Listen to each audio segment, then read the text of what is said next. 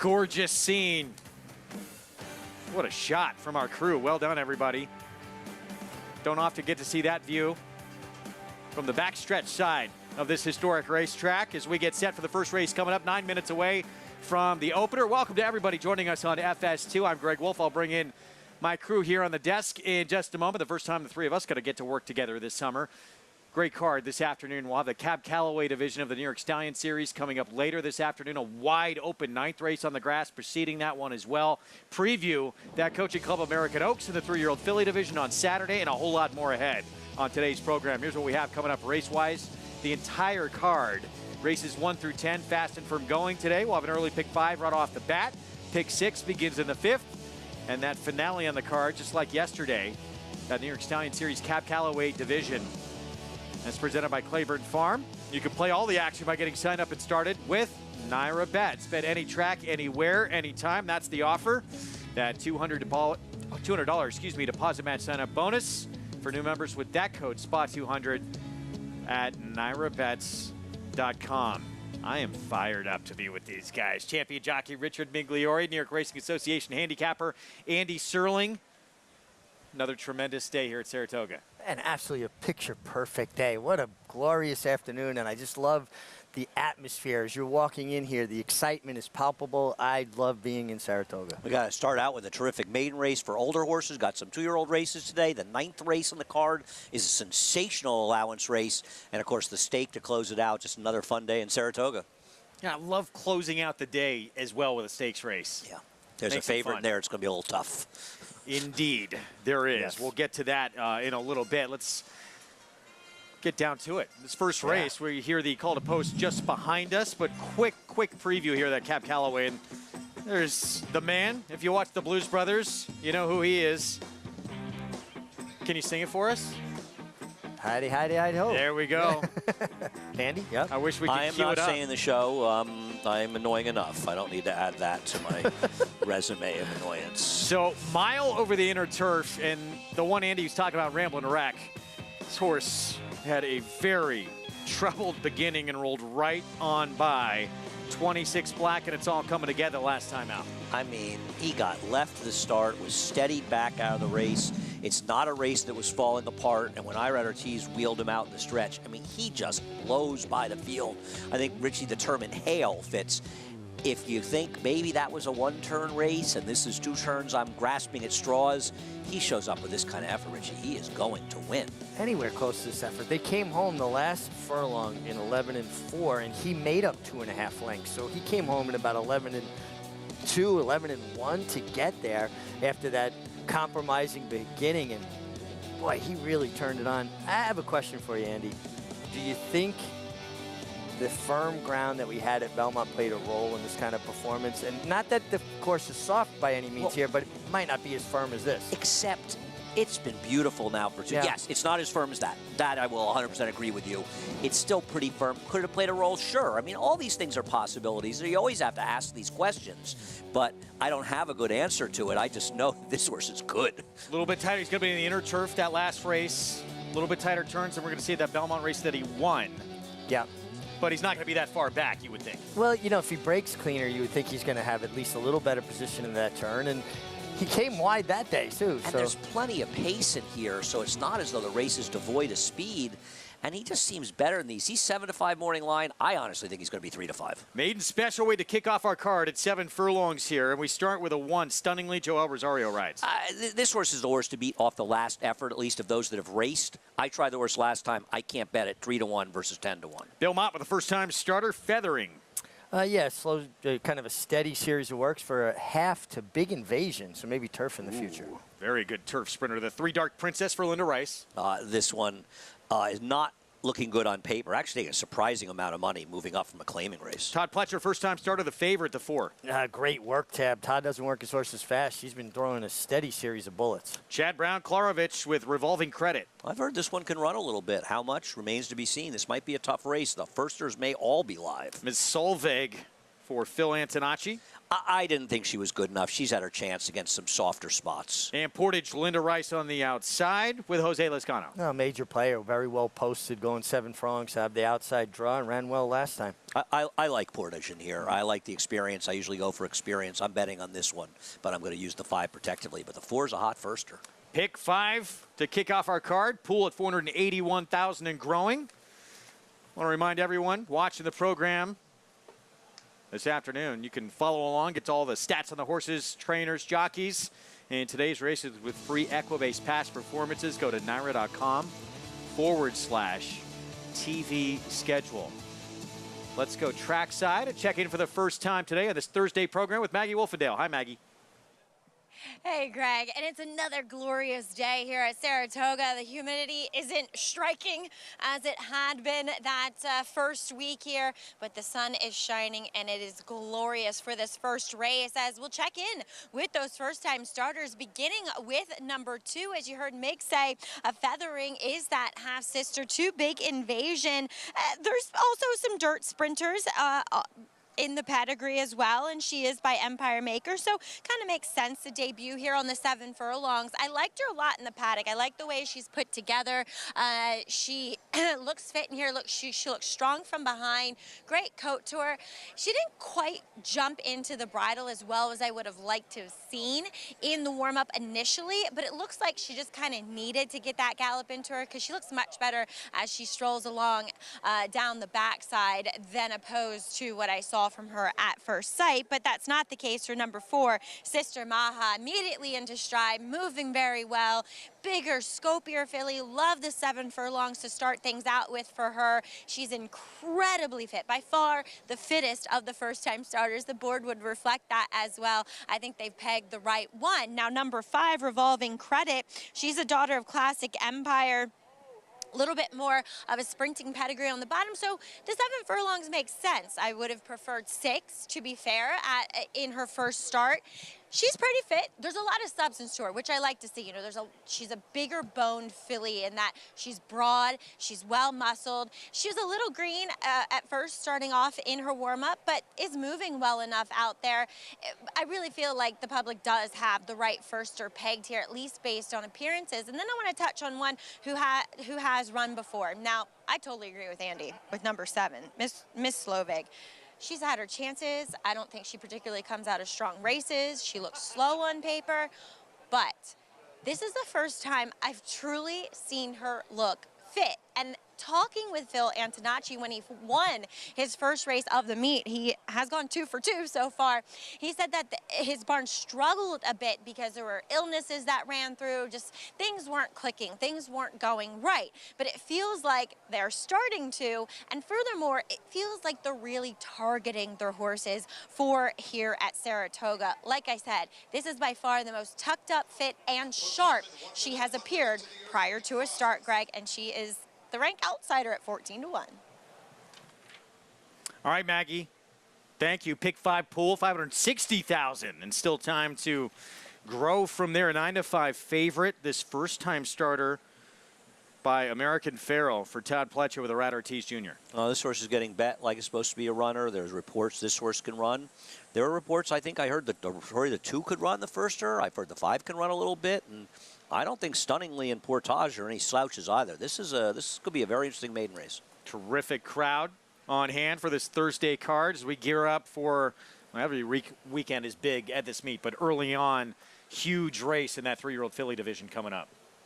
No, Tom Amos will try to prove that she's the goods that he's always believed she is. I look at her PPs and feel like he forgot Serengeti Empress, but this is a big race for her. She's going to probably try to go to the lead. We know Tom's aggressive, and that's Hoosier Philly in there, but that's a competitive race, including a number of runners out of Kentucky Oaks, the second place finish in Gambling Gal. I think Hoosier Philly is better when she can use her stride. She's a big, long striding kind of filly, and I think she's better off being forward and unencumbered with traffic or anything that's going to inhibit her stride. Yeah, we'll see how aggressive the pace is here. This is a good race, though. You know, I like the 8, Portage, who really improved first time for Linda Rice. Thought she did all the dirty work. She was engaged in the pace. The pace basically fell apart. Both Stunningly and Pitch Clock made moves from behind. Pitch Clock was the favorite, a Chad Brown runner in that race, who had some good back form.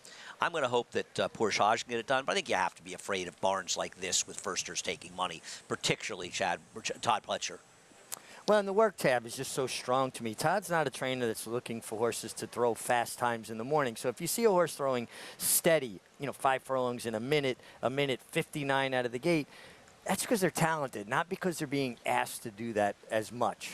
Linda Rice with this one here, Portage, and Linda just not skipping a beat after having won 4 consecutive training titles on the New York Racing Association circuit, leading the way here early on to the Saratoga meeting as well. Let's check in with Maggie. I kind of have a question for Andy, Greg, in here. Now, both Portage and Stunningly, they look great. I have no problems with them physically because, yeah, Andy, hold on. Let me ask you this question. They both look great, but my problem is both of them were running very slow races prior to that June 23rd effort. Are those figures legitimate? Stunningly has had massive trips in a number of those races. Had a huge trip in the Take Charge Brianna race. And don't forget, look at Vava, finished second in there, has run really well for Cherie DeVoe. In fact, finished third in our Jersey Girl recently. And that was a 2-year-old race. And she had a real trip there. She had a massive trip in that race at Keeneland. So I wasn't surprised at all that she improved significantly to run that figure. And don't you just sort of look at Portage and think maybe she's just a different horse for Linda?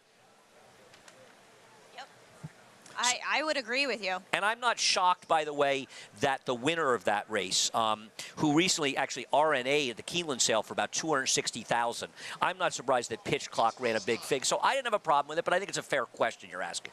8-5 favorite. This first-time starter for Todd Pletcher, the 4, daughter of Triple Crown winner American Pharoah, will step in next with the meet's leading rider to win Wednesday afternoon for Rat Ortiz Jr. There he is stepping in on the one to beat in a race where anything can happen, certainly in this 7/8 race. Tough to go with a first or two. The 7/8 distance could be a demanding distance for a first-time starter. It's like a baseball game. If Linda Rice beats Todd Pletcher and Chad Brown, that's like a 2-win swing, right?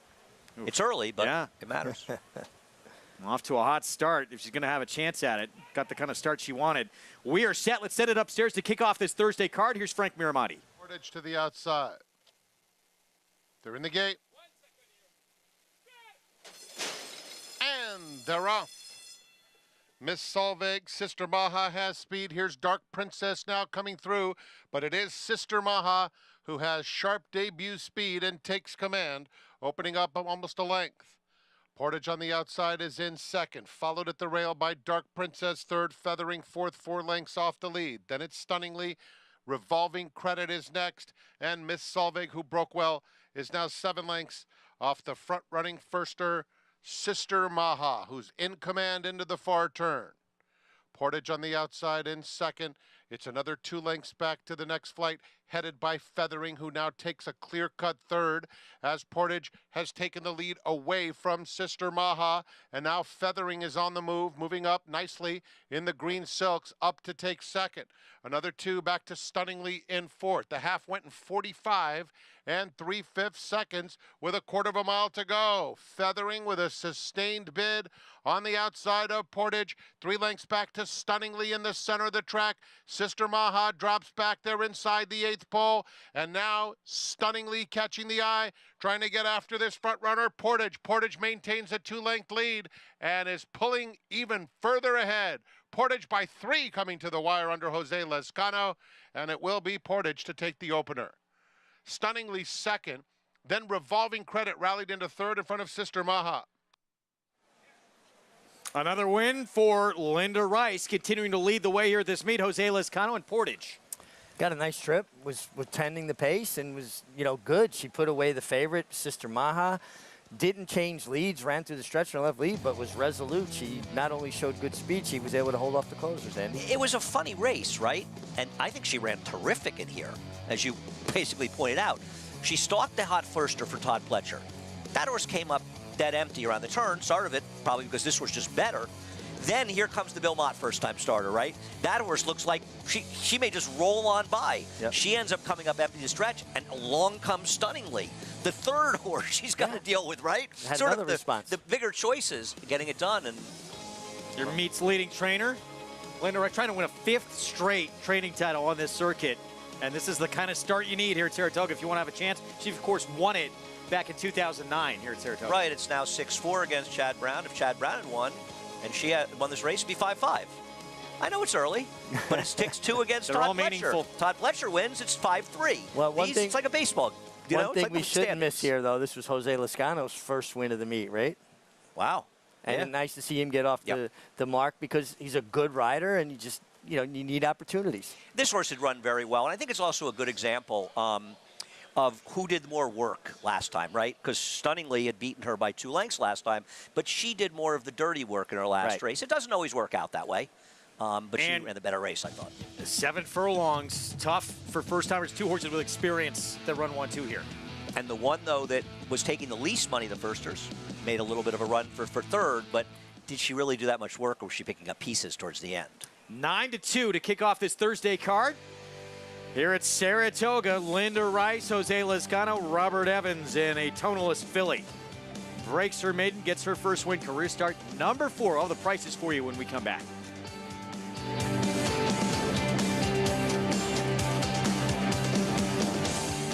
Undefeated Grade 1 winner Mastery was a multiple graded stakes winner at 2, including this victory in the Grade 1 Los Alamitos Cash Call Futurity.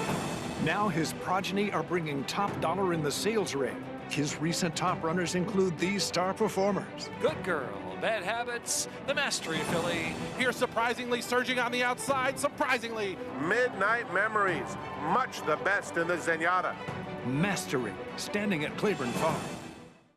RaceLens is the most in-depth product in horse racing, with unique features found nowhere else. True odds, predictive analysis, and pace projection. RaceLens. It will change the way you follow horse racing and take your game to the next level.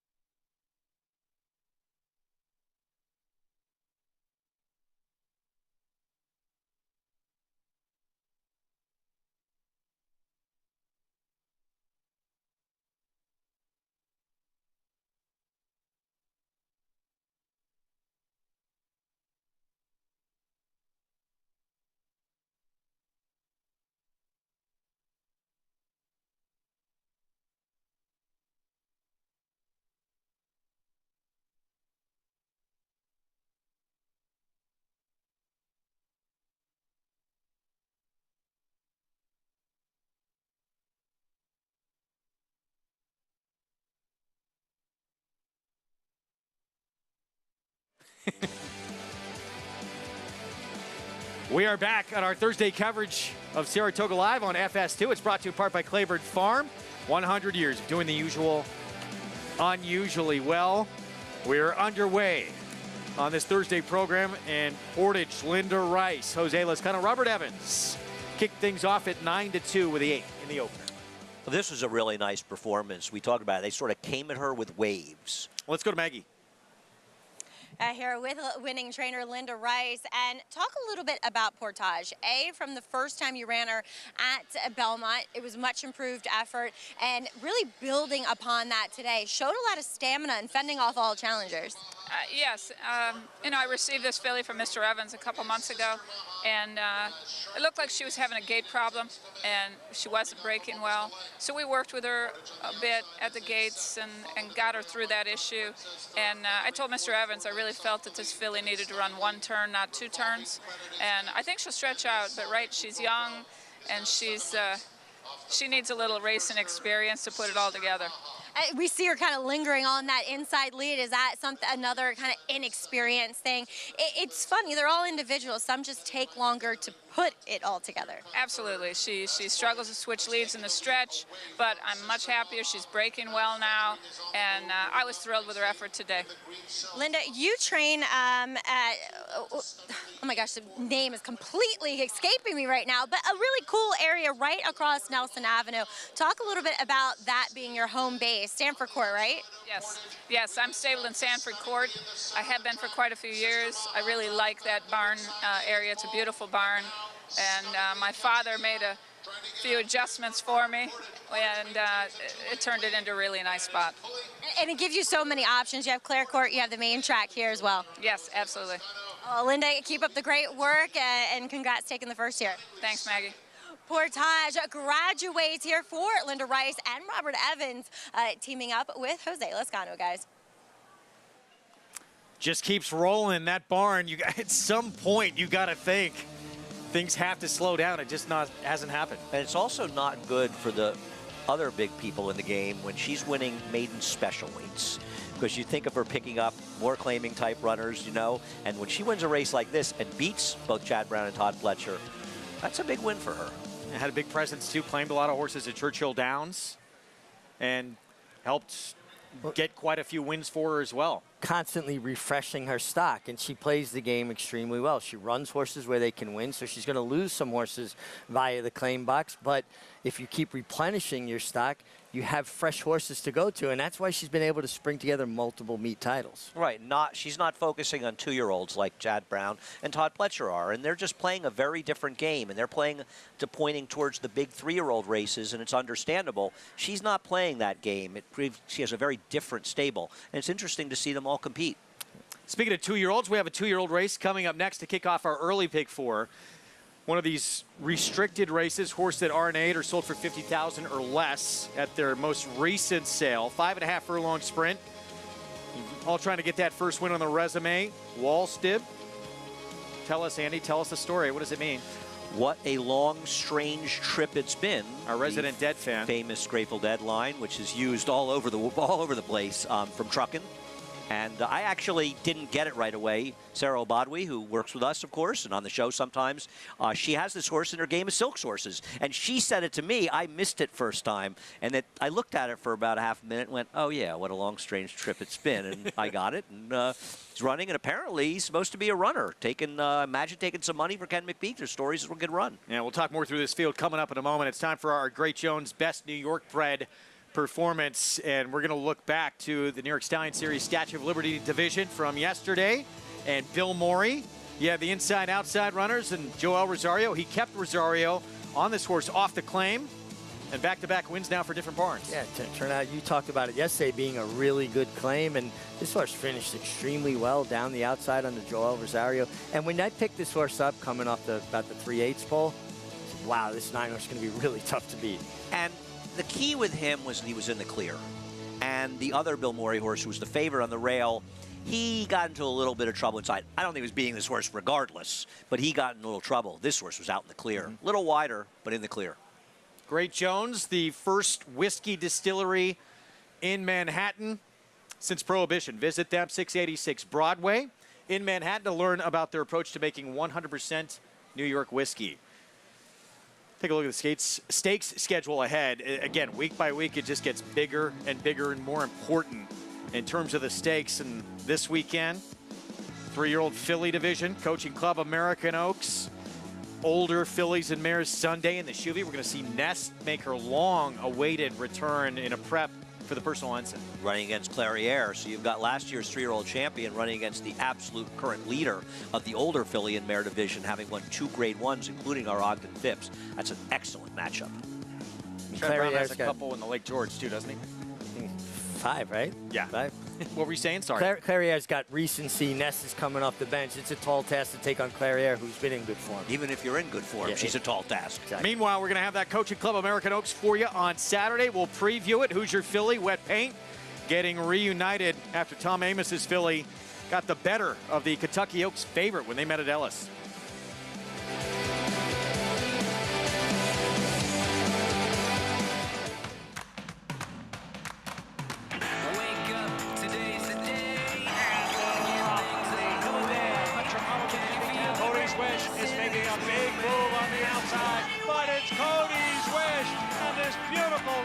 Story continues with this terrific racehorse. He has now won 6 in a row. Cody's Wish, winner of the Grade 1 Midline. Curly, the classic sire. Experience the adrenaline-pumping, suspense-filled action of the Sport of Kings no matter where you are with Naira Bets. It's fast, easy, and secure. Download the app today and start winning with our lucrative weekly promotions, thrilling handicapping contests, and a one-of-a-kind VIP rewards program. Don't just watch horse racing, be a part of the action with Naira Bets.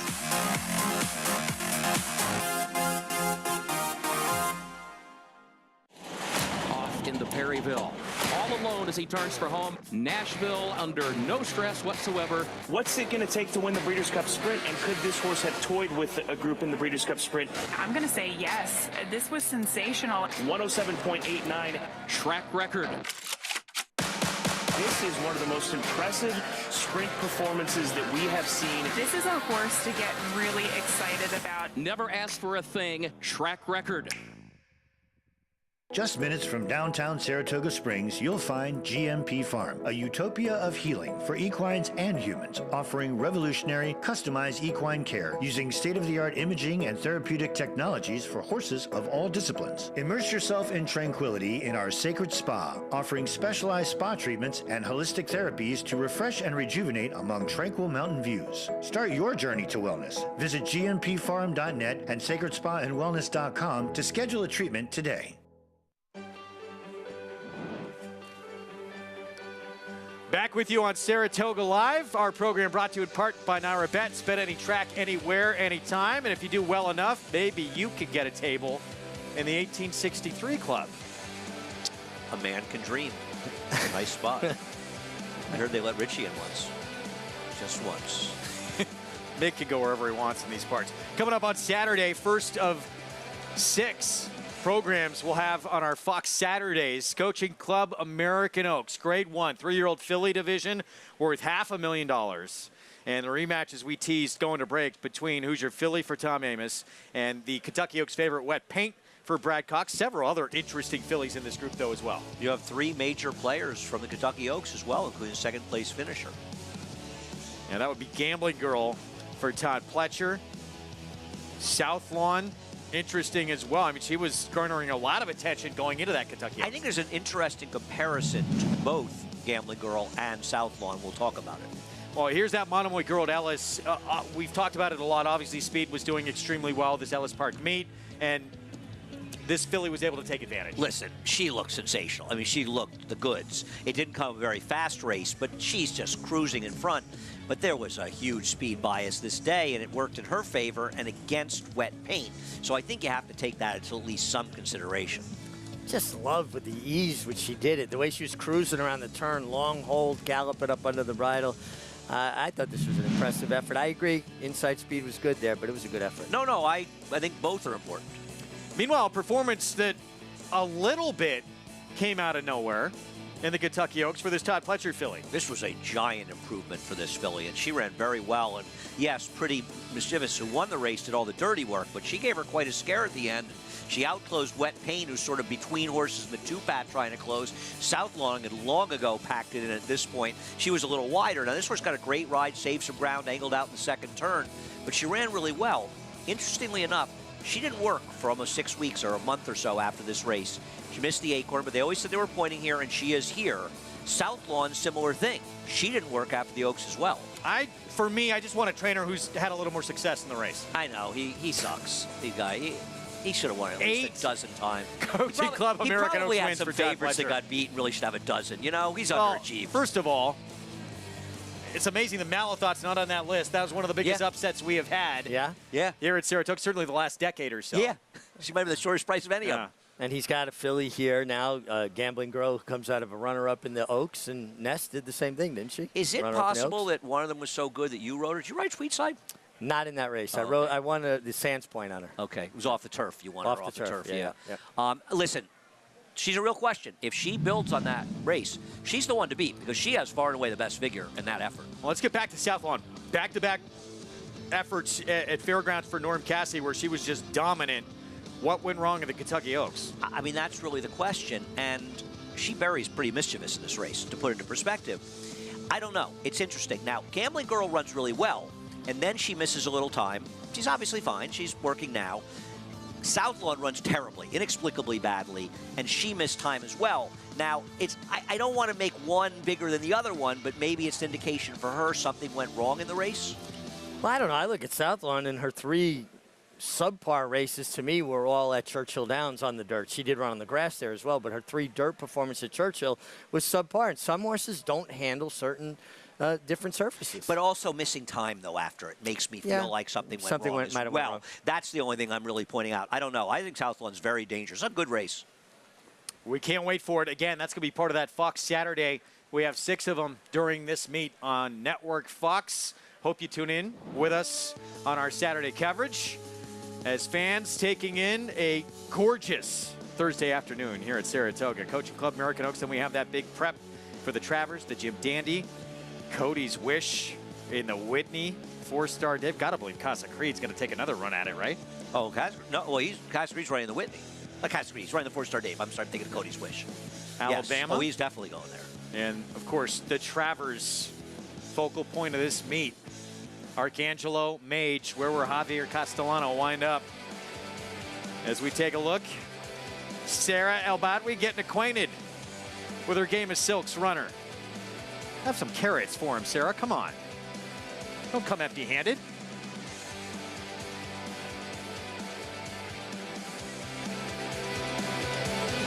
It's 1,000 words fighting back, coming down to the finish. If a picture is worth 1,000 words, this is one stunning picture. 1,000 words just in front. 1,000 words wins the Robert B. Lewis. Honoree P is full out now, second on the outside. And they're coming down to the line, and 1,000 words has done it.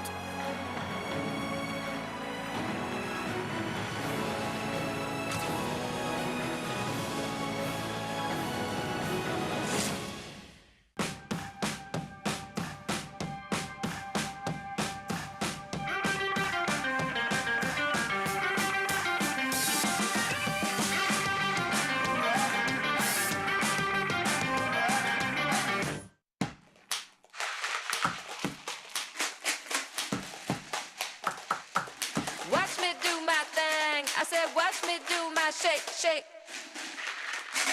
Woo, watch me do my shake, shake.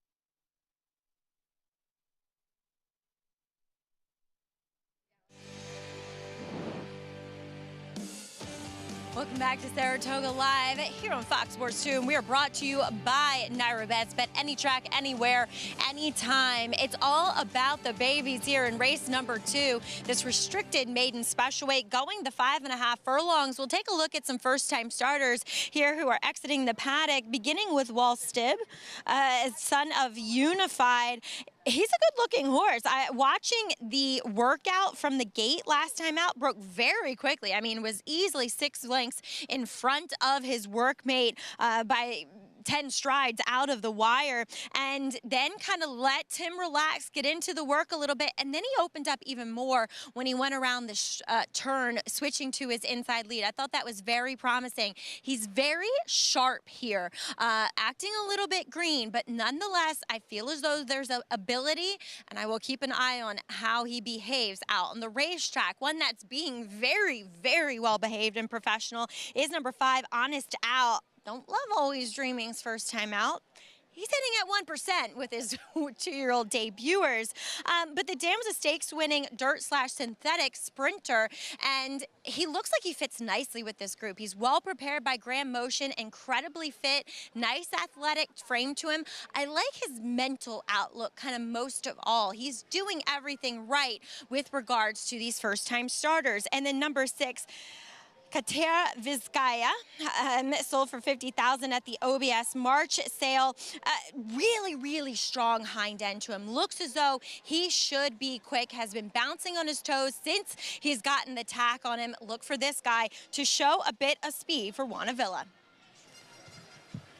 All right, Maggie, thanks. Call to post as they come down Champions Way. Post parade coming up.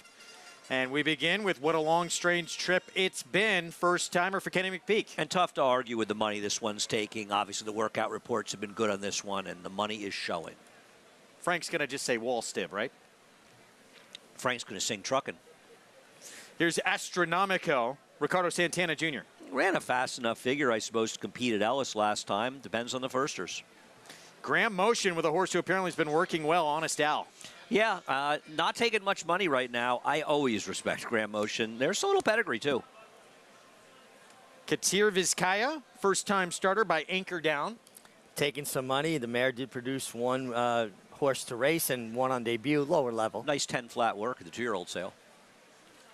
Antonio of Venice, this is start number 3 and an equipment change. This one's the favorite. I don't like the fact this horse ran much better the first start and the second start. I don't like that he took a step back second time out. Luis Saez on board. Here's Group Ticket, Arad Ortiz Jr. for Kent Sweezy. Yeah, showed really good speed. First time, broke a little bit awkwardly. Second time, they actually came back and worked this horse out of the gate again, and we were looking at this horse really on his toes in the paddock walking behind us. And if you like gallop outs, Richie, this horse had a gigantic gallop out in his last race. I believe in gallop. I know. I'm not making an opinion. I'm saying if you like him, I do. This horse really galloped out strongly in his last race. Pick 4 pool coming up. Weekends, the late pick 5, you might want to pay a little extra attention. If you happen to be the only winning ticket, a $1 million bonus. For hitting that every Saturday and Sunday here at the meet at Saratoga. If you play through Naira Bets. If you play through Naira Bets. Thank you, Andy. I mean, it's a long shot, but look at it this way. Imagine if you were the only one that hit it, and you didn't play it through Naira Bets, and you threw away $1 million. I don't care how much you won. Yeah, that would be tough to take. That would be painful. All right. Extra incentive to play with Naira Bets this summer on the weekends at Saratoga and all meet long as we take a look here at the 7. So experience under this 2-year-old's belt for this Rudy Rodriguez runner. And let's look back. And this is the debut where he ran a race that would make him very tough here, getting a 69 buyer figure, but he digressed 10 points in his second start. Now listen, sometimes they run well first time, the second start take a step back, and then third start they run the good race. And I'm not saying it's not possible. It certainly is. I worry a little bit because we talk about this a lot at Belmont. I don't think there's anybody better in the grounds in getting 2-year-olds ready for those early season 2-year-old races than Rudy Rodriguez. And I just wonder if he got him cranked up for them easier fields, you know, the better horses showing up in Saratoga. Earlier in the year. Yeah. Okay. The better horses are showing up in Saratoga. And Rudy thinks I'm going to get, the purses are very good. I'm going to get while the getting's good. And I just wonder if maybe there are better firsters in here. Well, here's a firster that is taking a ton of attention. In fact, is the 9-5 favorite right now. What a long, strange trip it's been, otherwise known as Wallstib, debuting for Kenny McPeek. Flavien Prat will ride. And here's McPeek on this 2-year-old by Unified. In the mornings, he's been pretty proficient at getting out very quickly, so I think he'll be fine with that. I still like to see my young horses learn to rate a little bit, but he acts like he's got a lot of talent, and the horse has done everything right up to now. And yeah, it'll be a good first run, and it's a good spot for him considering it's an auction maiden race. Big, strong horse, you know, does everything right every day, very enthusiastic about his work. I do think he wants longer than 6 furlongs, but he'll get that opportunity a little bit later in the year. But yeah, nice horse all in all, and should be fun to see him run first time. So we'll see how this Kenny McPeek first timer goes. Longer, eventually may wind up being better, but that doesn't mean the horse can't win first time out. Yeah, there are a lot of horses that are route distance horses, but if they're good horses, they'll win going short first time out if they're talented. Yeah, no doubt. We've seen it over the years. I mean, horses that wind up become closers, too, show speed early in their careers. But it's interesting. This horse really kind of got on his toes as he got further away from the starting gate when he was going towards the gate. And he's being a bit of a handful at the moment for Flavien Prat. You see every once in a while he opens his mouth. He's got a noseband. That noseband must not be very tight because the function of a noseband is to keep their mouth closed. So just again, good reminder here with this one being in Sarah Badwe's Game of Silk stable. All of us got stables, and through this game here, Game of Silks, this virtual sort of, I guess, horse racing version of fantasy football, where you can get involved in horse ownership in a virtual world, but with real horses that you're going to see run like this one here coming up. It's cool. It's exciting. I was looking forward to seeing one of my horses run in Indiana a few weeks ago. Ran second first time out. Imagine if we had this when we were little kids, Andy. No, I think it's a really interesting idea because you get to actually participate by getting 1% of the horse's earnings. And around here, we all got a whole series of them. And any earnings we get whatsoever are going to charities that we picked out. So a lot of fun, too. It's kind of fun following them. Hopefully more and more will show up. 6-5 on that first-time starter for McPeek. Let's go to Maggie. Well, we've been watching it here on our screens, Greg. Yeah, he has a noseband on, but it almost looks as though he should have a drop noseband on that flash that goes in front of the bit to keep a horse's mouth shut. You know, you see Chad Brown, Todd Pletcher horses wearing that style of equipment quite regularly. He was good when he first got away from the pony and galloped away, and then when he got to the backside, he's acting like a silly goose. I don't like to see that.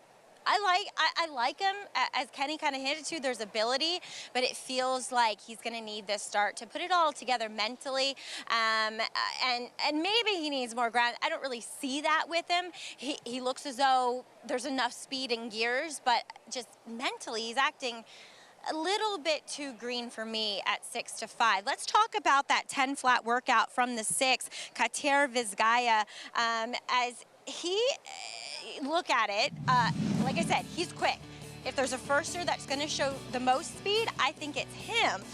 Now watch his action.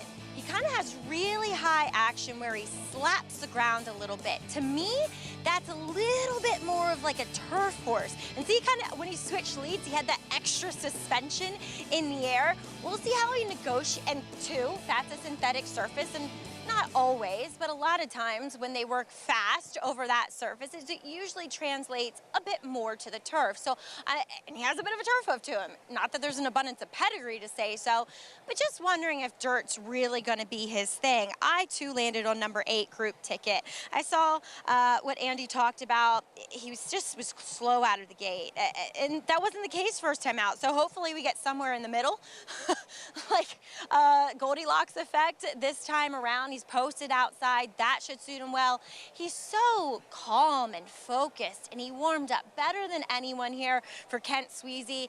He probably needs more ground than 5.5, but at least he gets an extra furlong to work with today because he's just bigger, and he's well developed, and he's moving well, and the experience speaks a lot. And I think the 5-1 is awfully nice on this guy. I'll take him from the outside, guys. All right, Maggie, looking forward to this. Some interesting young races coming up. And one of the things we love so much about Saratoga, these 2-year-old races, we're going to see a 2-year-old race to kick off the pick 6 later in today's card in that 5th race as well.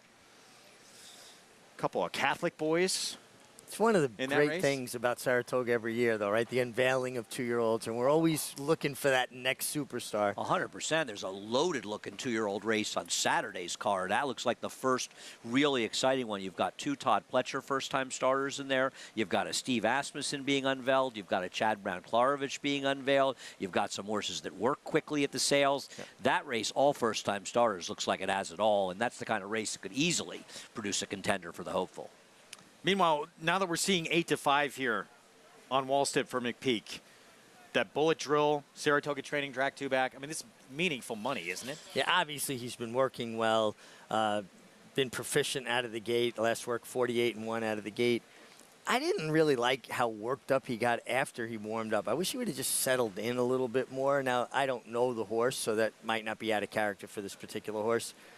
I also landed on the 8 group ticket. I just thought this horse being posted outside should break cleaner. And I like what I saw from him warming up and certainly on his toes in the Rare paddock. opportunity at Irad Ortiz at a big price. I picked him 3rd. I won't be surprised at all if he wins this race. I'm going to try the 6, Katire Vizcaya.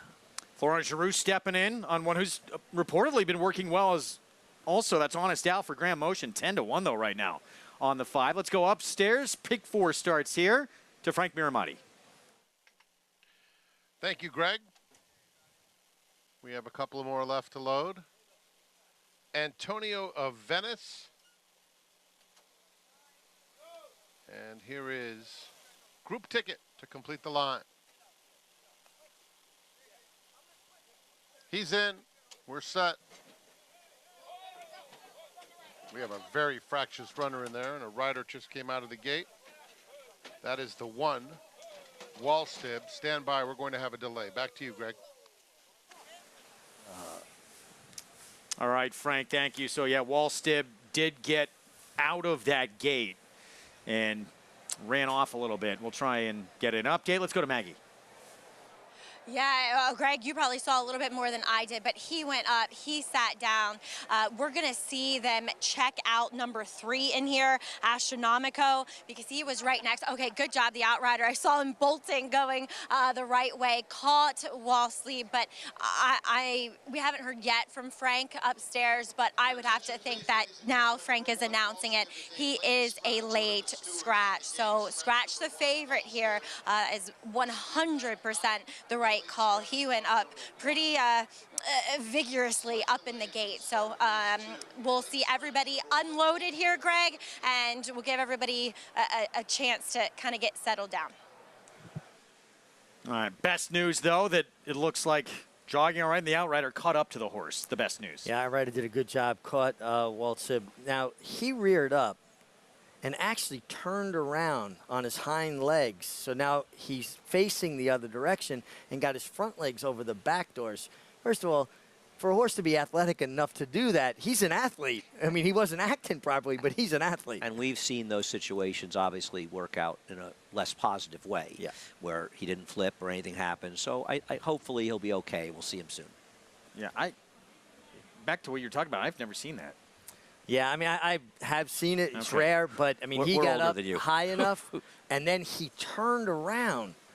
And probably, you know, other than some scrapes and bruises, he got out of that pretty cleanly because he was half in the gate, half out of the gate with the back doors closed. Yeah, hopefully, you know, he is okay. As you say, you know, at worst, a couple of scrapes or something, and we'll see him back in the entry. It's got to be very frustrating for the connections. You know, you get a horse, you're excited about the horse. I don't care if the horse is even money or 30-1. But you're excited. You get your horse going the first start. You get the gate. And it just shows, honestly, I don't think a lot of people understand how difficult it is to just get a race off. Yeah. It really is. It genuinely is. And you've gotten all the work done. You get it. And sometimes horses will be perfect in the morning. And in the afternoon, the atmosphere is so different and the electricity in the air, and they'll act up in the afternoon. I'm sure he'll be schooled extensively before they try to run him again. So with that, late scratch of the 1 coming out, it was the favorite. First-time starter for Kenny McPeak. Antonio of Venice making start number 3 for Rudy Rodriguez with blinkers on, the 7, and there he is stepping in, your odds-on favorite. And you get the post-time favorite if you are alive in the pick 5. Let's go to Frank. Greg, group ticket now will be the last one to load. 4-5 for Antonio of Venice.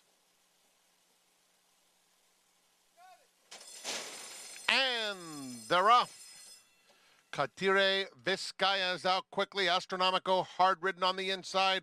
Matching strides. Antonio of Venice also aggressively pursuing after the top pair.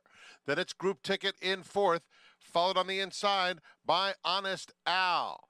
Around the far turn, Astronomico and Katire Vizcaya, and they are pursued intently by Antonio of Venice through an opening quarter in 22 1/5 seconds. Katire Vizcaya takes a narrow lead, and now Antonio of Venice on the outside is up to sail on by. At the rail, Astronomico is back to third. Behind them comes Honest Al, 3/16 of a mile to go. Antonio of Venice is in charge, has a 3-length lead. Honest Al moving up on the outside of Katire Vizcaya as they move to the 16th pole. It's Antonio of Venice who will be an easy winner under Luis Saez. Antonio of Venice, ridden throughout and scores by 3.5. Katire Vizcaya was second in front of Honest Al and Astronomico. Third time the charm, Antonio of Venice with the blinkers going on for the Rudy Rodriguez barn. Luis Saez aboard the maiden breaking win. He's always traveling well, Andy, and you know there was a pace battle going on. The 6 Katire Vizcaya, first-time starter, by anchor down, broke extremely sharp, but Astronomico, hustled up by Ricardo Santana, kept him entertained, and Antonio of Venice wasn't far off the pace. He was kind of lapped right on them, but being outside, traveling in the race, and also having 2 runs under his belt. Yeah, I mean, listen, I bet the 6. I have no clue. 6 ran well in the context of the race, but as you say, it's not like Antonio of Venice was sitting 2 lengths off of this Tour and Duel. He was right on top of it. He was the best horse. Experience helped him. I like the way Katire Vizcaya sort of held on for second, but that might be a little bit of an indictment of some of the others. And if you had what a long, strange trip it's been, you're thinking, I just had the perfect trip behind them, picked them all up in the stretch, but hopefully you'll be around for another day. Yeah, and we'll go back to the 6 Katire Vizcaya. Also didn't change leads in that Breeze video, didn't change leads today, still hung on gamely for second. I thought it was a nice effort for a first-time starter. 7-6, 5-3 finish, 4-5 favorite here in the second from Saratoga. We're going to take a timeout. We'll be back right across the street. We highly recommend this tour. We'll have more on the legendary voice of Tom Durkin, the Hall of Fame, right after this.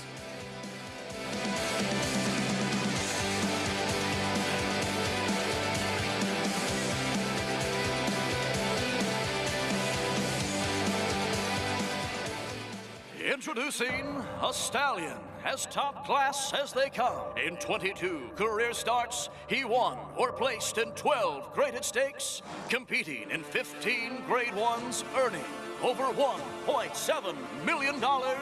His undisputed speed is evidenced by 7 100-plus Spire speed figures, a 3-time grade 1 winner, Raging Bull. Now more than ever, it's time to get with the program. When shopping for your next race prospect, consider that New York breds start with an advantage. Our New York breds run for serious green. At Saratoga Race Meet, New York bred maidens run for up to $88,000. New York bred allowance horses run for up to $100,000. And New York bred owners can collect awards of up to $20,000 per horse per race. So get back with the program. Seriously.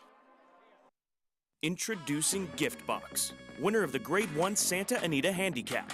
He's a 3-time graded stakes winning millionaire with 4 triple-digit buyers and a 4 Ragazin to his name. He proved himself early as a graded stakes place 2-year-old, and now his career as a stallion is just getting started. From the first crop of the leading sire Twirling Candy out of a multiple graded stakes producing mare. Gift Box, only at Lane's End. Racetrack Television Network brings you every race, from every track, on every screen, every day. With monthly packages starting as low as $5, RTN gives you great value and access to more live HD streaming and race replays than anyone. Visit RTN.tv today to sign up and watch on almost any device, including Roku and Amazon Fire. RTN has packages that start at $5 per month.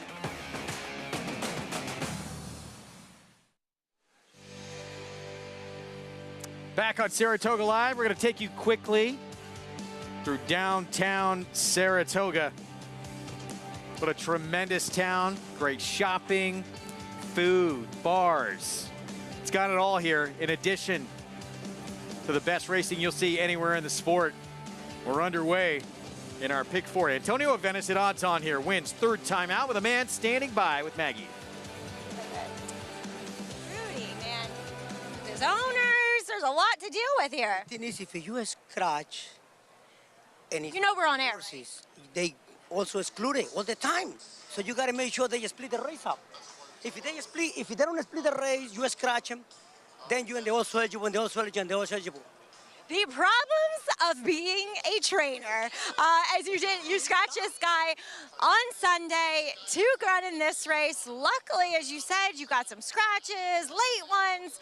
Antonio Avenis, though, he was trying in both of his previous efforts. Talk a little bit about putting the blinkers on today, though, Rid. You know, he don't break that good the second time up, and he don't break that good today. I thought the blinkers would happen to get a little more sharp, but I guess he got to wake up. He's very laid back horse, you know. This morning he's sleeping all morning. You want that, don't you? I say, oh, look at that. So that's beautiful. But it's tough, it's tough. We just got lucky that they split the race up and we was able to run in this race. Well, you'll also send out one in the other division, Rockstar Boy, coming up in today's 5th. He's a second-time starter. He debuted in a nice field, though. Ran a respectable second, outside post. What are your thoughts about him today? Hopefully that he break good. I put the blinkers in him, too, so hopefully that works. It worked this time. Hoping to keep that magic rolling. Congratulations, Rudy. Thank you, Maggie. Thank you so much. All right, Rudy Rodriguez getting Antonio Avenis easily to the winner's circle. Good thing he woke him up from his nap, Craig. Yeah, just in time for a little W to get your picture taken at Saratoga. And yeah, that's Rockstar Boy in that 5th. That's going to be for Rudy Rodriguez. First leg of the pick 6 and a second-time starter. Antonio Avenis, $3.90. Odds-on winner to start this pick 4, 7-6-5. In race number 2, we move to the third 5.5 furlong sprint on the grass coming up. And highly flammable. That's what they say when Mig and Andy work together. Cassie Javier Castellano. He was compromised by a slow pace last time out. We saw another horse compromised by the slow pace and a similar wide trip come back with a big win against Tougher at Belmont. Thought he was dangerous in a race that lost a lot of speed when Haymack's Jack scratched. All right, we'll get to more on this group coming up in just a little bit. One of the many special attractions of this town, in addition to the world-class racing, is right across the street on Union Avenue. If you haven't taken a tour of the National Museum of Racing and Hall of Fame, there is no better way to experience it than with one of the legendary voices of this sport.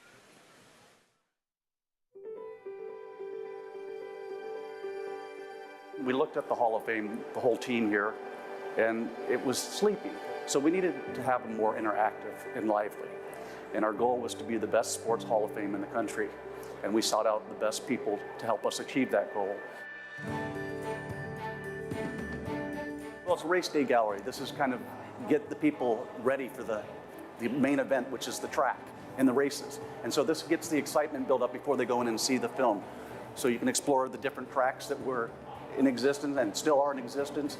You get to see the winner's circle, get your picture taken with the horse, do a race call.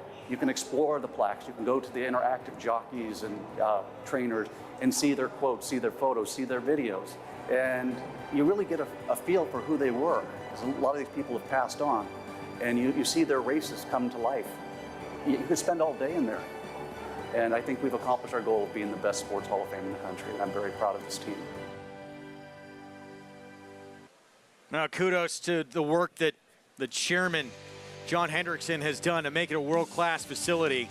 And new addition, this was unveiled on July the 12th, donated to Saratoga National Museum Racing Hall of Fame. The John Henry Against All Odds statue that commemorating that first ever Arlington Million victory, that famous finish in 1981 when John Henry just got up under Bill Shoemaker to at least officially beat the Bart. I know the trainer of the Bart still believes they won that race.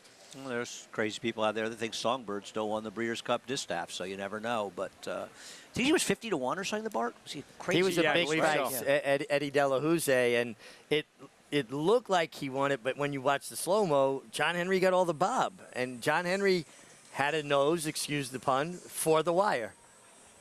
Part of I'm the not permanent, excusing it, Greg. I don't know about you. part of the permanent collection now, and just another reason to visit. What if you have not been there? You have to make that trip. And I wish I could do it with Tom Durkin. Fortunately, my hours don't allow for it. The movie's tremendous. You want to talk to Tom? He could probably work it out with you. Tom, if You're you're an important listening, man. can we arrange a private tour? Will you guys come? I'll go. You I and love the Tom? movie. The movie's tremendous. Yeah, and Movie if Tom's is- doing it, I've I'd seen love the to do movie. it. Yeah. Make a visit right across the street from the racetrack. Go there, come to the races after, make a day of it. We'll Let's be go back. We have some business to take care of. Otherwise, I'd be there.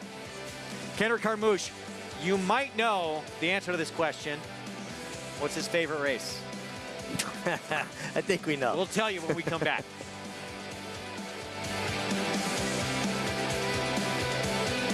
Warfront. This son of Danzig ranks among the world's elite sires. Ranked #1 by percentage of stakes winners, graded stakes winners, and Grade 1 winners. No stallion has a better strike rate. Warfront is the sire of over 100 lifetime stakes winners, including some of the sport's most talented runners both at home and abroad. The leading turf sire of 2022 by stakes winners and stakes performers. Warfront, standing at Claiborne Farm. How do you become the gold standard in racing partnerships? One horse, one partner, one victory at a time. Congratulations to all our partners who have made West Point the gold standard for the last 3 decades.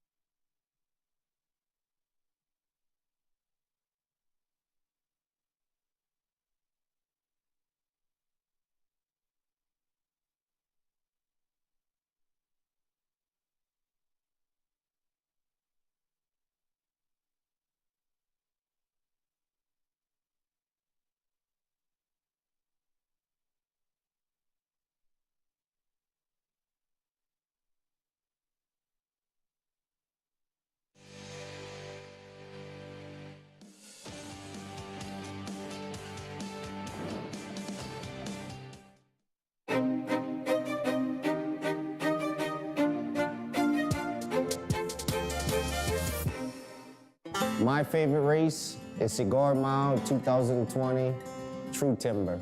I know how much my horse loves the sloppy track. I got outside position, you got speed horses, and you the horse that can sit right behind them. Jack Stinson, he texted me that morning, Kendrick, what do you think? I said, don't worry about it, brother, I got you. My horse break good. I want to send him a little bit so I can let him relax a little bit going down the chute. Down the backside, I wasn't worried about the kickback. Even within the 16th of a mile at the gate, a couple dirt hit him, he didn't even mind. He just shake his head and he just kept running through it. At the 3/8 pole, I asked him and he moved up so sweet. I mean, he was right in my hand the whole time. And once I got to the quarter pole, I just pulled the trigger. You know, I figured if I pull the trigger, it's gonna be hard to beat me from here to make up the ground on a sealed racetrack. When I got to the 8 pole and I started asking him, I mean, you can feel the horse responding. True Timber is going to pull off the upset here. in the Grade 1 Cigar Mile. For my mom, my dad, and my wife and my kids, I know how much it meant for them just as much as it meant for me, you know. The fist pump at the wire explains it all. And I'm saying to myself, man, I think this is a Grade 1. Was this a Grade 1? Oh, this is my first Grade 1.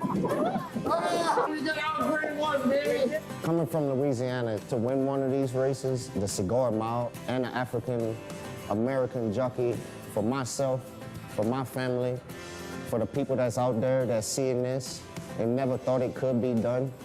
It can be done if you work hard. That was the first ever Grade 1 win for Kendrick Carmouche, who paid his dues. All those victories in riding titles at Parks, and he's come to New York, won several riding titles as well. Rides a good race, puts horses in position. He's my kind of rider. I like positional riders. He's a strong finisher. And off to a strong start at this meet. Strong start, and by putting horses where they need to be. No, yeah, we're all Kendrick fans. We love him as a rider. We love him as a person. I actually interrupted the two of you yesterday. We had a nice little chat, the three of us. Yeah, I was talking with Kendrick. Nice. And yeah. Always good to see him. Well, that is the one he's going to ride in this upcoming race, Destin's Mission. This horse is quick, likes to be in front, and went gate to wire 2 back at Monmouth. I'm curious what you think, Greg, especially. Do you think? I think this horse is a big overlay at 6-1. You talk about the scratch of the 3. Well, the 2 horses that benefit the most are the 6 Sandrone and the number 8 in here, Destin's Mission. I think some may look and say he was in a $16,000 claim or 2 back, and he's too cheap. I'm not sure that's the case. I liked his last race, even though he didn't win. No, I'm with you. I thought he was a major player even when everybody was still in the race. Yeah. And this obviously makes him dangerous, a horse that has the ability to be in the front. No, and it gets that good outside stalking post. I think there's a lot to like. I picked a race 5-8, but I mean, I look at the 2 of them, think the 5 at 9-5, and he's going to be favored. I'd rather bet him at 6-1. But, I mean, especially with the 3 coming out, how's he not taking more money? Well, that's the thing. I mean, it really helps him. Now, it helps Sandrone as well, because the 6 is for it also, and that's a horse who can win for the bonds. He's also got some good races. Did you get him, Greg? I did. Good. Okay. Your first good move of the day. Ooh. Anyway, the interesting horse, and the horse who's hurt the most by the scratch, is the 7 Sugar Gray Leonard. Now, we saw him on the dirt over the weekend, and he could not have been worse. He got a sensational pace to close into and a wicked fast pace, but his turf race was good. And Jose Ortiz, who had such a sensational meet, and deserving title win, riding great. This probably was one he'd like to have back in his turf race. There's Kendrick waving to the fans.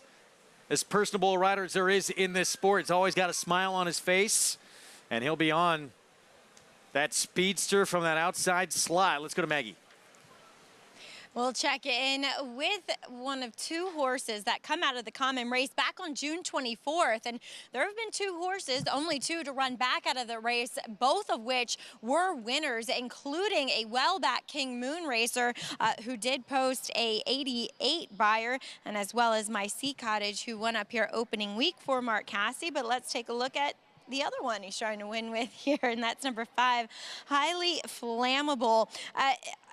I'll be honest, I always liked this horse. The 2 times that he ran previously at Naira, at Belmont, I liked what I saw. He looks great here again. If anything, he's a little bit brighter, a little bit more energetic, which I think always bodes well for when you're asking a horse to turn back, how little of a turn back it is or not. Only the half a furlong today, but he looks fantastic here, and I think he is a deserved favorite. But let's talk about the horse who's coming off of a short layoff. He ran opening week, and that's number 7 in here, Sugar Gray Leonard. As you see him, he is accompanied by the pony. He can be a bit of a handful to get the tack on. So far, so good today, but as I always say, there's the check boxes for when horses come back off of these short layoffs, and one of them is their energy. Energy's good for him. He's not doing too much, but still he's bouncing on his toes. Weight, are they too light? Nope, he looks good in his weight. And thirdly, he looks good in his coat. And let's not forget that while Rick Dutrow had been away from the racetrack for 10 years, this was one of his claims to fame, is bringing horses back off of short layoff and getting them to perform admirably. And I like this horse more on the turf. I think the turf accentuates his closing kick a bit more. And furthermore, I think he's a horse that doesn't really appreciate kickback that much. So we mitigate all of that here today. And I thought last time maybe just a little too close to the pace for his liking. So let's take a look at the horse who is likely to be the speed, and that's number 8, Destin's Mission. I get what the guys are saying, that he is an overlay. I think this horse looks phenomenal as the likely pace setter. He's compact. While he's not as sharp as I'd like for him to see, he's a little bit quiet. I don't know him. Granted, he could be that way all the time and still bust out of the gate like he does with that early burst that we often see. But he stacks up really well against this field and think he is a major player, Greg. Maggie, thanks. Yeah, 6-1. And there again, the man that will be aboard, Kendrick Carmouche, who knows how to take advantage when he is on one with speed. You know, going back to that conversation, do you think there's a possibility he's not the quickest of the quick? Well, Sandrone's pretty quick. That's the 6. I can't imagine Luis Saez looking to rate a speed horse, riding for the bonds as well. So I think he's got to go. I don't know that he's going to outrun Destin's Mission, but I think it's pretty close. I'm not convinced. I'm not convinced the 8's faster. That'll be It's something close. to watch, certainly out of the gate between those two, the 6 and the 8, both at 5-1. I think both of them would have had a problem with Haymack as Jack, who's extremely fast out of the gate, but he's not going to play. You were watching the replay of Sugar Ray Leonard. You disagree with me a bit about the trip. Yeah, I mean, he didn't have a The great turf. trip two back going 7 furlongs on the turf, but I think he was a little difficult to handle. He looked like he was trying to lug in, and Jose had his hands full. Now Jose rides him back, and we've seen this move in years past with Rick Dutrow, horses coming back on short rest off a subpar effort where he feels like they didn't really get to the bottom of them, so they'll run them back quick, and he was successful with that in the past. And Maggie also made a point about the turf accentuating his kick. Arguably, a 5.5 furlong race would do that even more than a 7 furlong race. So I think it's an interesting point as well. Yep. He's also 5-2, though, so it's not like he's a big price. That I have a problem with. I agree with Maggie's a better turf horse. I still thought he was bad last time because he had an awful lot going for him, but maybe Maggie's right. He resents the kickback. Maybe a sign, though, from this barn, bringing him back so quick. Get that bad taste out of their mouth and that he's ready. He had a lot of success with that in the past, bringing horses back on short rest. Famously, he won the Albany on a Wednesday or Thursday and then won the King's Bishop with the same horse on Saturday. That was Willie Beeman. Yes, yeah. Which comes from what movie, gentlemen? Oh, wasn't that a football movie? Yes, Any Given Sunday. Any Given Sunday, yeah. I was right on it. That was pretty good. By the way, I don't know if we can get a shot of him, but Gary Contessa, and he should be, feeling himself. He's got the 4 War Terminator. He won that Schuylerville with a first-time starter at 21-1. He is well dressed. There he is, white jacket. It's a what have you done for me lately world. Time to move on, Gary. I give Gary a lot of credit. We may see her again in the spin-away. First time out, winning a grade 3 in your debut. That was impressive. I'm going to lay in wait to see some other 2-year-olds, as are you. I like Highly Flammable. He's favored. I thought he was compromised by the lack of pace last time, a bit of a wide trip. I think he's a horse to beat. I'm not running to take 9-5, but I like him. I like him over the 8 and 7. I picked a 5-8-7.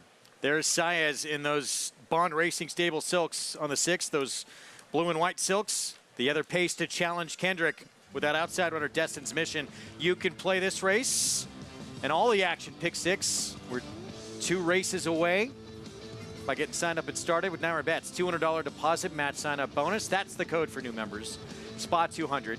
And bet any track, anywhere, anytime at NairaBets.com. Here we go with our post parade as we approach the 5-minute mark to post. And we will start with King James, Jose Ortiz. King James, absolutely a player in this race. Get a good trip on the inside, picking up Jose. I didn't think he ran as well as Highly Flammable last time, but not significantly worse. War Terminator, the 4 at 12-1 with Manny Franco. Horse ran well last time for $30,000. Now it's a 2 and a life claiming, and that's what got this horse eligible for this race. This race, the condition is for horses that have run for $50,000 claiming tag or less. 9-5 favorite, Javier Castellano for Mark Cassidy with Highly Flammable. I've made my case for him. I think the 5.5 fits him perfectly. Should get a good trip, and I agree with the public. He's the one to beat. Here is Saez in those Bond Stable silks, Sandrone.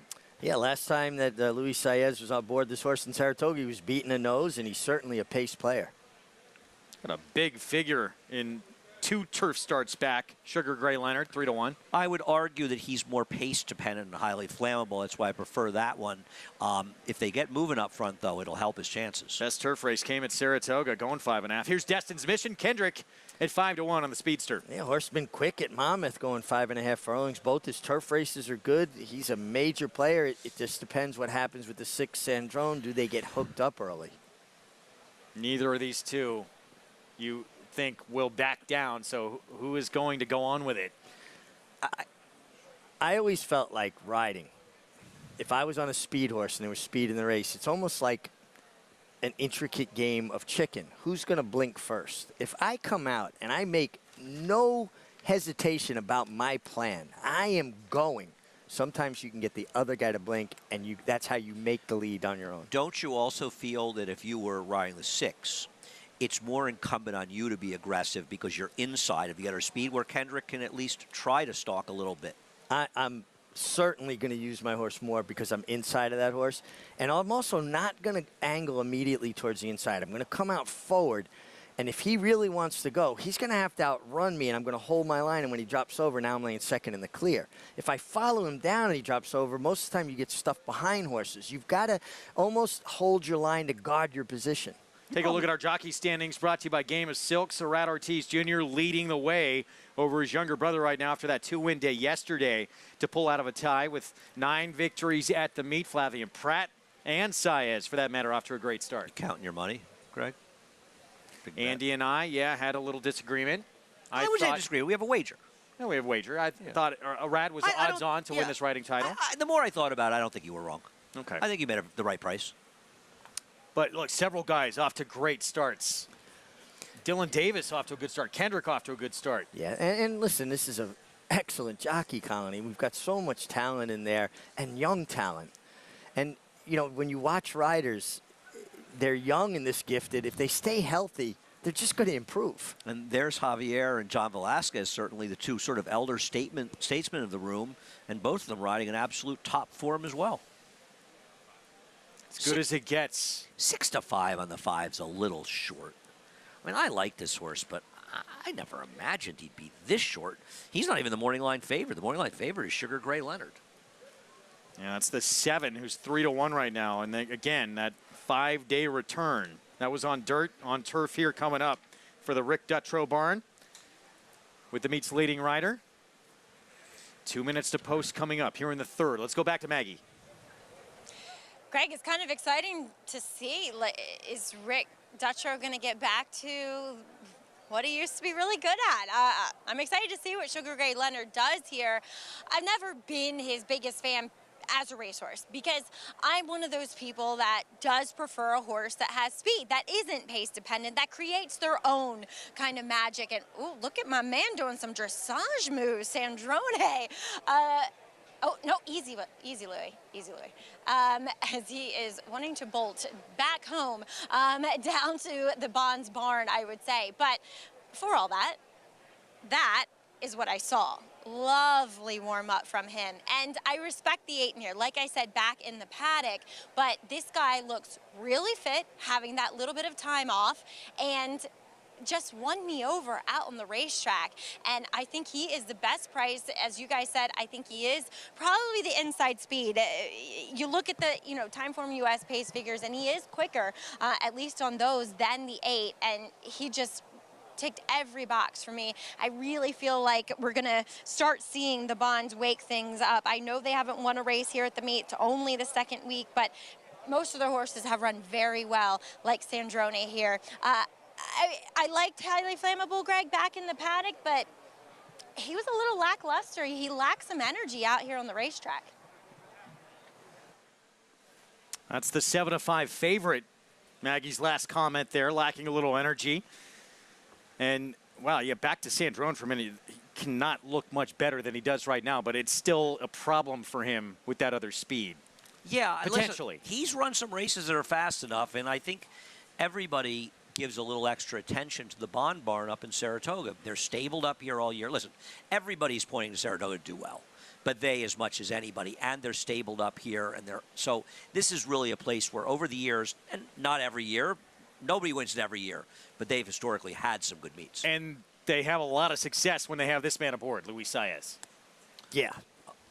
Since Jorge Chavez retired, Luis has been a lot. You could argue with their go-to guy. He's a lot of people's go-to guy. I think there are certain riders and trainers that approach the game with the same kind of philosophy, and Luis a guy that likes to be forward. Jimmy Bond's a trainer that likes his horses to be forward, and they train that way. So they basically really hit it off, right? They ride those kind of horses well because they're trained that way. And listen, Jimmy Bond's got an incredible setup here. He's down Gridley Avenue. His horses are out of the stall for a long time in the morning. They walk, long walk to the track. They train.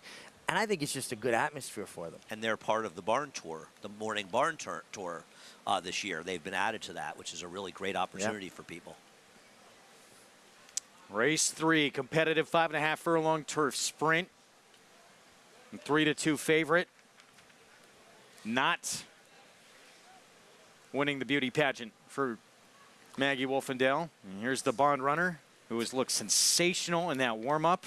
And that's going to be the sort of race within this race, the 6 and the 8, and that battle early on. And let's get back to Andy's point. Why is that just more an advantageous spot potentially for Kendrick Carmouche being drawn outside? It's not like you want to take your horse's speed away, but you're also not under the same kind of pressure. So if your horse doesn't break as sharp as you would prefer, you still have an opportunity for him to get his feet up under him and hit his stride and get going. You're not going to get pinched or bounced around. You're in the clear. And listen, I don't believe in taking horse speed away, but it does give you an option. But if you look at this horse, the 3 good races he's run, he's been able to get clear in those races. Fair. The times he's been in a more pitched battle, he's run extremely ineffectively. Now, it's also highly possible he's just improved as a racehorse now, but I think you have to be concerned, and Sandrone is a bit like that, too. He needs the lead to win as well. Makes it very interesting early on what's going to happen between the 6 and the 8. Loading up, set for this third on the card. 5.5 furlong turf sprint. Let's go to Frank Miramati. Thank you, Greg. Here's Highly Flammable in the colors of DJ Stable, well supported on the board. And next will be Sandrone, Sugar Gray Leonard, and Destin's Mission will complete the line. Destin's Mission going in. They're in the gate. And they're off. A very even beginning. King James comes out running very quickly and will vie for the lead with plenty of company. Sandrone in between horses and Destin's Mission on the outside. They are followed at the rail by War Terminator, who's a joint fourth, racing inside Sugar Gray Leonard and a length and a half to Highly Flammable. They move into the far turn with King James in front, Sandrone in pursuit second, Destin's Mission on the outside is third. The opening quarter went in a quick 21 3/5 seconds. Down at the rail, it's War Terminator, fourth and being pushed along, asks for a bit more. Highly Flammable is unwinding, but will be caught extremely wide as the field turns for home. Sandrone on even terms with King James, who's digging in. Highly Flammable continues to make good headway with nice strides in the center of the course. Down on the inside, War Terminator coming to the 16th pole, and Highly Flammable comes to King James. Highly Flammable runs right on by to prove tons the best. Highly Flammable, hand-ridden. Sugar Gray Leonard got up for second. It's a very close photo for third between War Terminator and King James. Highly Flammable, further back earlier on, and I think we would have thought, but they were flying up in front, and surprised who went to the front. It was King James in this race. Favorite gets a win here in the third. Yeah, it was, Highly Flammable seemed to break okay, just was a bit slow early, dropped back, was a pretty fast pace. Sugar Gray Leonard had a difficult trip, but again, I think a horse that's difficult to ride. Even when he turned for home, Irad Ortiz had the crop in his left hand and was already trying to keep him straight. He was lugging in a bit, but make no mistake, Highly Flammable made the sweep on the outside, was best. He was best, and I think you made good points when you're talking about a replay. I think Sugar Gray Leonard may be a tougher horse to ride than I thought. maybe Maggie would make those points with the kickback, even in the dirt. But it was weird because he broke fine second and he just dropped off the pack. He didn't go that sluggishly, different, but it was a quick pace. It was, but when he dropped back like that, I thought it might be a negative for the favorite, Highly Flammable, because he was a little bit off the bridle. But once he got into his rhythm, about an eighth of a mile into the race, he was traveling. Javier Castellano, to me, Andy, rides horses better the second and third time he rides them. Yeah, and this was also just a very good trip for him. I mean, he had a fast pace to close at. Turf's a lot firmer than yesterday, by the way. They were going much slower.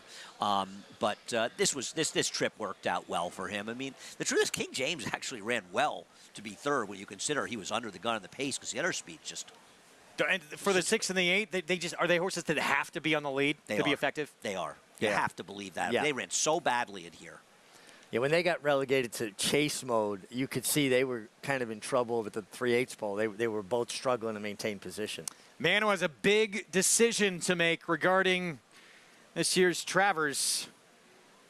On board that winner. There's the man he was riding for, Hall of Famer Mark Casse, but Javier Castellano still with that choice on Arcangelo or Mage, the Derby and Belmont Stakes winners. I'm sure he was thrilled that Mage decided to run in the Haskell. That gives him another opportunity to ride Mage in a big race and maybe help make that decision. And he was on at least Arcangelo in his last workout. And I saw Arcangelo this morning training. Boy, the horse looks really good. The more time he gets to make that decision, the better off he'll be. It'll be interesting to see which choice he makes. 5-7, 1-4 finish. We've all toasted to the start of the summer season at Saratoga. Nightlife, big part of the story here in upstate New York. We'll be back.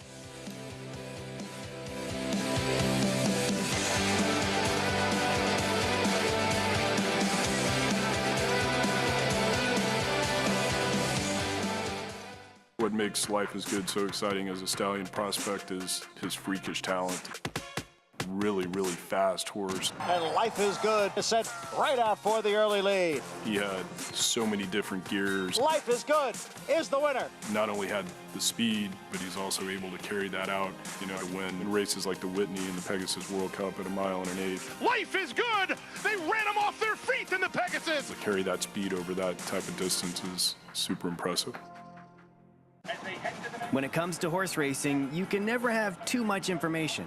With Twin Spires, you can place your bets with confidence. Whether you use handicapping insights, like our Brisnet speed ratings, prime power and past performances, the guidance of our experts' top picks, or just choose a name that catches your eye. Yes! No matter how you pick your horse, bet with Twin Spires. Start earning your $200 sign-up bonus when you sign up with offer code GET200. The level of racing that he's achieved is extremely rare. Anybody who's witnessed Matoli running sees a level of ability that doesn't come along that often. Matoli's a monster! Matoli wins the sprint! Oh, what a horse he is! Matoli, he did it again! Wins the mid-mile! The only thing to be better than one Matoli's a few Matolis. The mighty Matoli, who won the Torgo by 3.5 lengths. The new stakes record. There's a big, bold, beautiful world waiting to be explored by you and your friends, of course. But not just any friends, the best of friends. The kind of friends who let you do you. Because in this world, it's positive vibes only. And when you get in the zone here, you stay a while. These aren't just good times, they're the best of times. And your time is now. So come explore. Resorts World.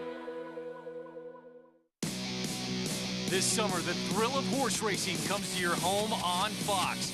Live from historic Saratoga Racecourse, don't miss the Coaching Club American Oaks. Only on Fox Saratoga Saturday.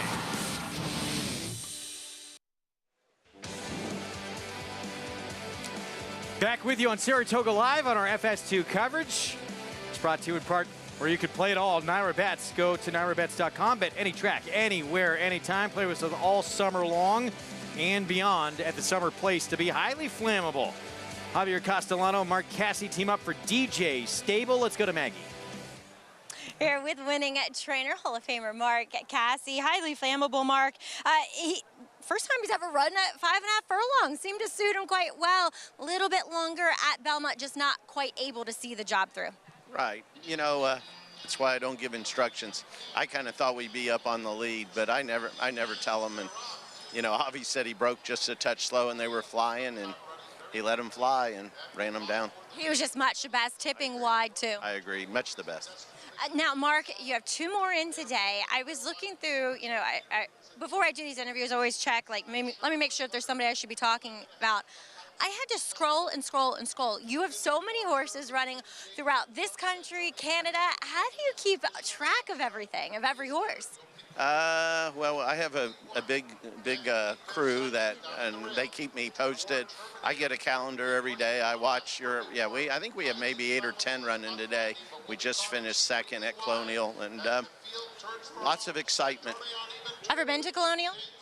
Yes, I have, and gonna probably go back. I think Feb Rover's gonna go to the Beverly D and maybe a horse for the Arlington Million. So I have been there. It's a nice place. She ran very, very well going back to the Diana. Did she surprise you, or you were expecting that effort? Nah, she's a pretty good horse, you know, and she was bad in the gate, but she is tough. And then, you know, I think Flavian did a great job. He kept us that's his job. He kept us in, and we got out late, and she came running. But she's a very nice horse. Well, wishing you the best of luck with her. Looking forward to seeing it. Congrats here, and hopefully you get another 2. Thank you. All right, Mark Cassie, winning trainer of Highly Flammable. He was in Fuego today, Greg. That horse was very good. I mean, this horse got a good trip, got a good setup too with a hot pace, but was much the best. He was best, no question about it. You know, listen, with the 6 and 8 not rating effectively and the 7 getting some trouble, it made his job easier, but he delivered. He wasn't that sharp earlier. He got the pace, but he delivered. And that's all you can really ask for. Got a middle pick 4 coming up in this 4th race on our Thursday card. $32,000 claiming race out of the Wilson Chute. So that turn and a half here in this 1 mile race. And pretty extreme. Expected to be a short price and is right now. Yeah, I'm trying to beat her. And she's actually 2-1 now, though she probably comes down. I don't really trust her. To be fair, she was claimed for $40,000, and she's now running for $32,000. So it's not really a significant drop down for her. I'm a little worried that we haven't seen her in a while. Her Oaklawn form was just okay, and also something, Greg, that you had brought up at Belmont. Maybe that's one of the reasons for the layoff. And I think that's an interesting factor, because you had talked to me early in the Churchill meet and said to me, I said, maybe we should be reticent to bet horses that have been running hard all winter at Oaklawn. And you were right. They were underperforming. Now, maybe that's what Brad Cox is thinking as well. I'm not saying he listened to you, though he should have. But maybe he felt after a hard winter at Oaklawn, she needed a little time, and that's the reason for the layoff. And we'll see freshened for this comeback. We'll see if she's at her best. She's at her best. She's the horse to beat. She wins this race. Well, to put it into perspective, she was second to Misty Vale 2 races back. Misty Vale is running in the $500,000 stake down against search results this weekend down at Monmouth. So she's a pretty good horse, even if she gets no part of that race whatsoever, especially relative to these. But I'm going to try to take a shot with the 5 Halo City. Rob Atch's barn's been a little cold. But this is the kind of horse he always did well with off the claim. And maybe he's starting to replenish things a bit because she has back races that give her a real chance. I want to remind everybody watching the first giveaway of the Saratoga summer season. Please, can you reserve 3? Greg, no giveaways for you. I think we've already established that. 64 steal ounce giveaways to fans. It's embarrassing. Red and white cooler jug. It's presented by Naira Bets. Come and get yours. It's a nice one. This Friday.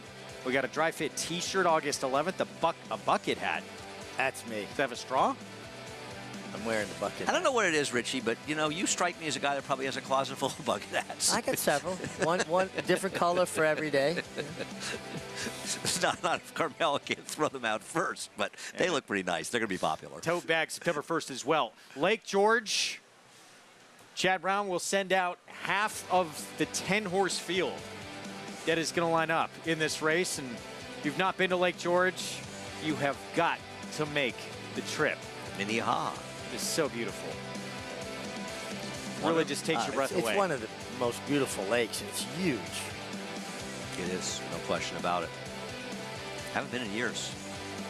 Got to do it, Andy. Yeah, nice spot. Go to the northeast side of the lake and hike into a cove and go swimming back there. The water's crystal clear. Incredible, too. You could be on the far, north end, and the weather's terrible, and you boat down for about 15, 20 minutes. The sun's shining. You could be at the National Museum of Racing. It's not raining and it's pouring over here. Yeah, that's true. Good It is point. the Adirondacks. Well, the Lake George, the race. Here is the lineup, and yes, Chad Brown going to send out 5 of the 10 in this field. Yeah, we're praying that the weather doesn't interfere too significantly with this race because it's a terrific field. Chad Brown nominated 8. He's running 5. There were 33 nominations. 5 of the other 25 are playing against him. His horses, none of them are as frightening as an Italian, but they're a pretty good army, Richie. Yeah, very well represented, I think, would be a mild understatement. I like tax implications coming out of the same race for LaGuardia. I just think LaGuardia had a race under her belt, got to save more ground, came out and outkicked tax implications, who made a more of an extended wide run. Not only that, and I agree 100% with you on that, also, the winner had a race under her belt. Right. And that was tax implications' first start of the year. I think one of her biggest rivals is going to come inside of her, and that's Surge Capacity, another Klarovich runner in here, half to highly motivated, who was very, very impressive, breaking her maiden first time out of Monmouth with the 3rd place finisher coming back to win for Shug McGay in her next start. There she is, Liguria, 3 wins, 5 career starts.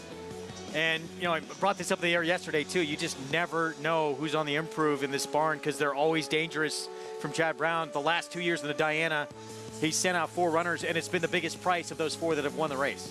No, that's an interesting point. Last year in Italia, and this year the shortest price and got beat. 4 in a row in this race, 6 overall for Chad Brown in the Lake George, and 5 of the 10 to win a 7th. And think of how good Regal Glory got after this race. Really, really good. An Eclipse winner last year. So much fun to watch. Well, Chad Brown has his dirt 3-year-old that he's hoping to get to the Travers and get that coveted victory in a race that he wants so bad. Blazing Sevens ran huge in the Preakness with a wide trip, and we're going to see this horse in a Travers prep in the Curlin on tomorrow's card. We'll be back with a preview. Stay tuned.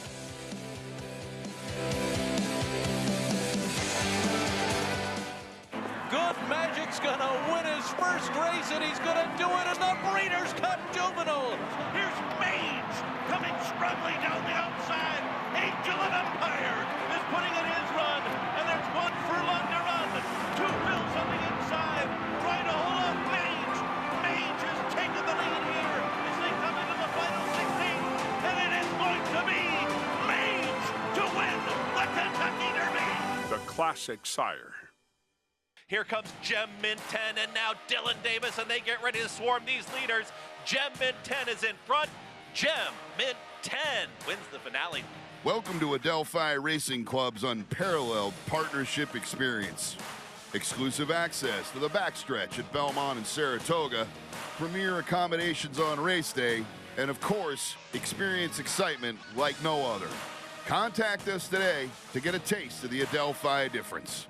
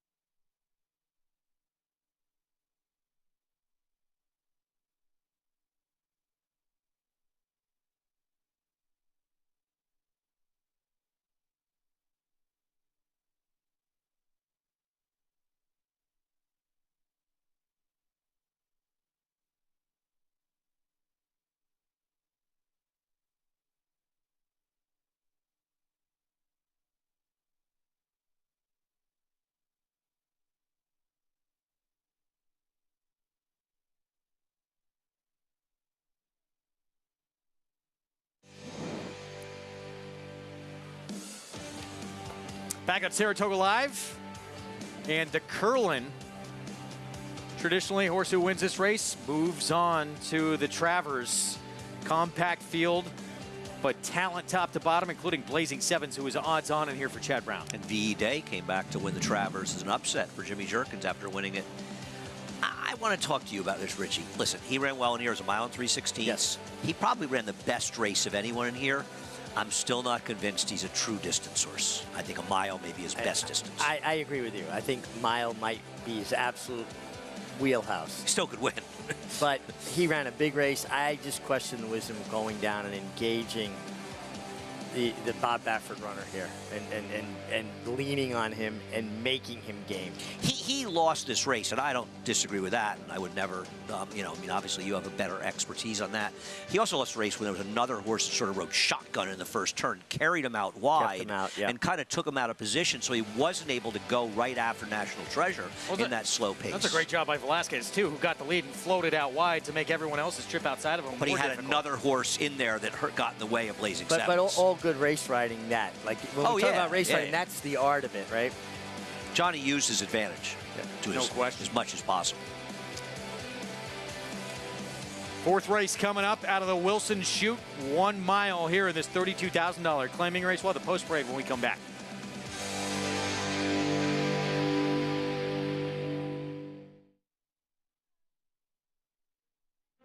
Society building a 3-length lead, set down for the drive. She just went past Rafaros, but she's still 5 lengths behind Society, who rolls off the turn, now in front by 6. Society down to the final furlong, now by 7. Drafaros in a good battle for second with Matt Torreya. Nobody catching Society. Streaking through the stretch to score by 9 lengths on the wire. Experience the adrenaline-pumping, suspense-filled action of the Sport of Kings no matter where you are with Naira Bets. It's fast, easy, and secure. Download the app today and start winning with our lucrative weekly promotions, thrilling handicapping contests, and a one-of-a-kind VIP rewards program. Don't just watch horse racing, be a part of the action with Naira Bets.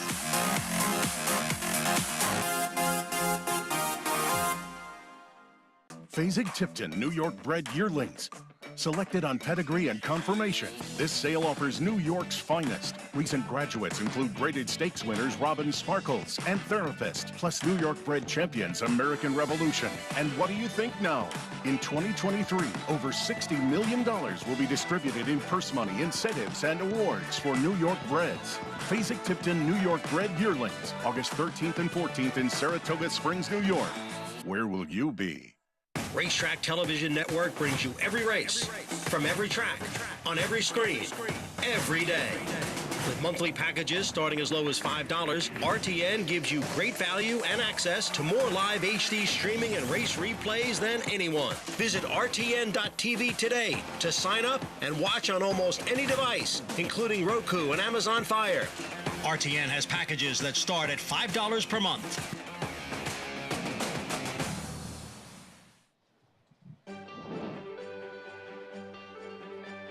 Welcome back, and thanks for joining us here on Saratoga Live. We are proudly brought to you by America's Best Racing. The love of the race. Check out americasbestracing.net today. Here in the paddock for 2 days, 4th race, as we'll take a look at these claiming 32 fillies and mares, and begin with 2 that are coming by way of Oaklawn Park. And we do see the somewhat drop down of number 3, Pretty Extreme, in here. I know, claimed for 40 several starts back by Carl Broberg, and now is in the barn of Brad Cox for State and Flurry, but comes out of a pretty tough race where she finished 4th. She just kind of stayed on evenly in behind Coastal Charm, who would come back to win. Andy mentioned Misty Vale, who's in raging form right now.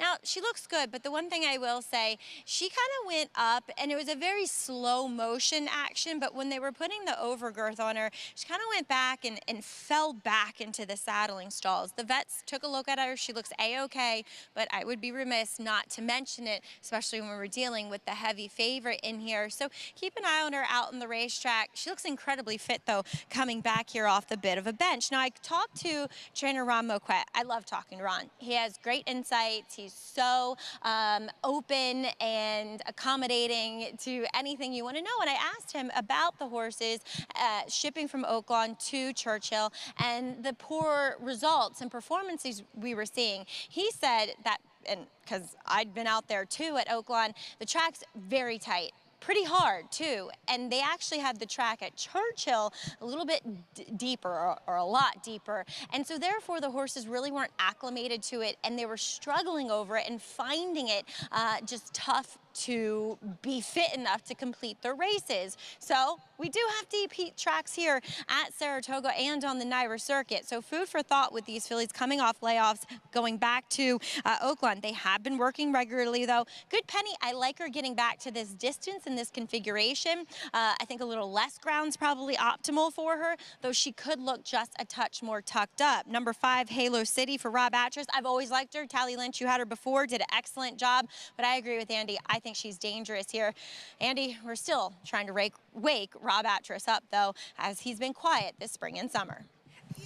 You know, Maggie, and you can address this next time you're on, and I kind of wonder some of it. He has been very quiet. He's a very streaky trainer, and I think it is a concern with picking this horse. But some of it may be just the same old recycled stock, you know, that's just sort of out of form. And this one's a new claim. I'm hoping it's that, well, but I think it's fair to be You say streaky, worried. too. He was making national headlines with how many races he won in a row over the winter. He had some scary run in New York. And obviously things are different now, but we'll see. I'm hoping this one runs well. Post-parade here for the 4th. We start with Mariah's Fortune, Kendrick Carmouche. Off camera, Richie was mentioning to me as two wins here last summer. Can she get back to good efforts at Saratoga? If you like her, I think you're banking on that. Jose Lezcano on with this, Val? Yeah, 1 for 8 on fast dirt. When she runs well, she's forward. Pretty extreme. The 8-5 favorite, Brad Cox and Flavian Pratt. She's likely to get claimed in this race, and Brad knows it, but he claimed her for 40. He's sort of trying to get out with a small profit. Good Penny, 9-2, Luis Saez, Ron Moquette. You know, Good Penny comes out of the same race that Pretty Extreme came out of at Oaklawn. They're both last seen April 7th. Good step forward. Halo City, 8-1. So here's Rob Atras, 6-year-old mare. Just claimed this one, missed by a nose last start for $20,000. I get why she's a big price, and I get why there's probably people out there saying I wouldn't bet this horse in a million years. Her recent form gives her no chance. But she has back races that are fast enough to compete, and I'm hoping she can get to those races for Rob Atras off the claim. And greatest love, Dylan Davis on one who was just claimed as well, off Linda Rice. Another one of the horses that could be a pace player. She won for 12.5. She moves up to 32. This is tougher. Yeah, I think it's crazy that she's a shorter price than my horse, especially off that trainer change. I would agree with that. So horse, by the way, the 6 at Linda had claimed 3 times.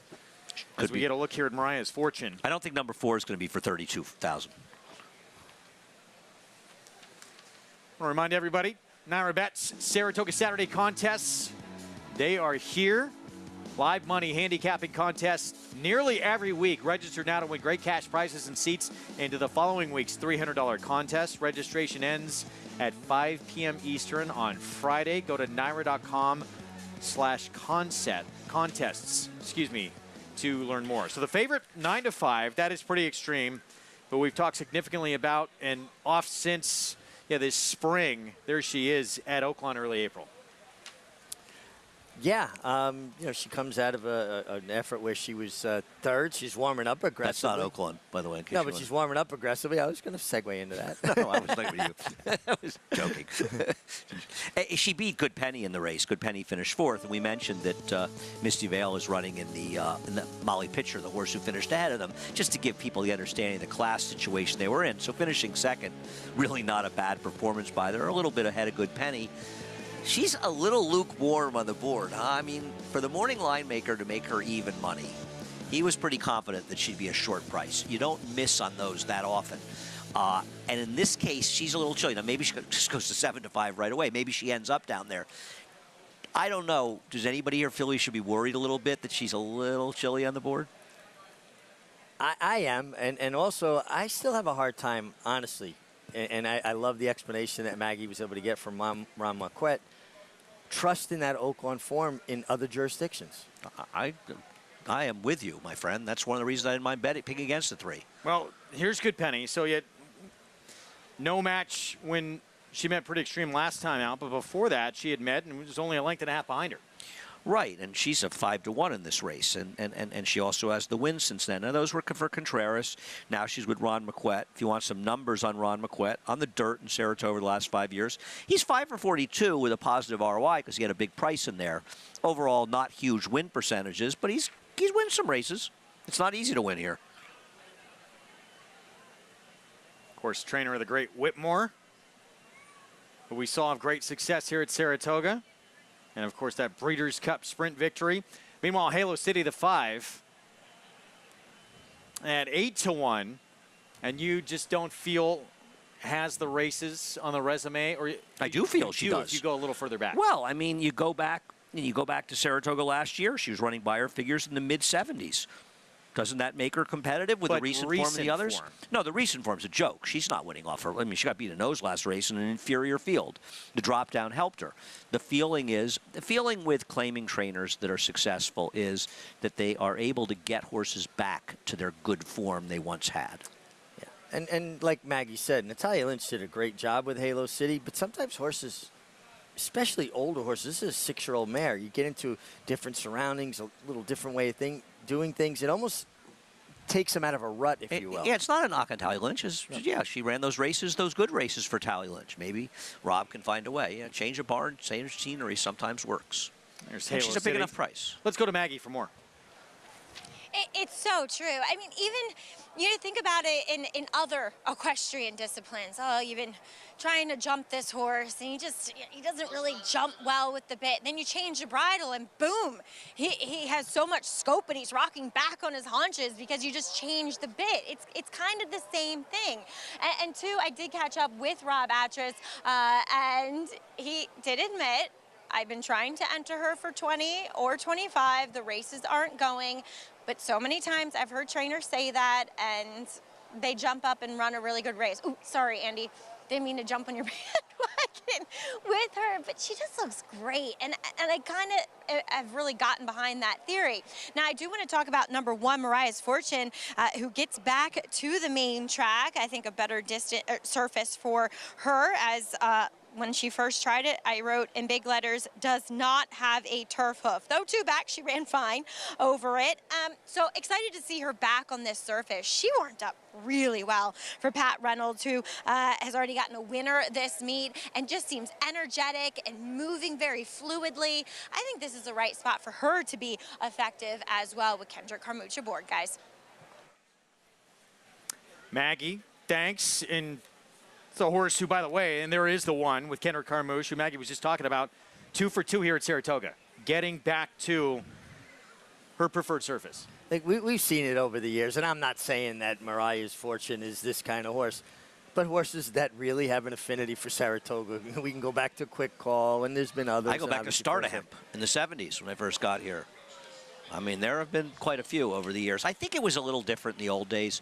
Nowadays, a lot of times, horses are here for months on end. That's true. Back then, they came up here for 4 weeks. I think some horses really sort of... Also, the main track also had a lot more clay content than it does now. It had more clay content than any of the other New York tracks, and I think some horses just got a good foot over it and handled it better.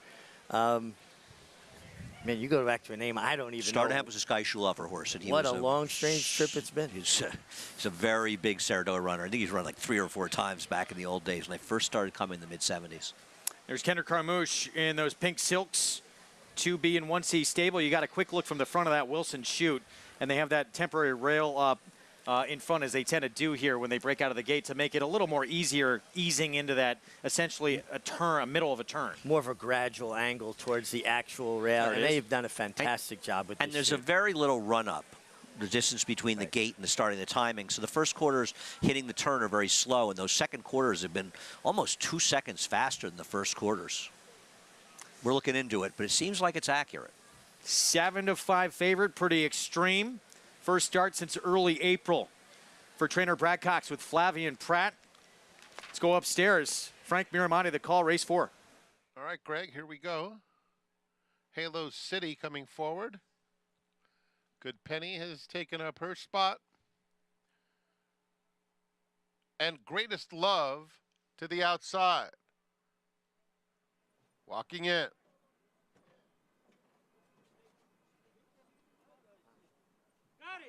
And they're off.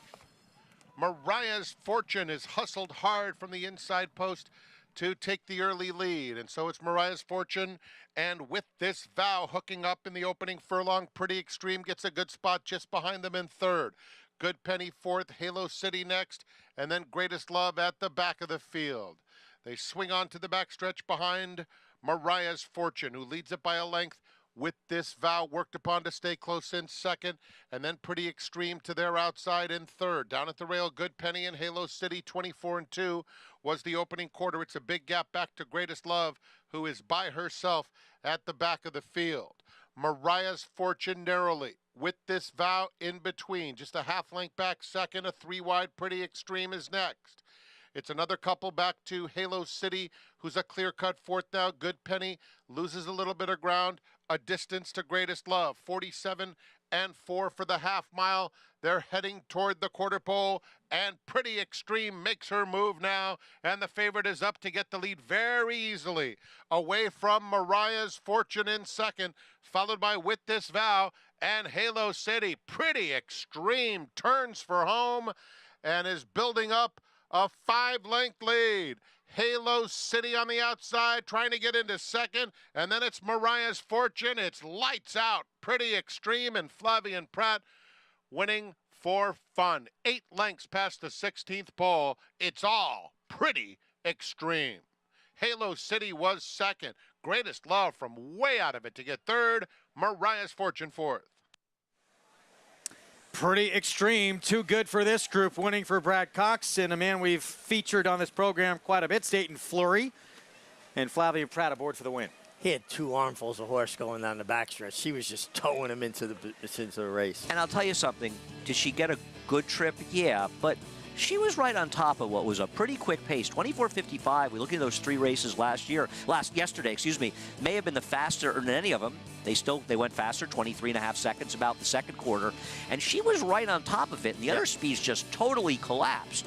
She had a good trip, but not an absolutely perfect trip for a horse that won by 10. I mean, Halo City ran fine. She may have run a little better for Rob, but at the end of the day, the winner, somebody claimed her, and they're not. Whoever gets her in the shake will be happy to get her. Yeah, I mean, she was just very good. She drew off at will. Halo City tried hard, which she does. She's one of those types, shows up just second best to a runaway winner that looked a winner every step. And I think the morning line maker was wrong about the even money. Not only she go up 7-5, she should have been 2-5 the way she won. As easy as could be. Wow. Under wraps late. These connections, this ownership group, Staten Fleury, had Kentucky Oaks winner. She Dares the Devil. A huge upset. And then this is Brad Cox's first win at the meet. Yes. He's not run that many horses. No, he has not. Yes, he's also in that wild 2-year-old race on Saturday. That should be a good one. And he's in a pretty good one as well to start off. I believe, the late pick 5 coming up. He's got that outside filly, Ever So Sweet, debuting with Flavian Pratt. And what looks like a very difficult race to kick things off in that pick 5. Yeah, on the turf. Don't count Flavian Pratt out of this jockey race. And now, listen, it's early. This is only the 6th day of racing. Well, Greg did. But this guy, no, stop. This guy, to me, does everything well. I see no weakness in this game. And keep in mind, listen, he's got a lot of ground to make on Ira Ortiz in general, but he did tie for second last year, and he was not getting a lot of as much business outside of the Chad Browns. That was his stuff first Saratoga meeting. And he's going to get more and more opportunities, and the guy can flat out ride. First Saratoga meeting, tie with Saez with, I believe, 41 wins in your first Saratoga. Wins. Yeah, it's huge. Incredible. Meet. That's over 1 win a day, which is, I did see how I did that math? Yeah. That's not easy for anybody. That's impressive. So 41 wins, 40 days. I'll go through it later when we're off the air. I'll show you. You carry the 1. 3-5. 6-1. He's one of, several riders. Just an incredible start for him to the Saratoga meeting, but he's been riding so well for a long time, made that a medium impact as he came from the West Coast to the East Coast. And it's a bit of a gamble to make that move. It has paid off big time. He was in a spot in California where small fields, and he's going to ride the best horse in the majority of the races. He was in, kind of a comfort zone, right? To step out of that comfort zone to take on the best of the best, but that's what a champion does. And he wants to try to win an Eclipse Award, and he realized that one way to do it, the biggest, best way to do it, is to come here and be successful. There's a lot of big races here as well, and maybe thrive in the competition, but we're thrilled to have him. Sure. Made what was already the deepest jockey colony by a long ways that much deeper in here, and all these guys that come in here, including him. Now it's even tougher to get those mounts. Well, yeah, tightens it up. There's less horses to go around, but Andy, there may be guys that do certain things a little bit better than Flavien, but he does everything well. Delaying your comeback a little bit. Oh, I'm done. I'm old. You got game. Got a new audience joining us here. Going to pause for just a moment. Stick with us.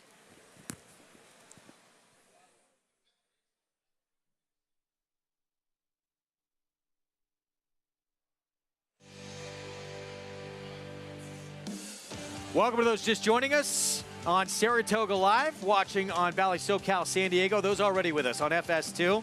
Thanks for sticking around. The summer place to be here at Saratoga, the most competitive meet there is in this sport. Our live coverage all summer long continuing here. Greg Wolf, champion jockey Richard Migliori, New York Racing Association handicapper Andy Serling, and we're going to get into the Pick Six here coming up on a day that features a stakes race to close things out in that New York Stallion Series Cab Calloway division. Yeah, and a very, very heavy favorite, an extremely tough horse to beat in Rambling Wreck. A horse looking to be as good as his brother, Dakota Gold, who's one of the top New York bred turf horses right now, and maybe try Open Company at some point. I think he's better right now than Dakota Gold was as a 3-year-old at this point. Of course, he got beat at a short price here last summer. He did. We'll see if he's bred to do that. I'm going to be surprised if he loses, and I'm also going to be surprised if you get that 7-5 morning line. I think he'll be odds on, and I think he should be. Meanwhile, we just saw the fourth race here, and pretty extreme, way too good for this group in this 1 mile out of the Wilson Chute. Yeah, you could see early on, Mariah's Fortune was under a drive for Kendrick Carmouche, and pretty extreme cruised up under Flavien Prat. He sets her down here, and she drew off at will. Yeah, I wonder how many people went in to claim her. And I'm going to say one lucky person got her, because she was very impressive today winning here. Of course, we could easily see come back and win before the meet is up, at least once. Wow. As easy as could be down the stretch. A very quiet Flavien Prat. Yeah, that was at least double digits for sure. And we all expect this one to be going to a different barn in for the $32,000 claim. I didn't drop, did you? Yes. I'm thinking maybe Linda Rice would put in. She's in the shake, I'm guessing. Whether she gets him, remains to be seen. $4.80 for the victory. Halo City, Greatest Love, second and third, but it's the 7-5 favorite. That is pretty generous. This is a horse that was even money morning line. And you get better than that, and she won even more impressive than even money looks like, as you said. She won like 2-5. I wonder if maybe some people were thinking a little bit like I was, that I'm just not sure 100% confident in that Oakland. I wasn't confident. I picked her second. I picked the 5 on top. I felt she was much worse to beat. She ran better, I think, than even we could have expected her to run. Yeah. A lot of fireworks, huge upsets week 1. Let's take a look at our week 2 stakes schedule here at the Saratoga meet. We'll close things out with a stake today. We get the Lake George in the Curlin Travers Prep tomorrow. And then Saturday, huge race in that 3-year-old filly division in the Coaching Club American Oaks. That includes that rematch with the Hoosier filly and the Kentucky Oaks favorite, Wet Paint. And then Nest returning in the Chuvy in that prep for the Personal Ensign on Sunday. Yeah, unfortunately played hard, not able to make it, but it's a battle between Nest and Clairiere, and Nest very popular up here, especially after her 2 huge wins in the CCA Oaks in Alabama. She dominated that second half of the year. That Secret Oath won the Kentucky Oaks, and then she just completely vaulted ahead of that filly to take leadership of that division. Working 4 furlongs, 50 flat Sunday on the Oklahoma training track. And this is the way Todd Pletcher brings his horses to races. The last work before a race is usually just a maintenance move, not a very fast move, but their gallop outs are always extensive. How concerned are you that she's taken her this long to get back to the races? Obviously, they wanted to get her back for the Phipps. That originally was what they talked about. It worries me a little bit, especially for a horse that better step her game up to beat Clairiere. Well, and again, Clairiere has recency, and she's in good form. You're coming off the bench, taking on somebody that has that edge on you already. Yeah, but Played Hard is not running once again. She's not in the race. It's a 4-horse field, but Nesta Clairiere in there against 2 long shots. 63 Caliber will not be running as She well. ran yesterday. Just won yesterday for Tom Amos. Here's a look at Clairiere, 4-time Grade 1 winner, back-to-back Grade 1 wins, beating Secret Oath in the Apple Blossom, and then backed it up with an Ogden Phipps victory. I mean, search results looked like once again she was going to finally get it done after that heartbreaking defeat in this race last year. Tough losses to Malathot, of course, in the Kentucky Oaks, but Clairiere is just old reliable. She just keeps on chugging away. I mean, she went and got the filly on the lead. I mean, she does that. She kicked for home. She did it to Secret Oath down at Oaklawn. Yeah, and it's not like these horses are laying down for her. I mean, she's running. She's a rare, very good, talented closer that is able to close into moderate paces and catch good horses. She's terrific. I'm a huge fan of Clairiere. She's been good her whole career, just like her mom, Cavorting, yeah, who was great. 8-time winner, $3.1 million in earnings, and you just know she's always going to bring the best she has. And she's looking for some redemption in the personal ends, and of course, where she hit her head in the gate last year and eliminated all chance. And it's great that Barbara Benke brings her back and gives her a chance to run, because it's good to have her as one of the top horses. And make no mistake, she's one of the top horses, not just in her division, but in the country. Exciting to see her on that card. Exciting to see Nest come back, too. Obviously, they wanted to get started earlier this season with Nest, unable to do that. So certainly looks like you give Clairiere the edge. I would bet against Nest in this race, though she'll have an edge of tactical speed, especially without Played Hard in the race. I just prefer Clairiere in this. I hope I'm wrong. I hope Nest comes back and she's an absolute monster this year. And she has every right to prove forward off of last year. Clairiere certainly moved forward from 3 to 4. Absolutely. Meanwhile, the 3-year-old boys in what is a wide open picture this year after 3 different winners in the 3 Triple Crown races, and the big decision for Javier Castellano, will he ride the Derby winner or the Belmont winner in the Travers? Here's Arcangelo working 6 furlongs Monday at Saratoga. Nice to have to make those decisions. Arcangelo, his first work back from the Belmont, very strong work. Comes back his second work since the Belmont, very strong work with Javier Castellano. I like the way he finished, his ears flicking back and forth. It was interesting, Andy. His 1/8 of a mile after the wire was okay. His second 1/8 after the wire was better. It was almost like he took off again. He seems to be a horse that just likes to thrive on distance. He ran very, very well in the Belmont Stakes, making the early move, and thought he was terrific that day. No knock on the others, but I'm not going to be surprised when the dust settles if he's the top 3-year-old. I know a lot of people are counting on Arabian Night, who's coming back in the Haskell. But who knows? He's run twice in his career. Coming back in the Haskell off of what? 6 to 7 month layoff? That's a tough ask. I don't care if his trainer's Bob Baffert or not. Workout video courtesy of XBTV. We thank them for providing this video coverage. It is going to be fun to see how this 3-year-old picture plays out with that big one to come, of course, year in, year out. The Travers at this meet and just getting to that point as well. Jim Dandy, we have a prep for it as well with the Curlin coming up this week ahead. And these are our Fox Saturday programs. First of them coming up Saturday with the Coaching Club American Oaks in that 3-year-old filly division. The boys in that Travers prep, the Jim Dandy.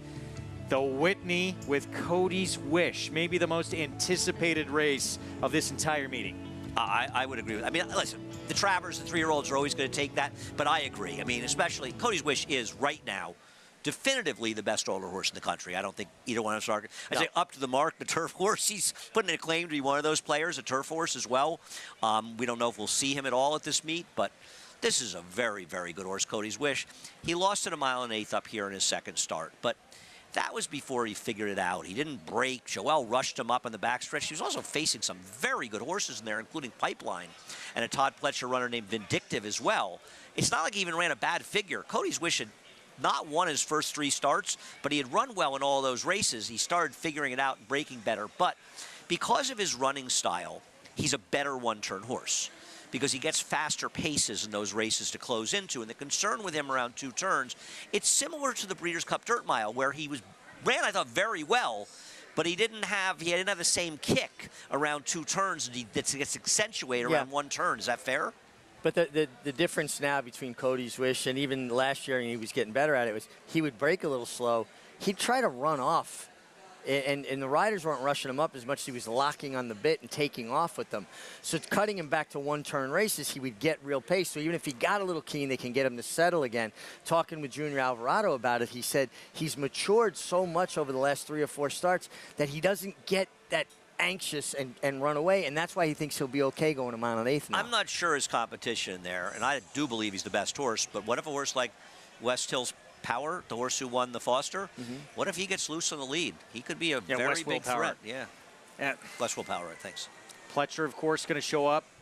Charge It coming back with that suburban win, but everyone just seems like they're big boys. Yeah. They're a cut below, but will the mile and 1/8 be the great equalizer?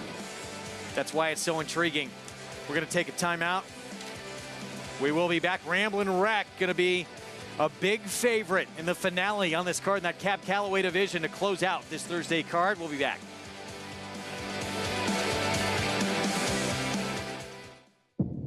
Reach for the unreachable. Race to new horizons. The artisan's quest for beauty burns in the heart of Japan, forging strength like no other, with love and honed to perfection. Noble, authentic, and only here. The legacy of strength.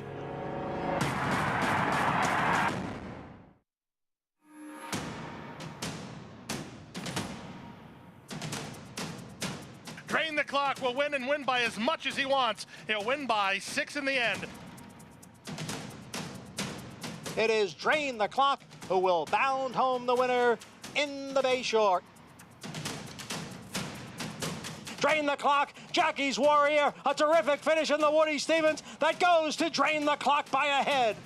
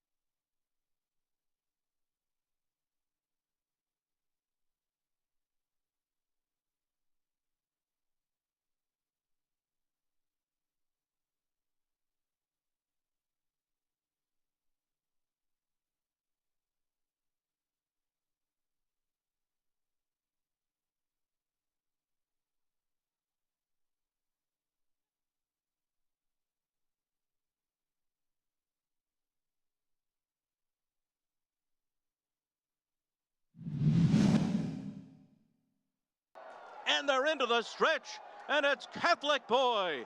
Catholic Boy has taken the lead on the outside. Mendelssohn is full out toward the rail. It's 5 lengths back to Bravazzo, who's now 3rd. Then Vino Rosso and King Zachary on the outside. They're coming down to the 16th pole. Catholic Boy is pulling away. He's so impressive today, the others didn't even have a prayer. Catholic Boy rolls in the run. Happy Travers. Grade 1 winner on turf and dirt with this performance. Taking the Travers, the great Catholic Boy in those silks of Robert Lapenta. And a horse that obviously relished the 1 1/4. He was so good on turf, so good on dirt, and unusual. Usually turf horses have a big turn of foot, a big acceleration, your best turf horses. He did it by being relentless, just like he was on the dirt. What an exciting stallion prospect for Claiborne Farm, a horse that's a dual Grade 1 winner, turf and dirt. I don't know if we'll ever see a horse pull off the 1.25 mile Belmont Derby and come back in his next start and win the 1.25 mile Travers. Javier holding up 6 fingers. Yes, he has had quite a bit of success with the Travers. 6 victories in that race, and he is going to have interesting decision, obviously, but a big chance to get number 7 this year. Program brought to you in part by legendary Claiborne Farm. 100 years of doing the usual, unusually well. By the way, that's on loan here. How much do you think that weighs, you guys? It's 1.5 times life size. A lot. 3,800 pounds. Wow. Pick 6 starts here coming up. Let's go to Maggie. And we'll check in with some first-time starters here, Greg. Number 1, Crown That Saint. Now, if you're not familiar with the sire, St. Patrick's Day, he was a full brother to American Pharoah and has actually gotten off to an auspicious start with his 2-year-olds. 2 for 5 so far with his debuting freshman crop here. And this one, the dam won first time out as a 2-year-old. No other place than here at the spa. There's a lot of precocity in this family. Now, I was not in love with his OBS March sales workout.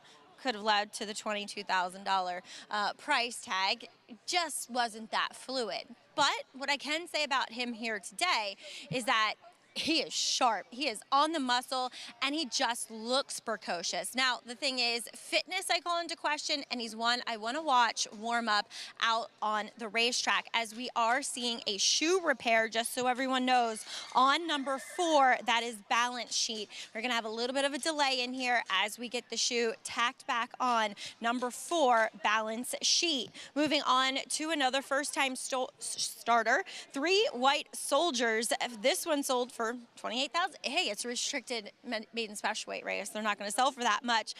This guy worked 10 and 3. He was on the wrong lead at first, and he moved like a horse that wanted to go long on the turf. Talking about number 8 in here, 3 White Soldiers. Catholic boy, jury's still out on what his progeny are going to be best at. So far, they have been a little bit more proficient on the turf, and he has yet to get a first-time out winner. Going back in the pedigree, there is more turf, but I will say this about 3 White Soldiers as an individual. He doesn't look awfully turf meant, to be honest. He just looks as though he wants longer distance. He's a good-looking sort, but a very long, even frame, has that longer neck to him. Like I said, I like him, but he's not one I can suggest here and think he's going to win first time out. I think you want him moving forward and moving out to longer distances. On to horses who have some experience. Number 3, Crazy Mason, a son of Colefront. This one adds blinkers after getting away a bit slowly in that debut at Monmouth, and he was kind of running in spots. He kind of ran up, and then he was like, oh my gosh, I'm getting hit with kickback. And then when he got to the lane, he ducked back down to the inside and showed a lot of bravery to run up the inside as he did. So it was a learning experience, and kind of talking to connections, they said he definitely needed that mentally. Wish he was acting a little bit more settled here in the Saratoga paddock, and I agree with what they're saying. He does seem a little bit distracted, but he'll put on a pair of shortcut cheater blinkers, and he's a good-looking type. He's big, he's a lot more physically mature than many of his counterparts assembled here in the paddock, and I think that goes a long way. Now, quick note here on your favorite from the outside is Rudy Rodriguez looks to win both divisions of this split restricted maiden special weight with Rockstar Boy, who ran very well, albeit against an open field, and Call the Calvary, who wasn't great going back to this weekend Sanford, but he was acting up that day. And then furthermore, I noticed an important equipment change. First time out, he was wearing what we call a rubber figure 8. So it's like what all Steve Asmussen's horses run in. It's a piece of rubber that twists and then goes around their nose. Well, horses can get their mouth open pretty easily with that. And now Rudy has a small shouter roll with a drop flash noseband, as we like to say, so keeping his mouth shut. And I noticed that he had it wide open throughout the preliminaries that day, and he just seems so much more settled and so much more mentally well prepared for this effort, Greg. All right, Maggie, thank you. Get to the post parade here. There's the 4. I got the shoe repair horse. 10-1 here. I picked With Cowboy the new Luke. sneaks on. Picked a 5, scratched into the 4. Phil Serpy had a gigantic meetup here last year, as you may remember. And I'm just kind of wondering if maybe he'll come up live here this summer. And there's a little pedigree. The dam was actually pretty good. Ran some buyers in the 90s. So I thought maybe I'd take a little flyer with this one. If they're going to bet horses like the 2 down to 3-1, I want firsters, because the horses that have run in here, especially the 2 and 3, are so low. And the 6, another one who it was on turf that debut. Did show some speed on the grass before backing up. As you get a look at the new shoes on the 4. Palace Malice Colt, who won the Belmont. It was good. And Manny Franco will be aboard. The number 8, for those people wondering, that is a technical analysis term that people use when analyzing graphs for analyzing stocks. Wondering that. Of course, there's a pretty good horse named Technical Analysis as well. I don't think this one will be that good. You know, this is why I love doing this show, because I never got past the 8th grade, but I'm getting a full education here. I think most people here are aware of that. 2 Catholic boys who just went through our screen, who we saw win that Travers back in 2018, the 8 and the 9, both by Catholic boy, who one of the new faces we're excited about to see his progeny. I am. I mean, the fact that he was so good himself on turf, dirt, by More Than Ready, a horse that has proven to be not only a good sire, but a sire of sires as well. And it's interesting. Obviously, the big dirt win mattered, but Claiborne Farm, they've got to Marshalier. Now this one, be interesting to see if some of these horses that could run effectively in big turf races can pass that along. We run so many turf races. I understand the money's in the Derby and the Triple Crown, but as time's going on, there's more and more turf opportunities. The fact that years ago we would close the turf on weekends to open the infield here, you wouldn't see that happen now. Well, you could. We just would run 4 races.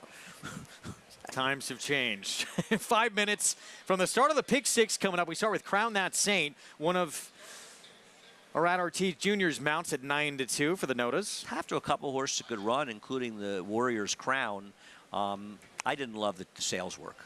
Uncle Eddie, Gary Contessa, second-time starter. Showed good speed at Delaware Park in a maiden claimer. Came back up here to Saratoga with a nice work coming into this. Crazy Mason, second-time starter, blinkers on. Broke a little slowly, a bit erratic. Did go over to a dead rail late in the race. I talked to this horse. This horse has a real chance. Here's balance sheet, 10-1. Well, a lot of size and scope on this guy. The mare's had 2 foals to race. Both winners, 1 stakes place, and 1 won on debut. So there is precocity in the pedigree. 11-1 Mayor Jack, the debut on turf, and showed speed on that turf in that turf race. Yeah, showed speed on the turf and tired. Will the dirt make a difference? 3 White Soldiers, 9-1. One of the Catholic boys for Bill Morey. Yeah, 2 wins yesterday. Bill Morey, 2 wins yesterday. Terrific horseman, winning it better than 27% on the year. And here's the other Catholic boy who's favored right now, Rudy Rodriguez, with that winner earlier in a maiden race. He's got this one making start number 2. Rudy's looking for that second win, and like that, had experience, ran fine. I didn't like that the winner of that race came back and ran poorly in the Schuylerville. Maybe she regressed more. I preferred some firsters, but this of the ones that ran is the worst to beat, I guess. 4 minutes to post of the Pick 6. It is the newest Naira Bets contest, the $40 Friday feeder contest. Low-cost way to earn your entry into the $300 Saturday contest. Register before 5 p.m. Eastern today at naira.com/contest to get involved. Good luck to everybody taking part in that. As you get a look at Trevor McCarthy, give Rockstar Boy a big warm-up. And let's look back at the debut. It was at Belmont at 5 furlongs. Took some money here, went off at 4-1 first time out. Yeah, and it was tending and chasing the pace, 3-4 wide throughout. Ran extremely well. And could take a step forward off of that effort. Could. But look at the Rudy Rodriguez horse that won earlier today. That horse ran a 69 by her in debut and came back with a 59. I know one today. It was someone's take. The big favorite firster was scratched the gate. And I wonder if Rudy's 2-year-olds are cranked up to run first time out. We talk about this. A very smart move by him.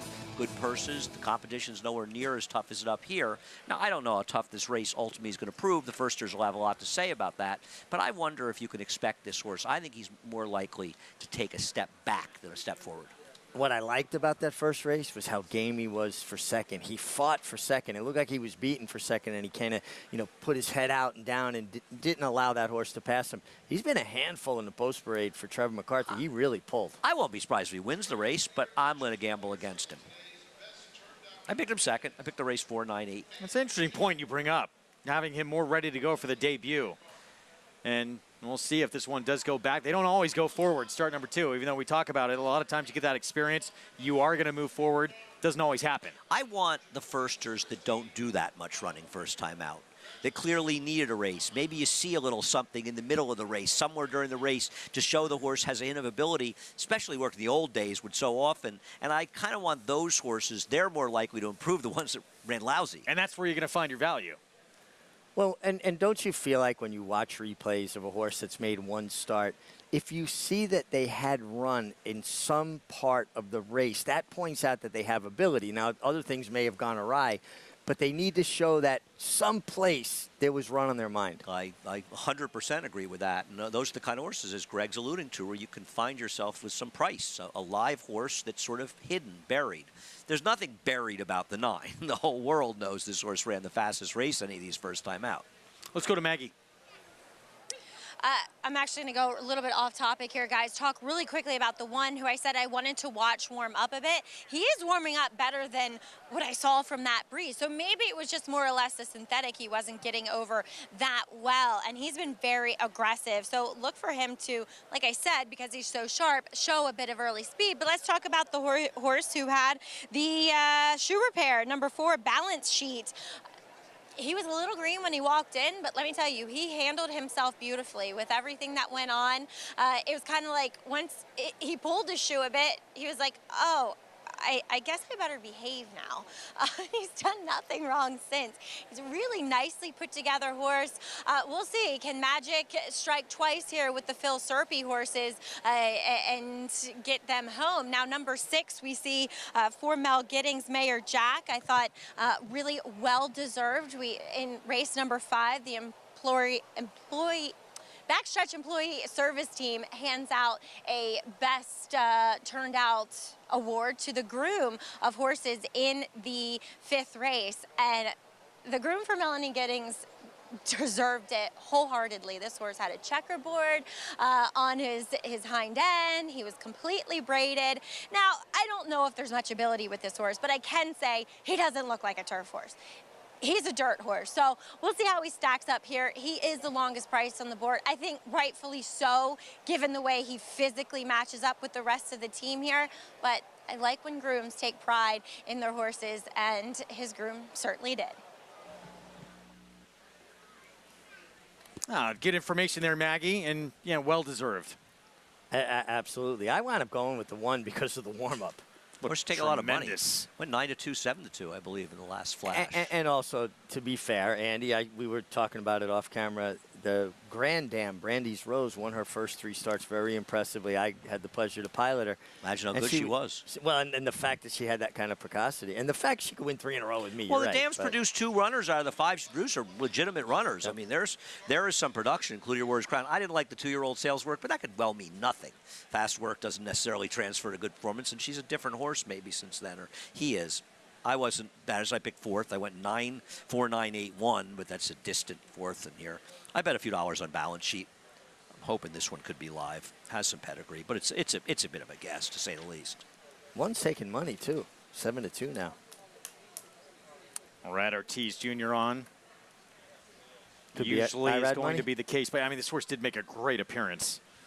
St. Patrick's Day, the sire of this horse. It could be a little IRAD money, too. You never really know. I like that. St. Patrick's Day, the sire. I'm feeling lucky. Take a swing. Pick 6 starts here, where there could be, a few legs in here where people feel confident with paring things down, having key horses. Certainly the last race we talked about, Rambling Wreck.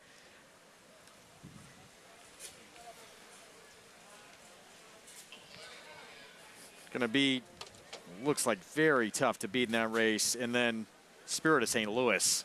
Race after the Belmont Stakes. Horse completely walked out of the gate from the far outside post and just inhaled that field for Chad Brown. Yeah, we love to see those big finishes, too, first-time starters. That's in race 7. Here we go. With the start of the pick 6, we send it upstairs to Frank Miramati. Thank you, Greg. And on that note, Mayor Jack just a tiny bit fractious as he walks up. 3 White Soldiers and Rockstar Boy, both by Claiborne Farms Catholic Boy, to complete the line. Here's 3 White Soldiers making his debut for Billy Morey. And Rockstar Boy with the race under his belt for Rudy Rodriguez. He goes in quietly. They're in the gate.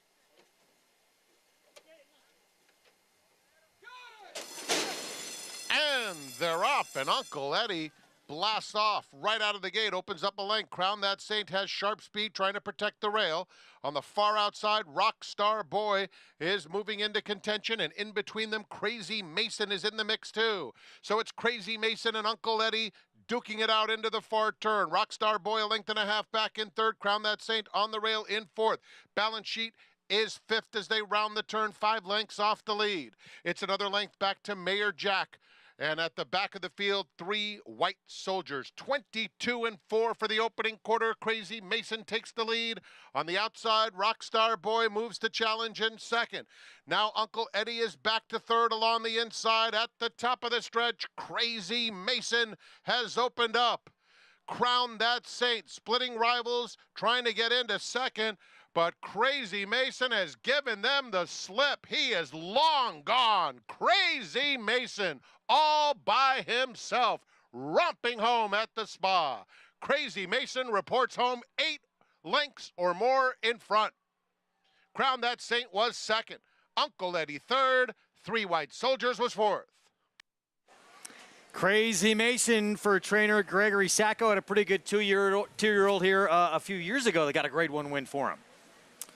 Yeah, that was the Mind Control. Mind Control, yeah. This horse was good. He broke sharp. He got himself in better position today after breaking slowly at Monmouth. But Maggie talked about how brave he was diving down to the inside last time, finishing well. And Jose Lezcano, just like that, his second winner. Rail was dead last time at Monmouth. I was hoping he spent more time in the rail. He went there sort of late in the race. He was a different horse, a classic example of a horse that had no speed first time out, just a much more professional and a facile winner here, getting it done. And like we talked about before with the 9, that horse took a step back, a big one. Crazy Mason, start number 2, moves forward. It's on a cold front. Blinkers go on. And Jose Lezcano picks up his second winner on this Thursday afternoon card. Third choice on the board. Starts off this pick 6. That was a nice effort and finished up well, 104 and change. It was, I thought, a really nice, a big step forward from this horse, Crazy Mason. Agreed. Crown That Saint ran well, sat the pocket, was a distant second, but game to be second. Yep. Oh, tearful farewell. That's a good time with you guys. Gregory Sacco, his first ever grade 1 win came with Mind Control, who went on to a tremendous career. Wow, what a career he had, and longevity too. Yep. Grade 1 wins in 2, 3, and 6. 3, 1, 2, 8. Here in this 5th from Saratoga in this 2-year-old group. And we got 2-year-old fillies that are going to start off the late pick 5 that comes up next. 5.5 furlongs on the turf. Some big stakes, though, coming up this weekend. Again, each week it just gets bigger, more important, more prestigious. And we got some big ones coming up ahead, including that monster grade 1 showdown and the Coaching Club American Oaks for 3-year-old fillies, where our colleague Tom Amos is going to line up with Who's Your Filly. Yeah, she's going to have her hands full in there, but we'll see if she's really ready to take that big step forward. Runner-up for Kentucky Oaks is in there. Wet Paint looking to reverse the table. Should be a fun one. Very competitive running. There's no heavy favorite in there. A lot of talk between those two. Is it Gambling Girl for Todd Pletcher that's maybe the most interesting of the other ones in there? Well, I think so. I mean, you think about what Ness did last year off of that good run in the Oaks and how she just went on and went forward. You got to think Gambling Girl is going to take those steps forward. Todd's pretty good at getting his horses to improve. But Ness finished second in the Belmont Stakes between these races. This filly now hasn't run in almost 3 months, so I wouldn't compare the two, but not saying she can't win. We're going to have live coverage in our first of 6 Fox They both ran broadcasts. second in the Oaks. I just want let's No, but I'm saying in between, Ness took a step forward and ran second in the Belmont, and this horse hasn't run. That's the concern. That's all I'm saying. Fair enough. We're done. Coverage Parting is such sweet sorrow. Fireworks to end the show. Follow that up, guys. Next crew coming up after a timeout with the late pick 5 ahead. Jose Lezcano, 2 wins and counting on this Thursday card.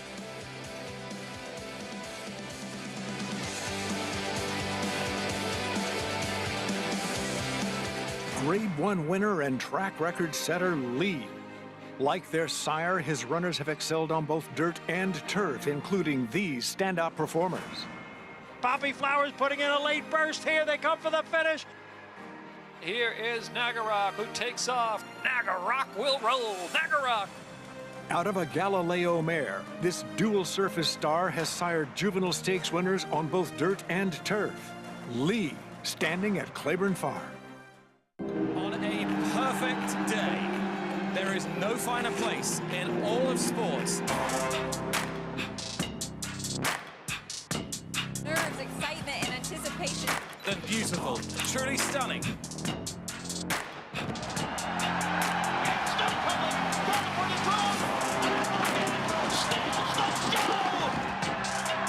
For the Breeders' Cup World Championships. Flightline is in full flight. Flightline turns it on at the top of the stretch, and he's in cruise control. And Flightline takes off. Take a good look at this, because you're not going to see this too often, maybe never again. Flightline, 20 lengths clear. World-class racehorse, world-class performance at a world championship event.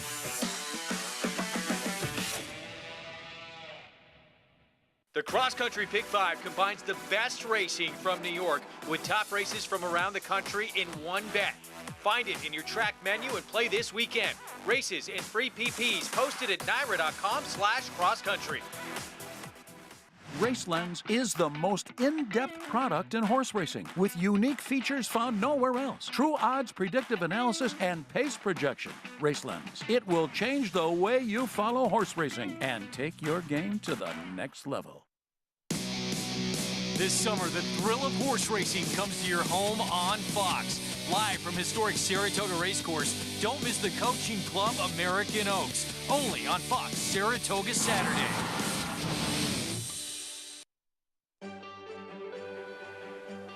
Welcome back, and thanks for tuning in to today's program. It's Saratoga Live. Doesn't get any better than up here at the spa, especially when you see impressive maiden-breaking babies, and that's just what we saw from number 3, Crazy Mason, in today's 5th. Please be joined by his trainer, Greg Sacco. And Greg, watching his replay from Monmouth, it was such a learning experience. It was like the light bulb went off in the middle of the race. Yeah, he was green that day. You know, he kind of shied away around the turn, and then at the top of the lane, he ducked in.